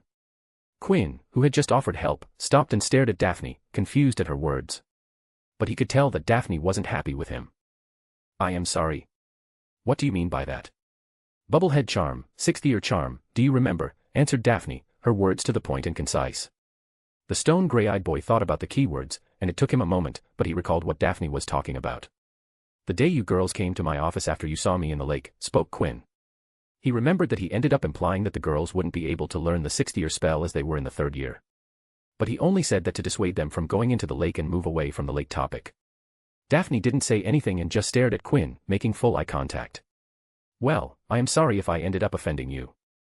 It was wrong of me to imply that, apologized Quinn, because if he was, to be honest, anyone with decent enough magic knowledge could cast charms above their grade level with a focus. And now that Quinn thought about it. To him, who liked magic a bit too much, that sounded like a pretty intense insult. I did think about what I said after you left, and from I know about you. I was pretty sure that you won't forget about it and thought you would prove me wrong. Quinn pointed at the books that Daphne had brought and continued. And looks like I was right.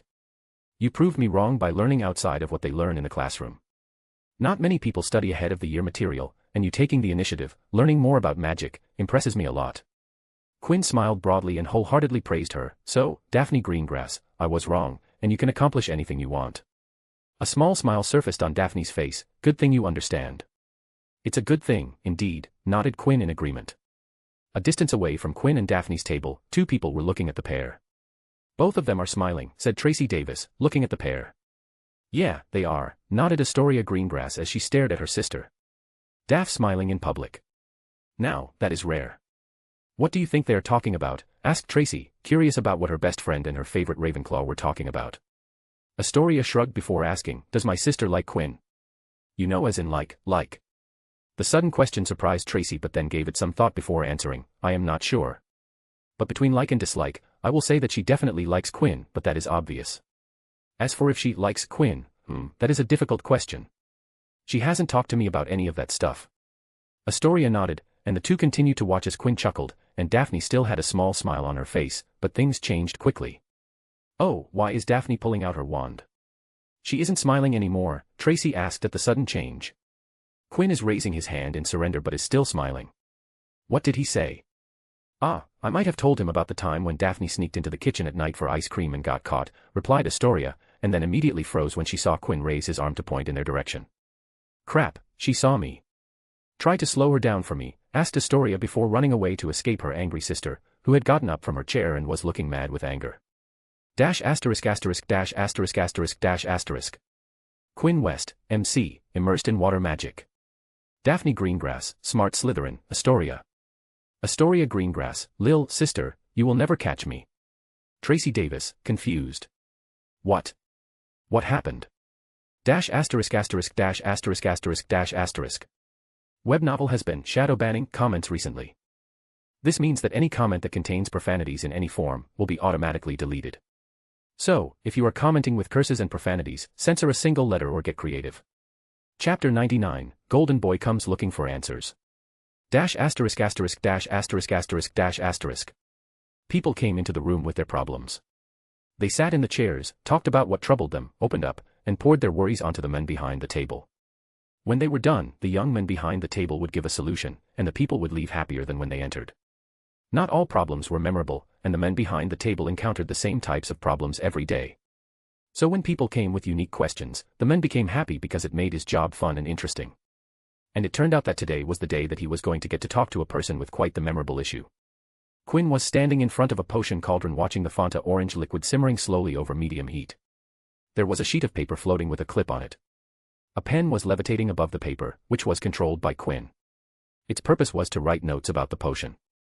Walking over to a nearby wall-side table, Quinn looked down at a long brown worm with red veins all over its body. Braid wigglers. My God, these things are gross, said Quinn, disgust clear in his voice. Nonetheless, despite the heavy disgust in his voice, Quinn put on himself a thin white cloth glove. And without hesitation, he picked a very thin scalpel and started to cut the body of the worm. Blood spilled onto the wooden board. But because of charms on the wood beneath, the blood beaded up on the surface of the wooden board. Quinn had charmed the surface of the wood to be hydrophobic. Any liquid that made contact with the wood wouldn't get absorbed but would end up beading on the top. The beaded-up blood slid to the side of the board and drained out the board through a small outlet pipe built into the wood board into a container for later experimentation. Gross, so gross, thought Quinn, even though he was enthusiastically cutting the worm and poking the magical worm's internal organs.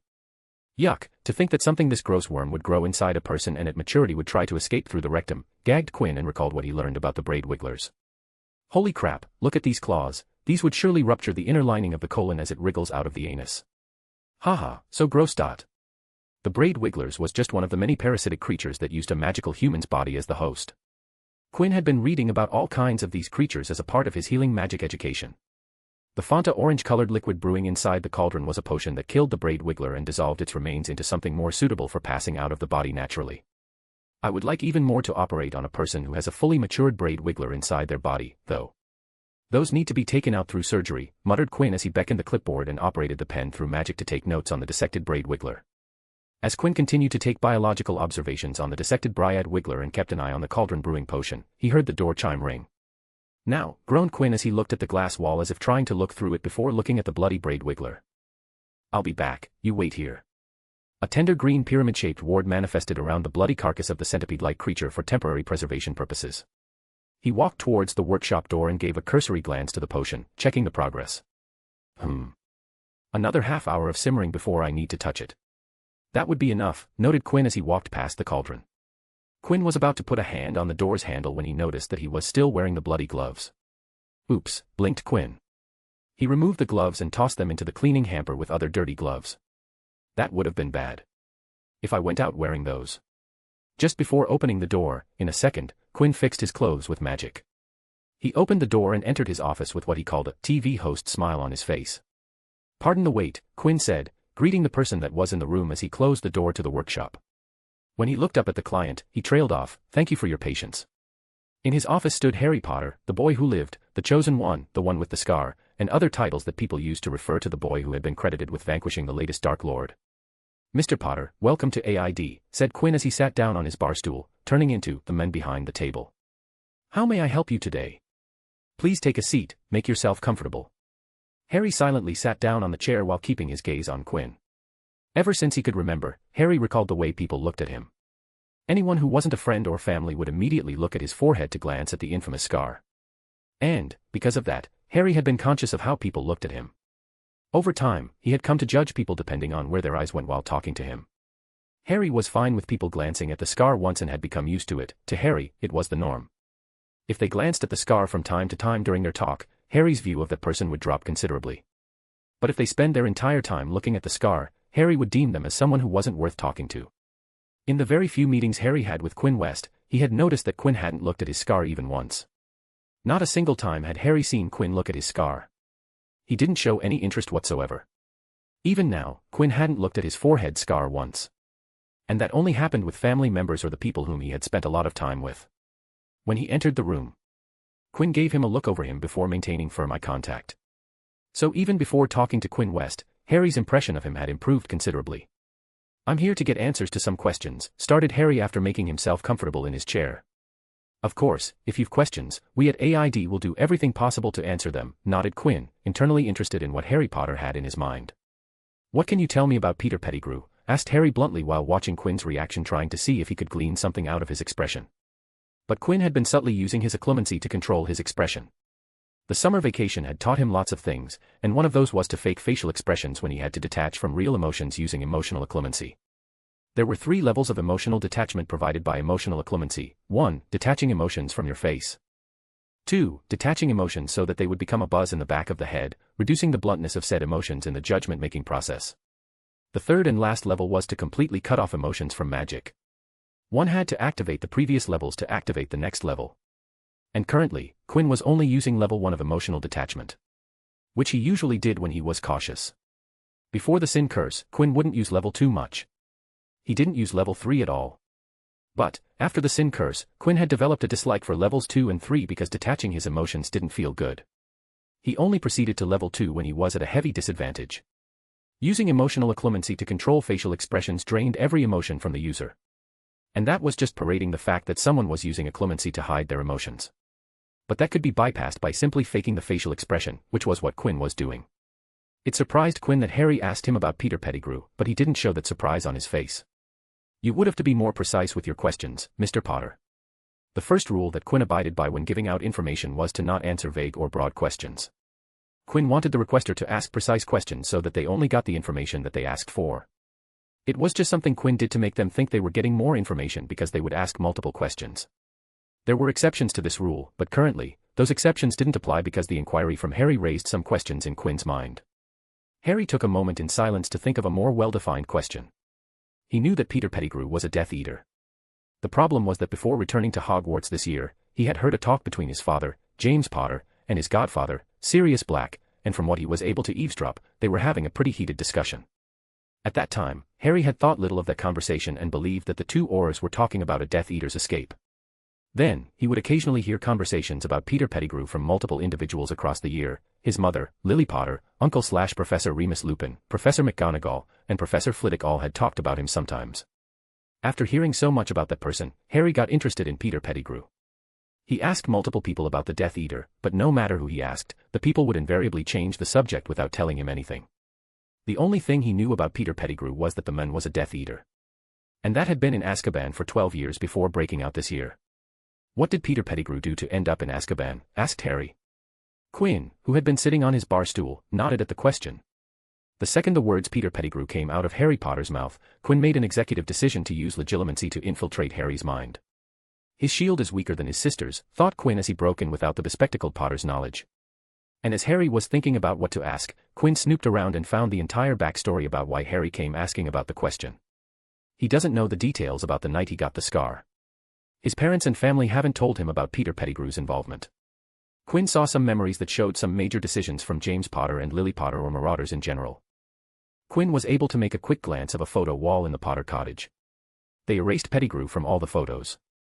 They erased every evidence that Pettigrew ever existed as their friend while in Hogwarts. That didn't surprise Quinn. Given what they lost that day, it's no wonder that they didn't want to have any memories of Peter Pettigrew. This Harry Potter is insightful, thought Quinn when he heard Harry's surface thoughts. He knows how most of the Death Eaters escaped imprisonment because of the Imperious Curse defense. Not surprising given that his father is an Auror. Harry realized that the only Death Eaters who went to Azkaban were outspoken and fanatic supporters of Voldemort. 12 Death Eaters had gone to Azkaban after the war: Bellatrix Lestrange, Robestan Lestrange, Rodolphus Lestrange, Barty Crouch Jr., Augustus Rookwood, Antonin Dolohov, Thorfinn Rowell, Gibbon, Jugson, Mulciber, Travers, and, finally, Peter Pettigrew. Except Peter Pettigrew, all of those were avid supporters of Voldemort and didn't or couldn't use the Imperious Curse defense, thought Quinn as he stared at Harry. He knows that and realizes that Peter Pettigrew must have done something outrageous to end up in Azkaban. "Mr. Potter, I know about Peter Pettigrew. But are you sure that you want to know?" asked Quinn. "You might not like what I'll tell you." Harry frowned at the question. He didn't give it a second thought before nodding. "It's related to you and your family. There is a reason why your parents haven't told you about Peter Pettigrew," once again asked Quinn, making sure that Harry really wanted to know. Harry's frown deepened. It surprised him a little that it was related to his family. However, most of the Death Eater-related activities could be connected to his family. "Yes, I want to know." "No need to continue asking," he said while nodding firmly, wanting to get the point. "All right, you asked for it," said Quinn before dropping the truth bomb on Harry Potter's head. During the First Wizarding War, Peter Pettigrew was a member of the Order of the Phoenix but became a spy when he was coerced into joining the Dark Lord. He was made the secret keeper for the Potters when they went into hiding with the use of the Fidelius charm. He ended up betraying the Potter family. Quinn stared straight into Harry's as he revealed the hidden facts. He personally led the Dark Lord to the Potter residence that was the secret keeper to, and that day the Potters lost Fleamont and Euphemia Potter. That was the day when you got the scar, and the Dark Lord was defeated. He also killed 12 non-magicals in an attempt to escape the Aurors. Quinn went silent after he finished speaking and closed his eyes. He gave Harry time to absorb the information. Harry Potter was close to his father, James Potter, and his godfather, Sirius Black. And to them, Fleamont and Euphemia Potter had been an extremely influential part of their lives. For James Potter, they had been his parents, the ones who had given birth to him and raised him to be the man he was today. He had had an excellent relationship with his parents, who loved him very much, and he loved them back with all his heart. Before he got married and started his own family, his parents had been his only family. For Sirius Black, they were the parental figure he never had. The nature of Sirius' relationship with his family during his early childhood was unknown, but at the age of 11, Sirius earned severe disappointment and disapproval from his family by being sorted into the Gryffindor house. Sirius, in turn, became increasingly rebellious, flaunting his house affiliation and disdain for his family's pureblood values. When Sirius ran away from home at age 16, the Potters took him in and treated him as their own family. Harry Potter had grown up listening to stories about his paternal grandparents from both his father and godfather. When they talked about their death, he had been told that they had died in the war against Voldemort. But not that they had been killed by Voldemort himself, or that they were there on the day he got his scar. "What is the Fidelius charm, and what do you mean by secret keeper?" asked Harry after a long pause and with pain evident in his eyes. "It's an immensely complex spell which involves the magical concealment of a secret inside a single living soul. The information is hidden inside the chosen person, or secret keeper, and is henceforth impossible to know, unless, of course, the secret keeper chooses to divulge the secret," explained Quinn. "If a dwelling is protected by this spell, it will then become invisible, intangible, unpalatable, and soundproof. An extremely old spell, one of the most ancient there are." After another pause, Harry asked, "Peter Pettigrew was the secret keeper, and our house was the secret. And he gave the secret away to Voldemort." "Yes," said Quinn shortly. "Why?" asked Harry, licking his dry lips. "Why was Peter Pettigrew made the secret keeper?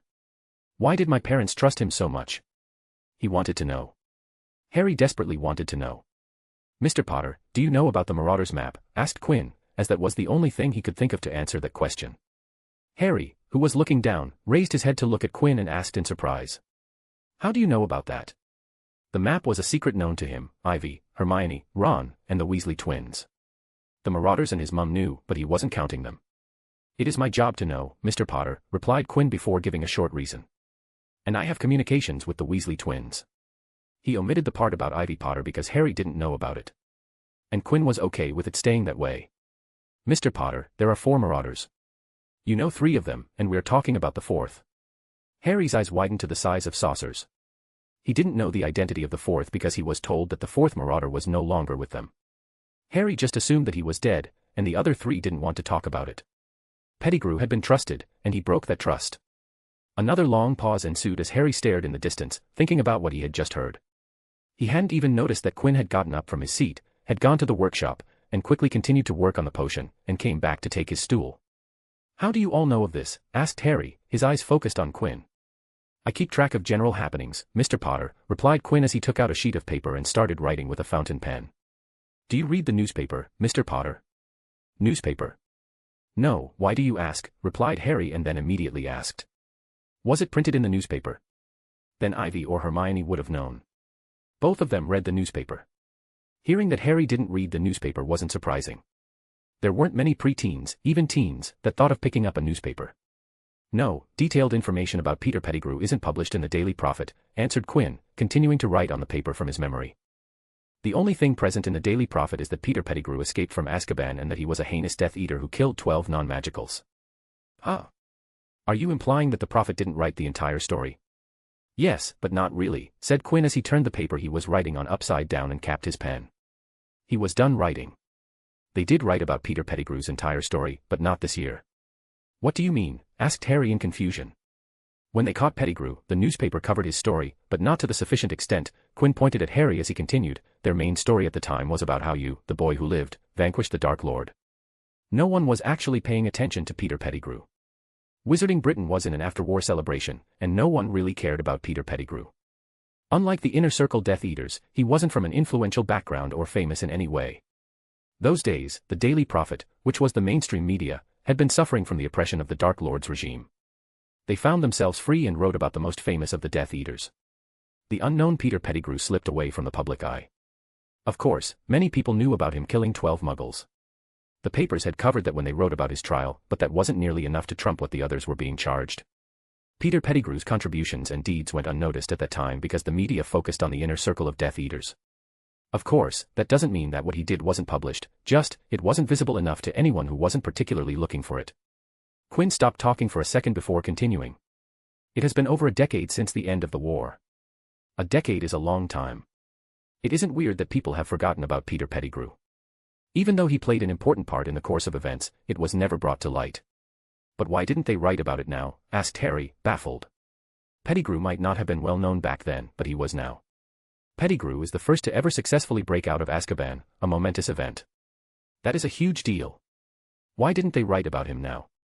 The answer is easy, Mr. Potter, replied Quinn with ease and flow. Censorship is the cause why Peter Pettigrew's deeds haven't been brought to light. Quinn didn't give Harry a chance to respond with a question, as he continued. As you know, there is a new radical group active. The Novellus Oxyanites, who support the Dark Lord's ideology and work in his name. The Ministry has tried to downplay the Novellus Oxyanites' activities because of their ideology. They don't want the public to think of this group as the new Death Eaters. So what do you think will happen when they find that the person betrayed the Potters to lead the Dark Lord to the boy who lived escaped Azkaban at the same time a group is flouting the Dark Lord's name? Everybody would think that Novellus Oxyanites are the Death Eaters as they would think that Pettigrew started the group. Is this why? Answered Harry after some consideration. Correct, Mr. Potter. The Ministry is actively trying to suppress anything related to the Dark Lord. Recently they have started arresting the Oxyanites and putting their members on trial. The Ministry really wants this to be over. Hence, they are keeping a tight leash on what is written about Peter Pettigrew. It helps that he hasn't made any appearances and has completely disappeared after his escape. How do you know all of this? Asked Harry after Quinn finished speaking. From where he sat, Quinn looked like an expert on this topic. You said that people don't know much about Pettigrew, so how do you know so much about him? Quinn smiled peacefully. He then answered the question. I said that people who weren't looking for what happened wouldn't be able to find the truth. However, Mr. Potter, I was looking for the truth. I've actively looked for the story behind Peter Pettigrew. I wanted to know about the first man that broke out of Azkaban, which led me to all kinds of information. Everything is out there, you just need for someone good to go looking, Quinn then pointed around the room as he continued. And, as you know, it is my job to know about things. I wouldn't be able to solve problems quickly if I didn't know enough. Quinn had been surprised when Harry asked about Peter Pettigrew, even though Quinn hadn't been surprised that Harry came to him.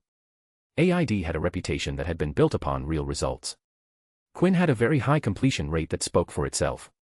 So Quinn didn't think of it as anything other than obvious that if a Hogwarts student wanted to know something, they would come to him for answers. As such, Harry Potter coming to him wouldn't be something difficult to imagine. There is an archive of old Daily Prophet and other newspapers in the library.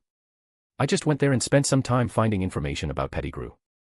No matter how close-knit the Order of Phoenix was, people talked, and at that time, lots of people had been interested in listening to what was said. I found about the Fidley's charm from a niche monthly magazine that discussed interesting magic, and there was an issue where they talked about nothing else other than that charm because of its involvement with you. I see, spoke Harry, taking a breath before looking at Quinn and saying, I don't want anyone to know that I was here. Especially my mum. She mustn't know that I know about Pettigrew. I need time to take things in. That's fine, Mr. Potter. I don't want anyone to know that I'm the one who told you this. If you reveal what I told you this to anyone, then I'll say that you found it on your own, said Quinn as he slid the paper he was writing on towards Harry. These are the names of the newspapers and magazines I went looking into with the edition number and date. Quinn also passed Harry an inkpot and a parchment. Copy everything down on that paper to this parchment in your handwriting. I will burn that paper after you're done. Harry and Quinn had the same wish, and that was to not let anybody know about their involvement. They smoothly reached an agreement. What do I need to pay for this and the information? Said Harry pointing at the thin roll of parchment. Oh, nothing, you don't need to pay me anything. Just, as I helped you out, help me out if I ever ask, replied Quinn, trying to establish a connection with the golden boy, a golden opportunity. All right. I'll help you out, said Harry as he stared at the parchment in his hands. His mind was too preoccupied to think about Quinn's words and readily agreed to what sounded to him like a fair deal. It was a pleasure doing business with you, Mr. Potter, said Quinn as he walked to the door while Harry exited. Harry briefly looked up from the parchment and nodded. When the door closed, Harry once again looked up at the closed door. When he had entered the room, Harry had two things he wanted to ask, but in the end, the first topic had turned out to be too much for him. I'll ask him some other day, thought Harry as he walked away. Maybe she will tell me before that day comes.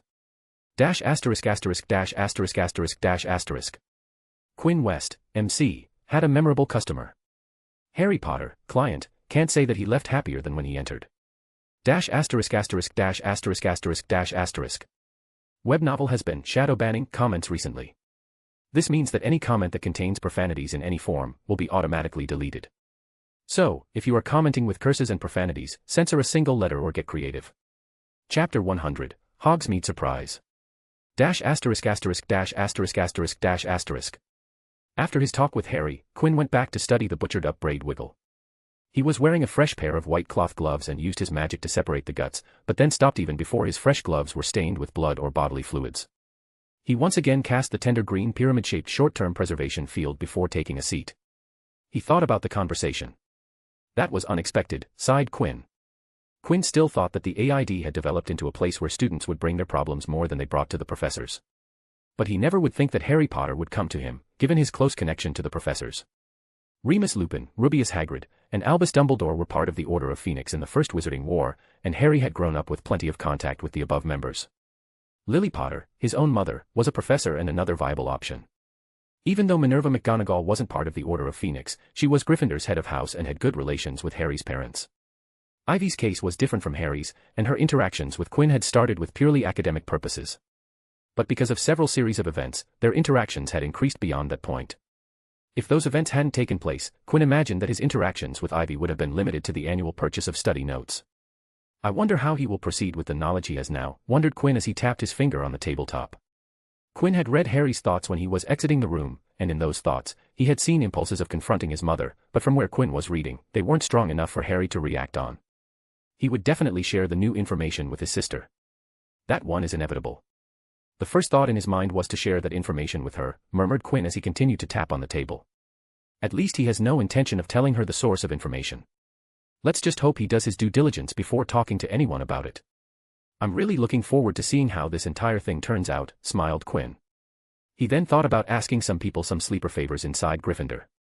Scene break, Quinn took a deep breath in Hogsmeade.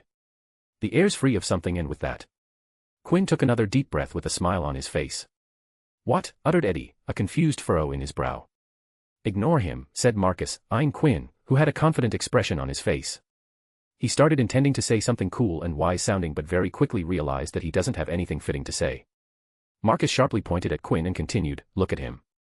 Always plastering that confident look on his face, expecting us to buy it, which is complete bullcrap. Quinn clicked his tongue as he gave Marcus a side look, you're getting too smart for your own good. Nope, we are spending too much time with you, Marcus shook his head as he responded. Quinn queried a brow as he said, so you're saying that my presence is making you smarter? Huh, never thought it like that. That is good to hear. A soft yet wide smile made its way to Quinn's face as if he was feeling fulfilled after doing a good deed. No. That isn't what I mean, rebuked Marcus but stopped and sighed, shaking his head, you know what, leave it. Marcus narrowed his eyes at Quinn and complained, you know how annoying it is when you lead the conversations that way. Don't do that. Eddie chuckled at the side as the three amigos moved across the streets of Hogsmeade. What are we going to do today? Asked Marcus as he and Eddie followed Quinn. I have got to pick something from Scrivenshafts. Then we'll have fun, answered Quinn as he led the group towards the West family-owned business. He had gotten a Magifax message from home in which it said that there was a package for him at the shop and that he should pick it up today. When he wrote back for more details, all he got back was that it was a surprise. They could have just shrunk it and sent it to me via an owl, thought Quinn, and that made him wonder what was it about the package that it couldn't be sent directly to him. Eddie and Marcus looked at each other and shrugged. They knew that Quinn's family owned the Scrivenshafts quill shop in Hogsmeade. Quinn never talked about his family, so they didn't know much about it. Both of them knew that Quinn's family was loaded, but neither of them knew about the true extent of Quinn's family wealth. Quinn, Eddie, and Marcus entered the door as the door chime above the door rang to announce their entry. There were a substantial number of customers inside the store, which were mostly students browsing through school supplies. Good morning, Gary, greeted Quinn as he walked towards the counter. At once, he saw something different in the shop manager of Scrivenshafts' quill shop. Whenever Quinn saw the lanky man he would dress casually and, most of the time, He would have a work apron on and would have ink stains all over his fingers and clothes, uncombed clothes, and overall, no personal grooming. But today, Gary was wearing a pressed checkered shirt and a new set of pants with no ink stain on any part of his body. He also had very neatly combed his hair, clean shaved, and had cleaned up quite well. "Gary, you look great." "What's up?" asked Quinn, smiling at the men he met whenever he came out to Hogsmeade. "Good morning, Mr. West," greeted Gary nervously, trying to do a proper greeting, fumbling as he tried. Okay, something is wrong, thought Quinn as Gary didn't call him Mr. West. Quinn had asked Gary to call him by his first name, so the sudden name change was suspicious. "Gary, you are acting weird. What is wrong? Tell me, and I'll solve it," said Quinn, trying to reassure his acquaintance. Also, he was part of the family business, so if Gary had a problem, Quinn would try to make it disappear. "Nothing is wrong with me. The package is waiting for you in the back room," replied Gary stiffly, clearly looking nervous and anxious. "I see," said Quinn and glanced at the door that led to the back room. He turned to look at Eddie and Marcus and said, "You guys wait. I will be back." He glanced at Gary as he walked to the back door, and he could see that sweat was beading on Gary's forehead. Just behind the door was the staircase that went up to the second floor. Quinn climbed the steps. With each step, the stair beneath him would creak because of his weight. There was a single corridor on the second floor, and on that corridor were 3 rooms, 2 on the sides and 1 straight ahead. The 2 rooms at the sides of the corridor were storage rooms filled with shop merchandise and raw materials. Quinn stared at the white door straight ahead. He had been into the room before. And that was why Gary hadn't specified the room and had just said the back room. It was the door to the same room in which Quinn had told his secrets to his grandfather, George West. Quinn opened the door and entered the room. He already knew what was waiting for him inside. In the room, which had been completely fixed from the last time Quinn's magic had gone ham on it, sat a woman in front of a table, looking over some books. She had been peacefully reading and looked up from the books, which looked like ledges. "Oh, you're here. Good morning, Quinn," greeted the woman when she looked at Quinn. "What the hell, Leah? You could have just told me you were coming. For a second, I thought I was going to get jumped and get kidnapped," sighed Quinn as he closed the door and walked towards. The woman, Leah West, Quinn's sister, smiled as she got up from her chair, walked towards Quinn, and hugged him. "It is called a surprise, dummy," said Leah as she broke the hug. "Aren't you surprised?" There was a mischievous look in her eyes and a playful smile on her face. "Of course, I am surprised. If I didn't peek into Gary's mind, I would have bombarded this room with spells," said exasperatedly Quinn. He had used a light legilimency probe on the shop manager's mind and extracted Leah's face and name in the few seconds Quinn maintained the probe. He sighed as he then asked, "What did you do to Gary?" He was all jittery and stiff in his shoes. "I haven't seen him dressed properly before this." "I didn't do anything to him. I just asked him to bring me the shop account books. I thought I would audit them as I passed the time while waiting for you. And for his clothes, I am not sure how he usually dresses. This is my first time visiting this particular shop," answered Leah as she and Quinn sat down. "I see, he was getting audited. That is why he addressed me by our family name," sighed Quinn and reached for a biscuit from a platter on the side of the table. "I didn't say anything to him. And his accounts are all fine. I can't see any discrepancies, and the shop is pulling good profits.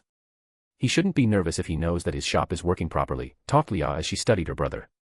"Anyone would be nervous if the owner popped one day and asked for the ledger," said Quinn as he cleaned his hands with magic. "So why are you here? Isn't that obvious, dumb baby brother of mine? I'm here to see you. I was in the country, and I was talking to grandfather one day when he mentioned you had, what is it called? Oh, yeah, Hogsmeade weekend, so I decided to visit." Quinn sighed once more before another smile made its way to his face. He was happy to see Leah while at school. "How have you been?" he asked while observing Leah. As he was studying healing, Quinn's eyes automatically looked for signs about her health. He didn't use magic, but he could tell that she was healthy. "I'm great. I went to Peru for a week with my friends," started Leah, telling Quinn about her vacation. "Oh, did you? How was it?" asked Quinn. He was interested because he hadn't been to Peru while traveling. "It's a beautiful country. We had lots of fun. I brought you some souvenirs. They are at home. Bought a company in Thailand," informed Leah with a proud smile on her face. "Wait, did we have holdings in Thailand?" "No, we didn't. This is the first one, and I took care of all of it. Grandfather handed me the project. It will be my biggest project to date. I have already submitted a 10-year development plan for Thailand." "Congratulations," cheered Quinn, happy for a clearly prominent occasion for Leah's career. "Thanks. What else I did, thought Leah with a finger on her chin before her eyes sparkled and she spoke with a brag in her tone, I entered a flying horse tourney in Greece and won the entire event. Seriously? Whoa, that is awesome. Did you get a trophy? Asked Quinn, clearly impressed by this event.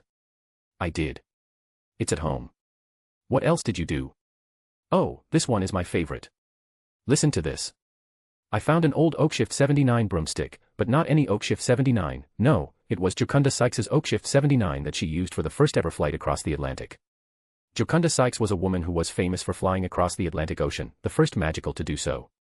The broomstick that she used for the historical event would be absolutely priceless. No way. How did you manage that? Where is it? Is it also at home? Exclaimed Quinn.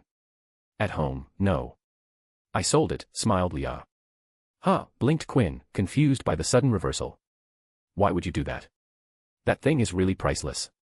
I found 2 bottles of Dagenau Cybele, Leah said as a very wide smirk made its way towards her face. No, you didn't, said Quinn with a face full of disbelief. From 1905. Are they from 1905?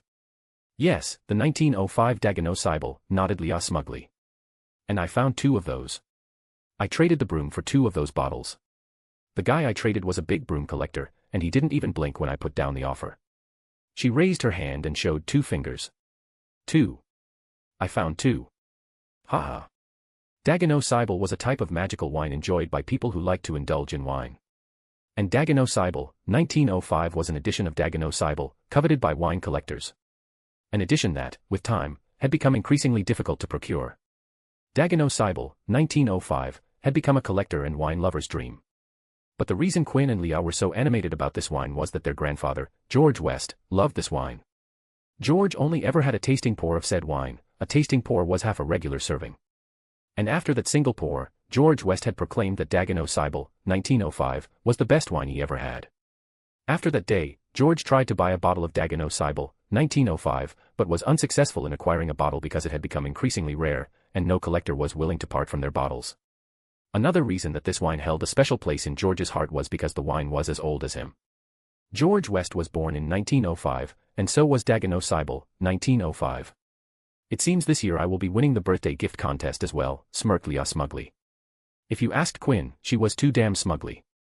Every year, both siblings would compete on who could get a better gift for their grandfather, and even though both George never told them whose gift he liked more, both grandchildren compared gifts and decided who got the better gift. In that competition, Leah, who literally traveled almost all the time, got gifts from around the world and had the edge over Quinn, whereas Quinn's reach was limited. But Quinn didn't give up. Even if he couldn't find exotic items like Leah, Quinn explored the non-magical and found items that would be unfamiliar yet interesting items that would work inside a magical home. But Dagenau Cybele, 1905 was just another level. This was something that Quinn couldn't top. Even if he found something amazingly interesting, there wasn't anything George had tried so hard to find. This year, I'm going to make grandfather say that he likes my gift, smirked Leah as she giggled at the defeated sight of her brother. Oh Quinn, you won't be beating me this year. Quinn groaned because things weren't looking good. This competition was an annual affair that both he and Leah took seriously. And neither of the siblings liked to lose. You came here to rub this in my face, didn't you? Leah laughed louder and nodded. Yeah. I was so excited today. And I am not disappointed. This feels good. Damn it. I will remember this humiliation, grumbled Quinn as he put his head in his hands. I'm going to destroy you next year. I am going to utterly leave you in the dust. Yeah, we will see about that, you squirt, scoffed Leah, smugness oozing out of her. After the West siblings got back to normal from their competition-crazy state, Quinn suddenly stood up and exclaimed, "Oh, I forgot." He looked at Leah and said, "You wait here. I will be right back." Leah watched as Quinn ran out of the room, and she waited for around 2 minutes before Quinn returned. Quinn wasn't alone when he returned and had 2 other people in tow. "Leah, meet my friends and roommates, Eddie Carmichael and Marcus Belby," introduced Quinn as he presented his 2 best friends to his sister. He turned to Eddie and Marcus and introduced the other way, "Eddie, Marcus, this is my older sister, Leah West." Eddie and Marcus, who were shocked, stood still as they stared at Leah. When Quinn had come running to them in the store to find them, all Quinn had said was that he wanted to show them something. He didn't tell them what he wanted to show. He just hurried them to follow him, he practically dragged them to the room. So when the 2 entered the room, they had no idea that they would come across a stunningly beautiful woman. The 2 froze in their spots as heat rushed to their faces as they stared at the woman who was just introduced to them as Quinn's sister, Leah. "Hello, it is nice to meet you too. I have heard a lot about you too," smiled Leah brightly as she stood up and from her chair. Thank you for taking care of my troublesome baby brother. And no, it is fine. Ah, he isn't trouble. Eddie and Marcus stuttered as they replied to Leah. The two couldn't look away from Leah, partially because she was just too pretty, but primarily because the thought of looking away wasn't anywhere in their adolescent heads. Quinn smiled widely because Leah always teased him by saying that Eddie and Marcus weren't real and that Quinn had made them up because he didn't have any male friends. Take that. They are real, humped Quinn at Leah before looking at Eddie and Marcus. He had to do a double take when he saw the slightly open jaws of his friends. Seriously, said Quinn in disbelief before sending harsh pinching hexes towards both of them. Both Eddie and Marcus felt excruciating pinching pain on the sides of their waist as they squealed and snapped out of their dazed state. The two realized what they were doing, and their cheeks burned up for different reasons as they turned their faces towards Quinn, who was making an expression that promised pain afterward. Hello, I'm Marcus. Nice to meet you. We didn't know that Quinn had a sister. This is surprising, said Marcus, turning his attention to Leah and this time talking to her properly. He still found Leah very beautiful, but that feeling was overwritten by the death stare from the guy who slept in the same room as him for most of the year. Leah turned towards Quinn and pouted, "You don't talk about me." "Don't start," sighed Quinn, shaking his head. Eddie and Marcus talked to Leah for a short while before leaving the West siblings alone to catch up. Leah and Quinn remained in the room, talking, trading stories. Leah told him about the places she went, the people she met, the things she had experienced. Quinn would talk about the magics he learned, the students he had had contact with and fun tidbits about his school life. The two siblings talked for an hour or so before Leah had to leave. "Do you have to leave so soon?" asked Quinn. He wanted to hear more from Leah. It was nice to see a family member after so many days, and the short time together felt that it wasn't enough. "I have to. I have a portkey arranged for travel. I would have stayed longer, but the Thailand ministry requires that the people entering the country come at a time they specify. As such, I need to leave now to prepare for the trip." "I see," nodded Quinn before his eyes shined, and he spoke, "Buy me books related to body magic. Thailand has a rich culture of body magic, and I would like to enrich myself with it. The books I have aren't that advanced, and I would like to have more information with me." One of the reasons why Quinn practiced Muay Thai, which wasn't widespread in Britain, instead of kickboxing, was because the few books that Quinn had on body magic referenced the use of Muay Thai for developing a base physique before starting learning body magic. Quinn had been slowly and consistently building his body by exercising every day because he wanted to study body magic one day. So when Leah mentioned Thailand, he immediately thought of getting more books, and Leah going to Thailand was perfect. "All right, I will hire a local who knows about body magic to pick out a selection," nodded Leah. "I want everything on the subjects, so instruct the one you hire to get books that have extensive knowledge. I don't want books that describe things easily. I want the real deal that goes into depth." Leah ruffled Quinn's hair and said, I know, you don't have to repeat it every time I go abroad. I already know what kinds of books you want. Then don't try to filter the books you hand to me. I want every one of them. Don't take out books you think are dangerous," said Quinn as he narrowed his eyes on his sister. "I did that one time." "Sorry for being a good sister and looking out for her brother," humped Leah and ruffled Quinn's rougher than before. "If I don't say it every time, you'll do it again," retorted Quinn and removed Leah's hand from his head. "See you later." "All right," said Leah. The two stood near the floor fireplace inside the shop. "Yeah, see you later," replied Quinn and watched Leah as she threw in the floor powder and vanished inside the green flames. Quinn looked behind to see Gary almost lying on his chair. The man looked like he had the most tiring day of his life. "Don't worry, Leah said that your accounts are fine, and she was satisfied with the way you run the shop," said Quinn, giving Gary the good news to relieve him of his worries. "You don't have to worry about anything." "Really?" asked Gary feebly but with hope. "Yeah. I want to close the shop early today." "Of course." Scene break. The same day, Quinn was back in his dorm room reading a book on spell damage to muscles when Eddie suddenly sat on his bed with a jump. "You know I don't like people on my bed," said Quinn without looking up from his book. "Do you have any other siblings?" asked Eddie, not getting up from Quinn's bed. "Maybe a twin sister or someone near our age." Quinn abruptly looked up from his book and spat, "Do you want me to beat you up?" "No." "Then sod off from my bed." Eddie got up from his bed, and as he did that, he heard Quinn speak up. "We'll be waking up an hour early tomorrow. We're going to have an intense workout session. It will be fun. Come on." "Not fair." "I just asked a question," whined Eddie and groaned. "Yeah, whatever. Go to sleep. You have a busy day tomorrow." Eddie walked to his bed with slumped shoulders, but before climbing up his bed, he spoke. "You didn't tell me if you have another sister." Quinn closed his book with a snap and got up from his bed. "I'm going to beat you up." Wait. I was just kidding." "Wait. Ouch. Ah. Stop, no, not the nut tap. F***K. Marcus, who stepped out of the bathroom, looked at his two friends as Quinn was trapping Eddie into a head leglock.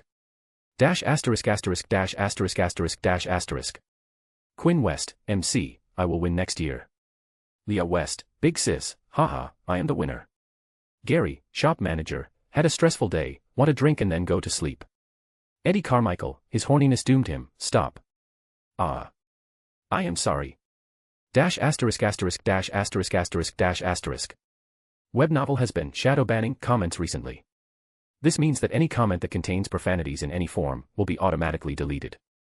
So, if you are commenting with curses and profanities, censor a single letter or get creative. Chapter 101, Aquatic Trials, Friendships, Rat.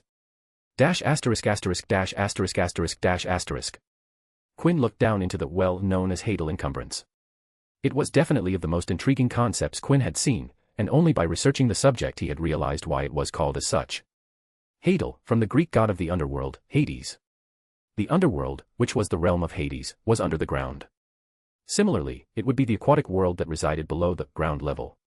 The Hadal encumbrance represented the ocean depths in its deepest regions, where oceanic trenches lay. A place where humans couldn't survive and only those species evolved to withstand the harsh conditions would tread the waters where the warmth and light of the sun didn't reach. It is interesting how the creator was able to emulate the water pressure at ocean depths, noted Quinn as he stared down the well, and he could see the extraordinarily still water, remembering the pressure that would assault as he went down. One of the simplest definitions of pressure stated that pressure was the force exerted on a body. The air around the globe had weight, and it pressed against everything it touched. That pressure was called atmospheric pressure, or air pressure. It was the force exerted on a surface by the air above it as gravity pulled it to the earth. The oceans were deep.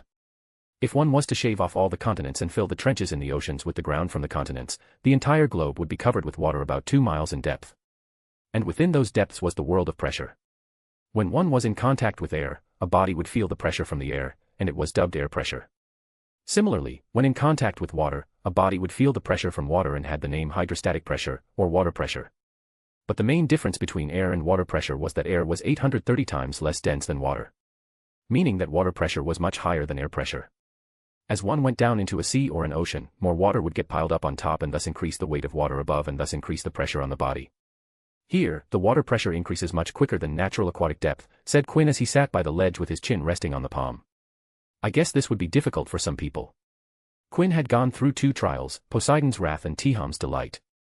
And in those trials, Quinn had struggled a lot. Poseidon's Wrath required fine control over magic to get to the center. Without fine control, I would have stuck there without any progress. Tiham's Delight required ingenuity or maybe luck. Without the Ripple sonar, I probably would have found the entrance, but it would have been completely up to luck. He continued to stare down the well and recited his thoughts about what was required by this trial. Hadal encumbrance simply requires power. Pure magical force to overcome, oppose, and repel the emulated oceanic pressure.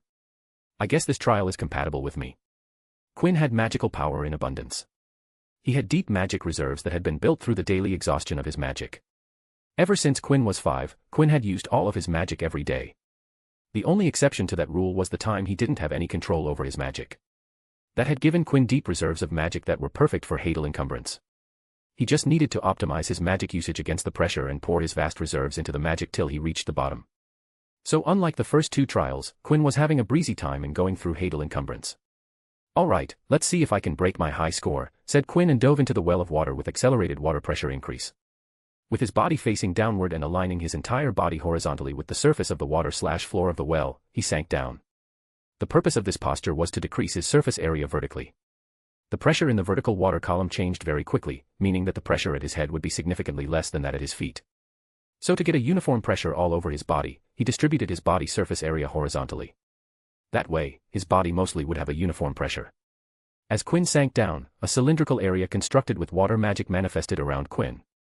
The pressure inside the cylinder was normalized to the level of surface level pressure. In no time, Quinn reached 50% of the total depth without feeling any difficulty at all.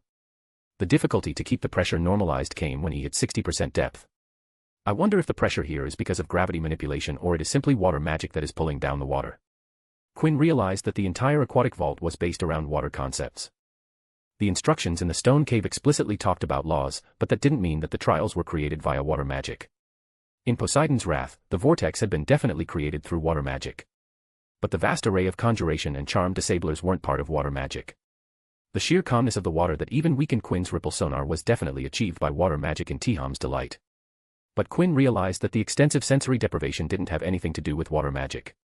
The zero ambient noise could have been achieved through a sound-dampening magic application.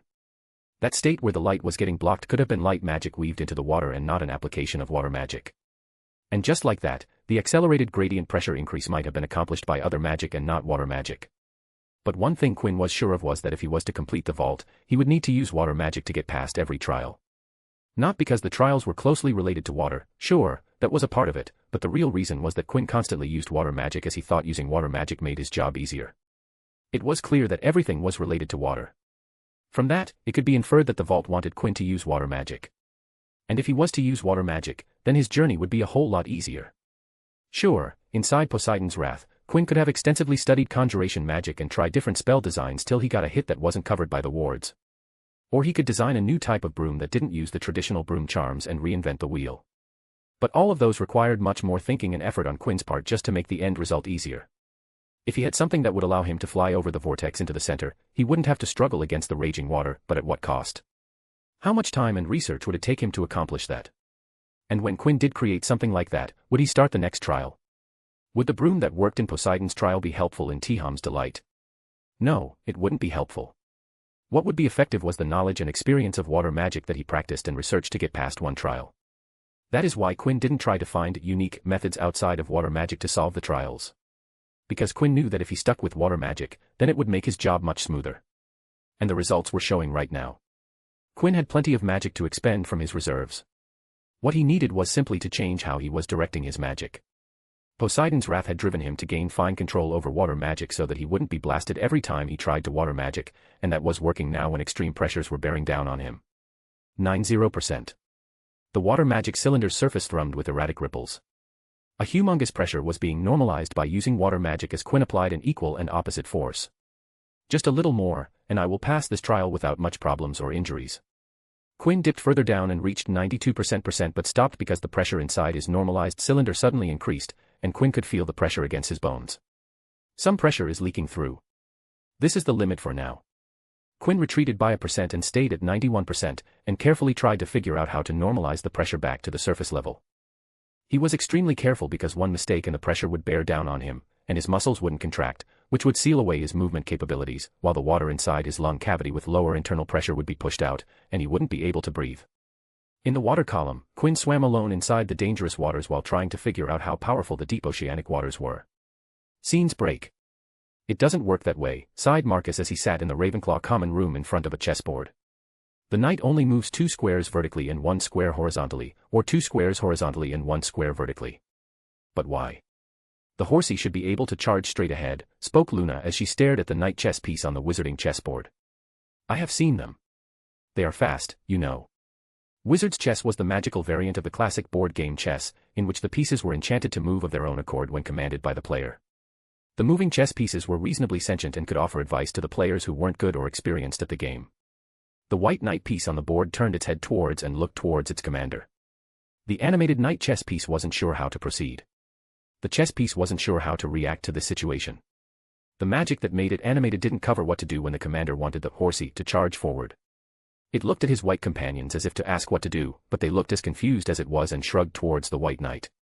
The black chess pieces, on the other hand, were laughing hysterically. And that made the white pieces feel embarrassed. Marcus turned his face towards Quinn, who was on the floor and sitting in the lotus position. He had his eyes closed, with his hand resting on his lap. Quinn, explained to her that the knight piece can't move straight ahead. Luna also turned towards Quinn. Quinn, why didn't you make the horsey move forward? Why can it only move one way? Quinn, who was in his mindscape sorting and strengthening his memories using a clemency, opened his eyes and looked at his 2 friends. Marcus was trying to teach Luna how to play chess on the wizarding chessboard that Quinn had made for Marcus as a birthday present. The board and pieces could change colors and shapes. The chessboard was a box with a grid on the top, and within the chessboard were number dials that could be used to alter the animation used by chess pieces to destroy each other when eliminating other chess pieces. He had also crammed a copious amount of chess strategies inside the chess set to advise inexperienced players. Quinn had ordered tons of chess books from both the non-magical and magical worlds because both worlds had different chess strategies and philosophies. Using that data, Quinn had given his chess set a more diverse recommendation/advice system than any other chess set on the market. It was an elaborate set with extensive charm work that Quinn had devoted time to create for his friend's birthday. But it seemed that even he had failed to take Luna Lovegood into consideration. Quinn turned to look at the white chess pieces, who were holding his head while trying to think what it should do. Then he looked at Luna and gave an explanation. Luna, you see, the horse can charge straight ahead. But the knight on the horse doesn't want to move straight ahead, it only wants the horse to move a certain way. The horse belongs to the knight, so the horse will only listen to the knight. There is nothing we can do. Luna furrowed her brows and turned to stare at 4 knights on the chessboard, who stared back while stroking the back of their horses, making them neigh and nicer. I see. If that is the case, then that's fine, shrugged Luna, as she accepted Quinn's reason quite easily. She stood up and spoke to Marcus. I'm parched. I'm going for water, do you two want anything? Marcus politely refused while Quinn, who had once again closed his eyes, silently shook his head. When Luna went away, Marcus turned to Quinn and asked. What are you going to do when she finds a chess set with only a horse as a knight piece? Let's worry about that when the time comes, replied Quinn without opening his eyes. Marcus sighed before flipping a switch on the side of the chessboard that made the chess pieces stick to the grid so that when the box opened, they wouldn't fall off. He looked at the array of dials and switches that customized the playing experience and turned off the destruction feature when attacked. He didn't want to answer Luna's questions, which were full of curiosity, on why the chess pieces were acting mean to each other. Quinn, who had his eyes closed, smiled very softly at the sight of his friends getting along. Marcus was the one to invite Luna to play chess when he saw her sitting by Quinn's side, drawing random scribbles. And Luna had accepted the offer with enthusiasm and without doubt or skepticism. It had taken a lot of time for Marcus and Eddie to warm up to Luna because of her eccentric personality, and even though Quinn was still the connection between the two parties, the 2 boys and 1 girl had become friends. And Quinn felt happy because of that. Scene break. After learning the whereabouts of the Potter family from Pettigrew, Voldemort traveled to Godric's Hollow on the fateful night of October 31, 1981. After breaking the protections on the house, Voldemort was able to enter the residence and blasted the front door open, catching its inhabitants off guard. Fleamont Potter, who had left his wand on the sofa, was murdered quickly trying to defend his wife and grandchildren. After Voldemort killed Fleamont Potter, he proceeded to go upstairs to Harry's and Ivy's nursery, where the grandmother and the twins were trapped inside. Cornered in the nursery, Euphemia Potter was murdered after trying to oppose Voldemort and defend her grandchildren, the green light from this act actually lighting up the entire upper floor. When the Dark Lord then attempted to murder the one prophesied to defeat him, the protection laid down by his grandmother's loving sacrifice caused the killing curse to rebound. It destroyed Voldemort's corporeal body but unfortunately also took out a significant chunk of the cottage's upper floor. Harry was left with nothing but a lightning bolt scar on his forehead, and Ivy miraculously came out unscathed from the incident while Dark Lord Voldemort's powers were temporarily destroyed. Henceforth Harry was known as the boy who lived and was marked as Lord Voldemort's equal, thus sealing his fate. But there was someone else there, who waited outside, and saw the entire upper floor roof blew up. Peter Pettigrew, who nervously stood outside, was feeling ecstatic on the inside. He was the one who led the Dark Lord to the Potter cottage, and for that, he was going to be rewarded. But then he saw the roof blew up, and immediately Pettigrew knew something was wrong. The rat Animagus cautiously entered the cottage, and on the ground floor, he saw Fleamont Potter on the ground. But after a short glance, Pettigrew ran up the stairs, and there he saw the dead body of Euphemia Potter and 2 crying infants. Pettigrew was stunned out of his mind. He couldn't believe the sight in front of him. He looked at the floor of the bust-up room and saw the unique wand of Dark Lord Voldemort lying down in front of him. The Dark Lord is dead. And Lily and James aren't here. Those thoughts scared the life out of Peter. He had betrayed the Order of Phoenix and corrupted to the evil side. That decision was made because Peter thought that he was choosing the winning side. He had stacked a stable life where he lived comfortably to risk it for a life of luxury and superiority. And the scene he was seeing screamed at him that the dream was over and he had destroyed his life. As Peter panicked from his innermost being, he heard the sound of Sirius's motorcycle from outside the house, with several pops of apparition following. They are here. In that moment of trepidation and fright, Peter picked up the wand from the floor, and because of the broken wards, he uprod out from the room itself and faded away from the scene. From there on he started following the events that led him to be captured and imprisoned in Azkaban. And now, 12 years later, Peter was inside his old house, sold to some old couple, who were dead from killing curse cast from a wand that he had stolen from a chump who had left it on a table of a pub while refilling his drink. Peter, still as sickly and gaunt as he was when he got out of Azkaban, looked down on the bathroom floor and waved the wand to perform magic. Violently, every single tile was pulled out from the floor. The foundation then was butchered by blasting curses until 3 feet in depth and a wooden chest surface out on the top. The large chest levitated out of the dirt onto the floor. 2 snaps of unlocking, and Peter used his skeleton hands to open the lid to reveal the sole object inside the wooden chest. Here you are, said Peter, his voice wispy and coarse, but his eyes shined with vigor and tinge of mania. Peter picked up the object and stared at it with fascination. The Lord's Wand. The symbol of his power. In his hand was a 13.5 inches long, crafted from yew, and affixed with a phoenix feather core. The phoenix feather wand showed its pickiness and didn't react to Peter's touch and magic. In the hand of Wormtail, the yew wand would be the same as a stick. From his pocket, Peter took out a rat and watched the familiar creature stunned and unconscious. It is time to bring him back, declared Peter as he clutched the wand in his hand, closed his eyes, and imagined the day he would have his revenge. After covering up the mess in the bathroom, Peter left his old house and silently yet determinedly looked into a particular direction as a plan formed in his mind. *********************************************************************************************************************************************************************************************************************************************** to play chess, owner of the only chess set crafted by Quinn West. Luna Lovegood, learning chess, likes activities that require more people.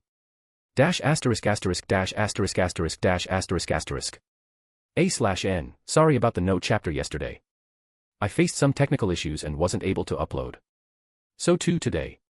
See ya.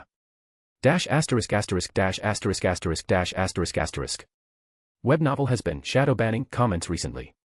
This means that any comment that contains profanities in any form will be automatically deleted. So, if you are commenting with curses and profanities, censor a single letter or get creative. Chapter 102, Marcus Belby, Deal of Friendship. Marcus Belby was a wizard and a Ravenclaw student at Hogwarts School of Witchcraft and Wizardry and was a year above the famous Harry Potter. He was from the British Isles and of the magical Belby family. The Belby name wasn't famous in political circles or in the world of business. The place one would recognize the Belby name was in the academic circles. Two members of the Belby family had substantial contributions to the study of magic. Flavius Belby had been the first person to come across a lethifold and survived to tell the tale. In addition, he had been a master in charms and well-versed in the art of defense against dark arts. And he was the person who discovered the way to chase away lethifolds, also known as living shrouds, a carnivorous and extremely dangerous magical beast. It was also considered a dark creature because of its extremely aggressive and violent nature. In a surprise combat against a lethifold, Flavius had discovered that the lethifold could be driven away with a Patronus charm. That day Flavius, while fighting for his life, accomplished a never-before-seen act. Flavius went on to research his discovery and its credibility and finally gave the world a method to drive away a dangerous creature like lethifold, a dangerous dark creature. His accomplishments were celebrated for centuries after his death and he was immortalized on chocolate frog cards and every magi zoology book that mentioned lethifolds, credited for his contributions. The second famous member of the Belby family had an even greater impact than his ancestor. He had won an Order of Merlin, and was a Podywunner who single-handedly had changed the lives and fates of people infected by lycanthropy. A person who had helped people's lives all around the globe and arguably became the most famous Podywunner of the 20th century. Damocles Belby was a famous Podywunner credited for the invention of the Wolfsbane potion, which was his greatest achievement among his other contributions to the field of potions. Before the Wolfsbane, the unwilling lycanthropes would rather die than suffer the consequences of losing sanity once every month for the rest of their lives. But after Wolfsbane, there was a beacon of hope in the lycanthrope community. Even though the Wolfsbane potion didn't cure lycanthrope, it was the symbol of progress. It represented faith in magic, that with time, maybe, one day a cure would be found that would rid an unwilling person of the curse of lycanthropy. And from that family came Marcus Belby. He was not the brightest tool in the shed but had a passion for learning that landed him in the Ravenclaw house. Whenever people met Marcus, they saw a soft-spoken, shy boy who was polite and curt. To people with whom Marcus was comfortable, he was a trustworthy friend who was a good listener, a keen observer, and a person who appreciated the little things. When you got him out of his shy shell, he happened to be a person with a bright personality, capable of talking at lengths on the topics he was interested in. And a friend who would be there for you no matter what. In Hogwarts, Marcus had two close friends, Eddie Carmichael and Quinn West. Eddie and Quinn had extroverted personalities. They were outgoing and socially confident. And one would think that Marcus would have problems getting along with the two people who had very different personalities than his, but that wasn't the case. He was very comfortable with his roommates. Marcus, who wasn't comfortable taking the lead on things, was grateful that Eddie and Quinn always knew what to do and would pull him along with them. It was easier for Marcus to talk to both Eddie and Quinn because he didn't need to initiate conversation, as the two of them would, for most of the time, would have topics and things to talk about. They would keep the conversation going while Marcus silently listened and sometimes chimed in when he wanted to contribute something. But these days, Marcus found himself alone frequently. Both of his best friends were busy with their own activities. Quinn West, his raven-haired friend, had always been a busy bee. He would start the day early, before him, and finish his day late, after him. Quinn would be busy during the classes doing the homework given to them. After classes, Quinn would disappear, and no one would know where to find him. In the evening, Quinn would spend his time in the AID office that Quinn had built in his second year, and at night, he would regularly break curfew to do his own things. The only reliable way to track down Quinn West was to approach him in the Great Hall, during mealtimes, where you would always, without fail, find him eating his food. For some reason, Quinn ate a lot of food for his size, and if he could help it, he would not miss a meal. Marcus usually hung out with Quinn between classes, mealtimes, and just before sleep time, when Quinn returned after curfew. Or if Quinn didn't decide to disappear. Then there was his second roommate, Eddie Carmichael, blonde-haired, talkative, loud, competitive, not afraid to say his opinions out loud, the exact opposite to Marcus. And many times, Marcus envied Eddie's personality. Till last year, Eddie had been free like Marcus and didn't have an extracurricular activity that required time from him. The two would hang around, spend time together playing gobstones, exploding snaps, Quidditch catching and any other games they could find to play. But this year, Eddie had decided to train for the Quidditch tryouts, and for that, he would wake up early and join Quinn for an early morning workout. And after classes, Eddie would do his own personal flying and quaffle control training. Eddie was way less busy than Quinn and had a lot of free time for playing around. And Marcus still spent much more time with Eddie than he did with Quinn. But things had still changed a lot from the last 3 years. Scene break. Sitting in a chair inside the Ravenclaw common room, Marcus looked around the room and roamed his eyes over the room. Most of his fellow Ravenclaw students, both younger and older, were studying alone or in groups, either completing their homework, studying in advance for the upcoming class, or going through extra recommended material from the exclusive Ravenclaw in-house library with the faculty recommendations, among other things. He sighed and looked at the busy people around him, and sighed.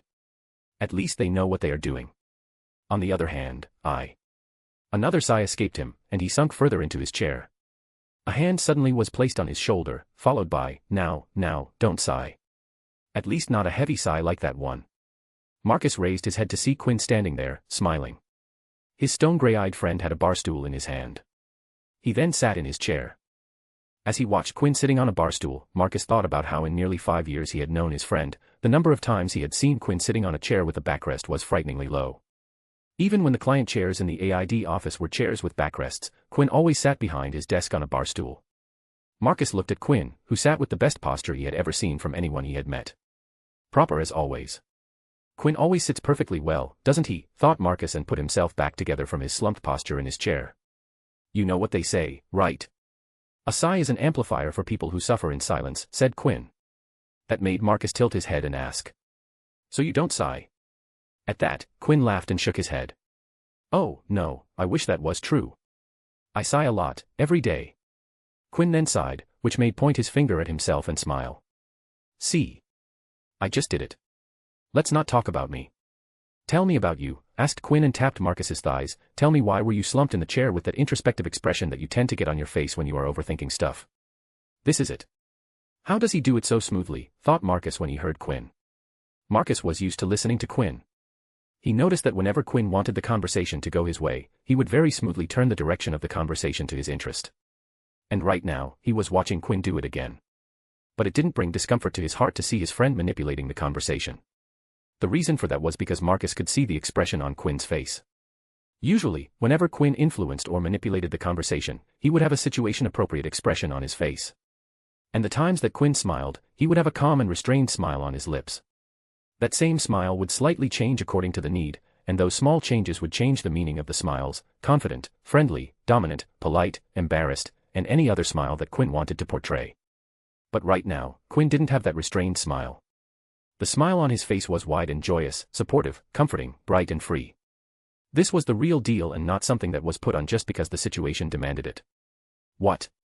Why are you looking at me like that? Asked Quinn and touched his face with confusion. Is there something on my face? Marcus saw Quinn take out his wand and conjure a mirror to check out his face. Why are you smiling? Tell me, is there something wrong with me? Come on, tell me, stressed Quinn when he looked away from the mirror to Marcus's smiling face. It's nothing. I just remembered something funny. There is nothing on your face, chuckled Marcus. Quinn looked at Marcus with a suspicious face before banishing the mirror. Now, tell me what had turned you into sad sap, asked Quinn, getting the conversation back on track. Marcus stared at Quinn for a while before finally opening his mouth to speak. I was thinking about how both you and Eddie have something you guys do so seriously. It was clear to Marcus that Quinn loved magic. His friend spent time reading books out of the course material. This wasn't uncommon for a Ravenclaw, but to put it clearly, Marcus would rarely see Quinn read the course material. Most of the time, he would see Quinn reading something that wasn't even close to what was being taught in the school. Even recently, Marcus had seen Quinn had been going through numerous books on healing magic and biology. The number of books that changed Quinn's hands had been baffling to Marcus. Then there was Eddie, who had started playing and practicing Quidditch because he wanted to get a girlfriend. Eddie was a person who got dialed in when motivated. He devoted so much time and effort to Quidditch that if one was told the real reason behind his actions, they wouldn't believe it. Of course, Marcus and Quinn knew about Eddie's ultra-competitive nature from their early days of friendship. Eddie liked to win and succeed, and when he didn't win, he would get upset, but instead of throwing a tantrum, Eddie would try again to see if he could win. Quinn and Eddie had been playing the card game Consultation for 3 years, and despite not winning a single time, Eddie would challenge Quinn regularly. Even after losing for 3 years, Eddie's competitiveness didn't let him back down. Eddie was so competitive that he even challenged Quinn at Magic. The two would often play the magical game of Tug of Accio. In the game, 2 to more people would simultaneously cast an Accio spell on an object. The objective of the game was to pull the target object towards them. And the one who was able to get the target object near them would win.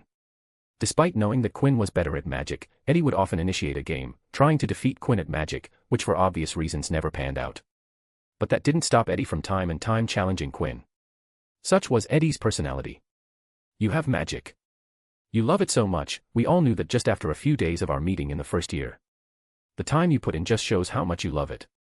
Even Eddie is dialed in on Quidditch and won't leave his broom in his free time. That always wants to win idiot won't stop till he makes it to the team, sighed Marcus, looking into his lap and whispering in a downtrodden tone. Only, I have nothing to do. I don't feel passionate about stuff like you guys do. And, well. He paused because it affected him a lot. I feel left out. Like I am wasting my time and that you guys are going to leave me behind. Marcus looked up from his lap and saw Quinn staring at him with wide eyes. Immediately, Marcus thought he had made Quinn would feel uncomfortable and felt embarrassed because of it. He was about to speak up, but Quinn interjected. Marcus, do you remember my sister, Leah? You met her at Hogsmeade, remember? Marcus blinked at the question and silently nodded for the reply. You see, my sister travels a lot, like, a whole lot. She travels almost the entire year and goes to different parts of the world. 1 week she would be in Europe and the next week in Australia, spoke Quinn, but Marcus wasn't following where Quinn was going with this. But you see, my sister doesn't decide where she goes. My grandfather decides where she is deployed, and he still sends her away. He's been doing that for a couple of years. Can you guess why he does that? Marcus silently shook his head. He barely knew Quinn's sister, he had no idea what Quinn's grandfather was like. My grandfather is trying to make Leah experience new and different things. He keeps sending her to different places to handle business, and while a representative is needed to communicate between countries, there is no need to send Leah as much as he has been sending her. Quinn beamed as he continued. My grandfather knows Leah quite well. He knows that if you give Leah new and exciting things, she will try to find more things about them and see what it's all about. So by sending her to different countries that are different from ours, he stimulates Leah's curiosity by introducing her new experiences. Marcus listened as Quinn spoke, and he felt like he understood what Quinn was talking about, though it was out of his reach. Eddie's character will make him pursue things just because he wants to win, but nobody knows how long he will keep doing things that way. He might get bored and drop them to pursue other interests. You say that you don't have anything you are passionate about. And I will tell you this, neither is Eddie. I think the reason Eddie does all these different things and tries to succeed is that he is trying to find something that clicks with him. Marcus saw Quinn raise his hand and bring it near him, Marcus, to repeatedly poke his chest. The only difference between you and Eddie is that he tries all kinds of things and tries to get better at them. Eddie is trying to find something he enjoys, and he has already found one thing. He enjoys playing games, and that might not be something of importance, but it is still something Eddie clearly enjoys. Marcus, if you want to find something that clicks with you have to do new things. Quinn then placed his hand on his own chest and continued. Yes, I love magic, and that is good for me, hooray. But don't you think I spend too much time on it? Look at the 3 of us. You and Eddie hang out and have fun while I am alone doing who knows what. Pointed out Quinn, and Marcus felt surprised to hear Quinn speak like this. I spend so much time on magic that I have barely any time left for other things. I love to play violin and piano, but because I spend so much time in the library in the AID office, and practicing magic, I haven't played my violin for weeks, closer to a month, and that sucks. Then there is the piano which calms me down. And I haven't touched the keys for so long. I can't spend enough time with you guys. I miss so many things that you two do, many times. I don't understand the inside jokes and then realize that I didn't understand them because I missed things, yet again, and that sucks. I know it sucks, and despite that, I don't try to manage my time better. Marcus felt more and more surprised as Quinn mockingly chuckled at himself. You and I aren't that much different, you know. While you haven't tried to explore new things to see what makes you interested, I have wrapped myself in this thing so tightly that I haven't tried something new in a long while and am losing touch with things that I did earlier. Sure, I learn new magics, and it is so much fun for me. And while that might be seen as doing new things, to me personally, it is the same thing. Magic is magic no matter what the branch. And my own view is what matters at the end. Marcus didn't know that Quinn felt like this about himself. The Quinn that Marcus knew was always prepared, confident, a person who commanded any room and company of people he was among. A person who had everything figured out and had his life set. But now, here he was listening to Quinn vent about things that he didn't know existed a few minutes back. And while Marcus knew that he should feel sympathetic for his friend, Marcus felt good. Quinn sharing all this made Marcus feel close to him. It made Quinn someone who wasn't flying miles above him, but someone who was right beside him. So step out of that comfort zone and try to do new things. Out in the wide world, many unique, intriguing, entertaining, mind-opening things exist. It is a complete waste and pity if you don't try them out. You only live once, Marcus, and it isn't too late to try them. Seriously. If you don't have something you aren't passionate about, then find things, try them out. I guarantee that you will find something that suits you, something that will feel like it was made especially for you. Quinn suddenly and abruptly stood up and stared down at the surprised Marcus. Let's make a promise. No, a deal. As long as you try out new things without worry, I will try to get out the bind I have trapped myself in and get myself back to try things, both old and new. Marcus felt his heart beat faster and felt his blood boil with enthusiasm as he stood up. He grabbed and shook Quinn's hand tightly as if the firm grip signified the sincerity of his determination and commitment to this deal with Quinn. Deal? Questioned Quinn, staring into Marcus's that now showed seemingly boundless energy. Deal, affirmed Marcus, smiling a curve from the bottom of his heart. Oh make, two weirdos. Eddie Carmichael entered the Ravenclaw common room after performing maneuvers he deemed necessary to be in a chaser's arsenal after an intense session of flying around Hogwarts. Ah, my chest hurts, groaned Eddie as he stepped inside, and the first thing he saw with his tired eyes were his two roommates staring at each other with passionate eyes and ardent smiles on their faces, their hands locked in a handshake as they stood in the smack-dab middle of the Ravenclaw room. He stood there for half a minute, staring at his roommates, but they didn't move or break the handshake. What the hell are these two weirdos doing? But looking at them didn't give him answers, and he was exhausted. So Eddie acted like he didn't know them and walked past them to his dorm room. *********************************************************************************************************************่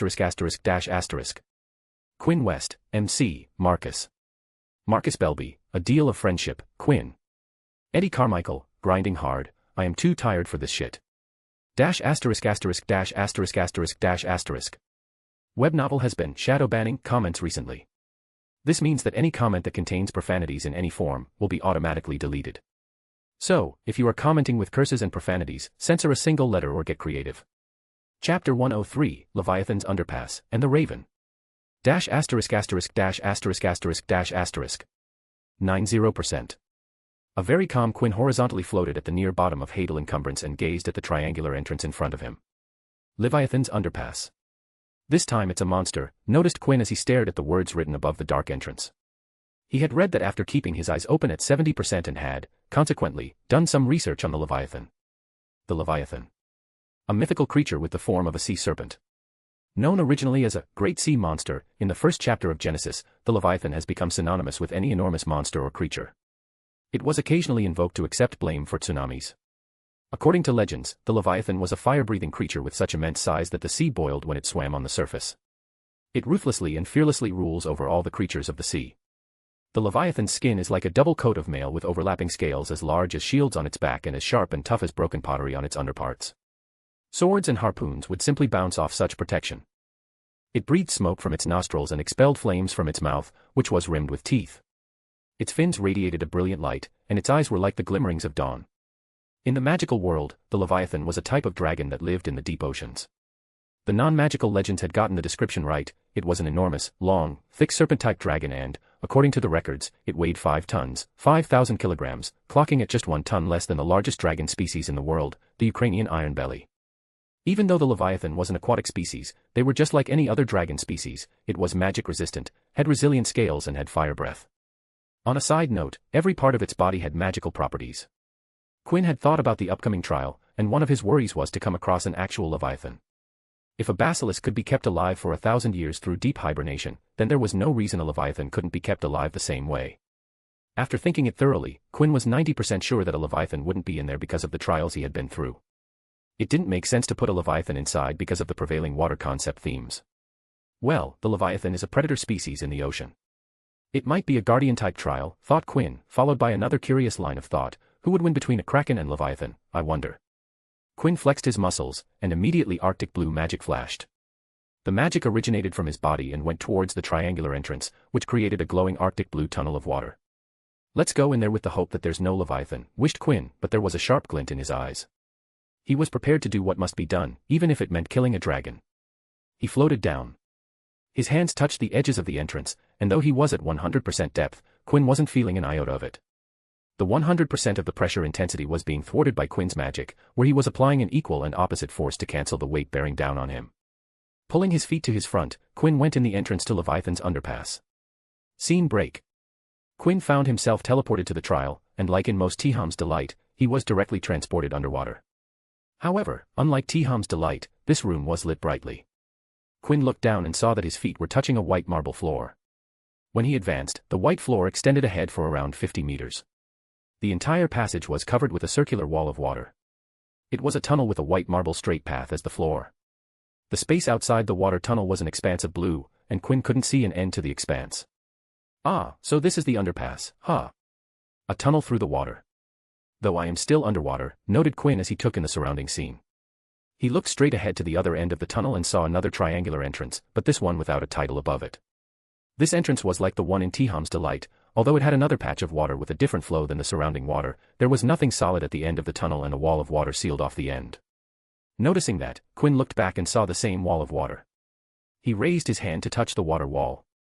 He found that the water wall was solid, and his hand didn't cross through the water wall. Now, what is the deal here? I can see that I have to walk to the other end of the tunnel and enter that entrance, observed Quinn and thought about what this trial was composed of, but nothing popped out to him from the get-go. No way, this is a simple path. What is the catch here? Quinn raised his hand, and some of the surrounding water fived to form a long ice spear in front of him. Let's see how this does. Saying that, Quinn shot the ice lance straight ahead towards the other end. The ice lance raced through the water, and contrary to Quinn's expectation, the ice lance didn't face any obstructions, didn't trigger anything before it entered the triangular entrance, and disappeared. Unexpected, really unexpected, thought Quinn before turning his eyes to the floor. Another 7 ice lances manifested from the water and shot towards 7 different parts of the path, but every one of them bounced off without scratching the marble. Nothing at that, too.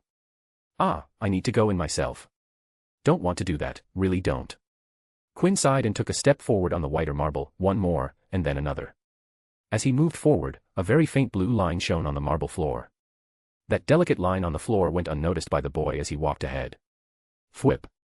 10 strides in the walk towards the other end of the white floor, Quinn felt something on his body. The feeling was confusing and sudden, and it was only after 2 additional steps that he abruptly stopped and looked down on his shoulder.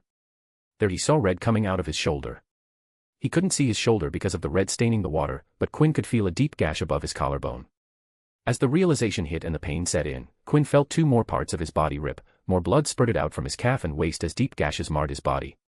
One of Quinn's transfigured gills also got cut, creating further complications. What the hell? Alarms blared inside Quinn's head as his eyes showed panic and alertness muddled with pain and onsetting heaviness because of the continuous blood loss. His mind was slowing down because of his condition. It took Quinn a few moments to focus through the pain and channel his magic into the safety insignia. And as he did that, Quinn's darkening vision saw a swirl of water fissure come into existence 10 meters in front of him, and from the center of that swirl a pressurized jet of water appeared, ripping through the water towards Quinn. In defense, Quinn was only able to raise his hand. It didn't help much because the jet of water had cut through the muscles of his arm and pierced his body below his chest, just out of the heart's vicinity. He activated the teleportation, and before disappearing from the Leviathan's underpass, Quinn saw 4 more swirls forming in the water, ready to shoot lethal, cutting jets of water. Scene break. The water from the triangular entrance set Quinn down on the floor of the stone cave. For a moment, Quinn's eyes remained closed as he leaked red blood on the floor. Then his eyes snapped open, and no emotion could be seen in his eyes or on his face. Pain. Pain was something Quinn was familiar with. It was something that he had constantly felt during the time he was trying to get his magic back. Every time he loosened the hold on magic, his magic would rush out, and that would cause pain. With the volume of magic inside Quinn's magical core, the rampant magic had enough juice to cause pain for hours before it drained the core of magic. When Quinn finally decided to confront his magic, that pain followed him for hours every day, and Quinn had to bear with it for a good chunk of the day, every day, till he was able to get his magic back under his control. But in those unpleasant days, the pain was Quinn's primary motivator. It was something that Quinn didn't want to feel. As such, Quinn focused on his emotions to ignore the pain. And now, the pain had returned because of injuries. And with those injuries came back panic, a rush of urgency, and fear among multitudes of emotions. Negative emotions were absent from Quinn's regular, peaceful life, but under the current circumstances, they surfaced and came back to his life. Occlumency detached Quinn's emotions to the second level so that they were all but a buzz at the back of his head, but his magic remained firmly connected to his emotions. 5 points of injury: shoulder, flank, calf, upper abdomen, and forearm.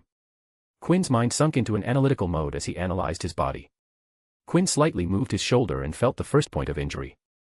Shoulder, deep cut in the trapezius muscle. Left shoulder disabled. The clavicle bone is safe and unharmed. His attention moved down his body to his waist, and Quinn slightly flexed his abdominal muscles. F-flank muscles, external oblique, internal oblique, transversus abdominis, 3-layer of muscle penetration. Quinn groaned in pain because of the injury. Internal injury, large intestine injury possible, degree of injury unknown. Then came Quinn's analysis of his mobility, and that was dependent on his legs. Severe calf tear, diagonal tear. Conclusion: right leg mobility severely restricted. Another critical injury had sharply reduced Quinn's ability to move. He had practically lost his right leg. After that was the turn of the injury Quinn was most worried about. Upper abdomen wound, no exit wound confirmed with severe blood loss. Punctured lung hindering breathing. Quinn was relieved that his heart wasn't injured. The closeness of the injury had been very stressful to him. The last injury was to his forearm and had slightly fractured his bone and had a flexor tendon, which had rendered his left hand's finger useless. Finally, Quinn closed his eyes, and his study and practice of healing magic came to use. A mix of blue and green light flashed inside and across his wounds and slowed down his blood loss. But the blood work wasn't over as Quinn's skill with blood magic came into play, and he mitigated the blood flow to the uninjured veins and arteries. The injuries are too serious for me to heal right now.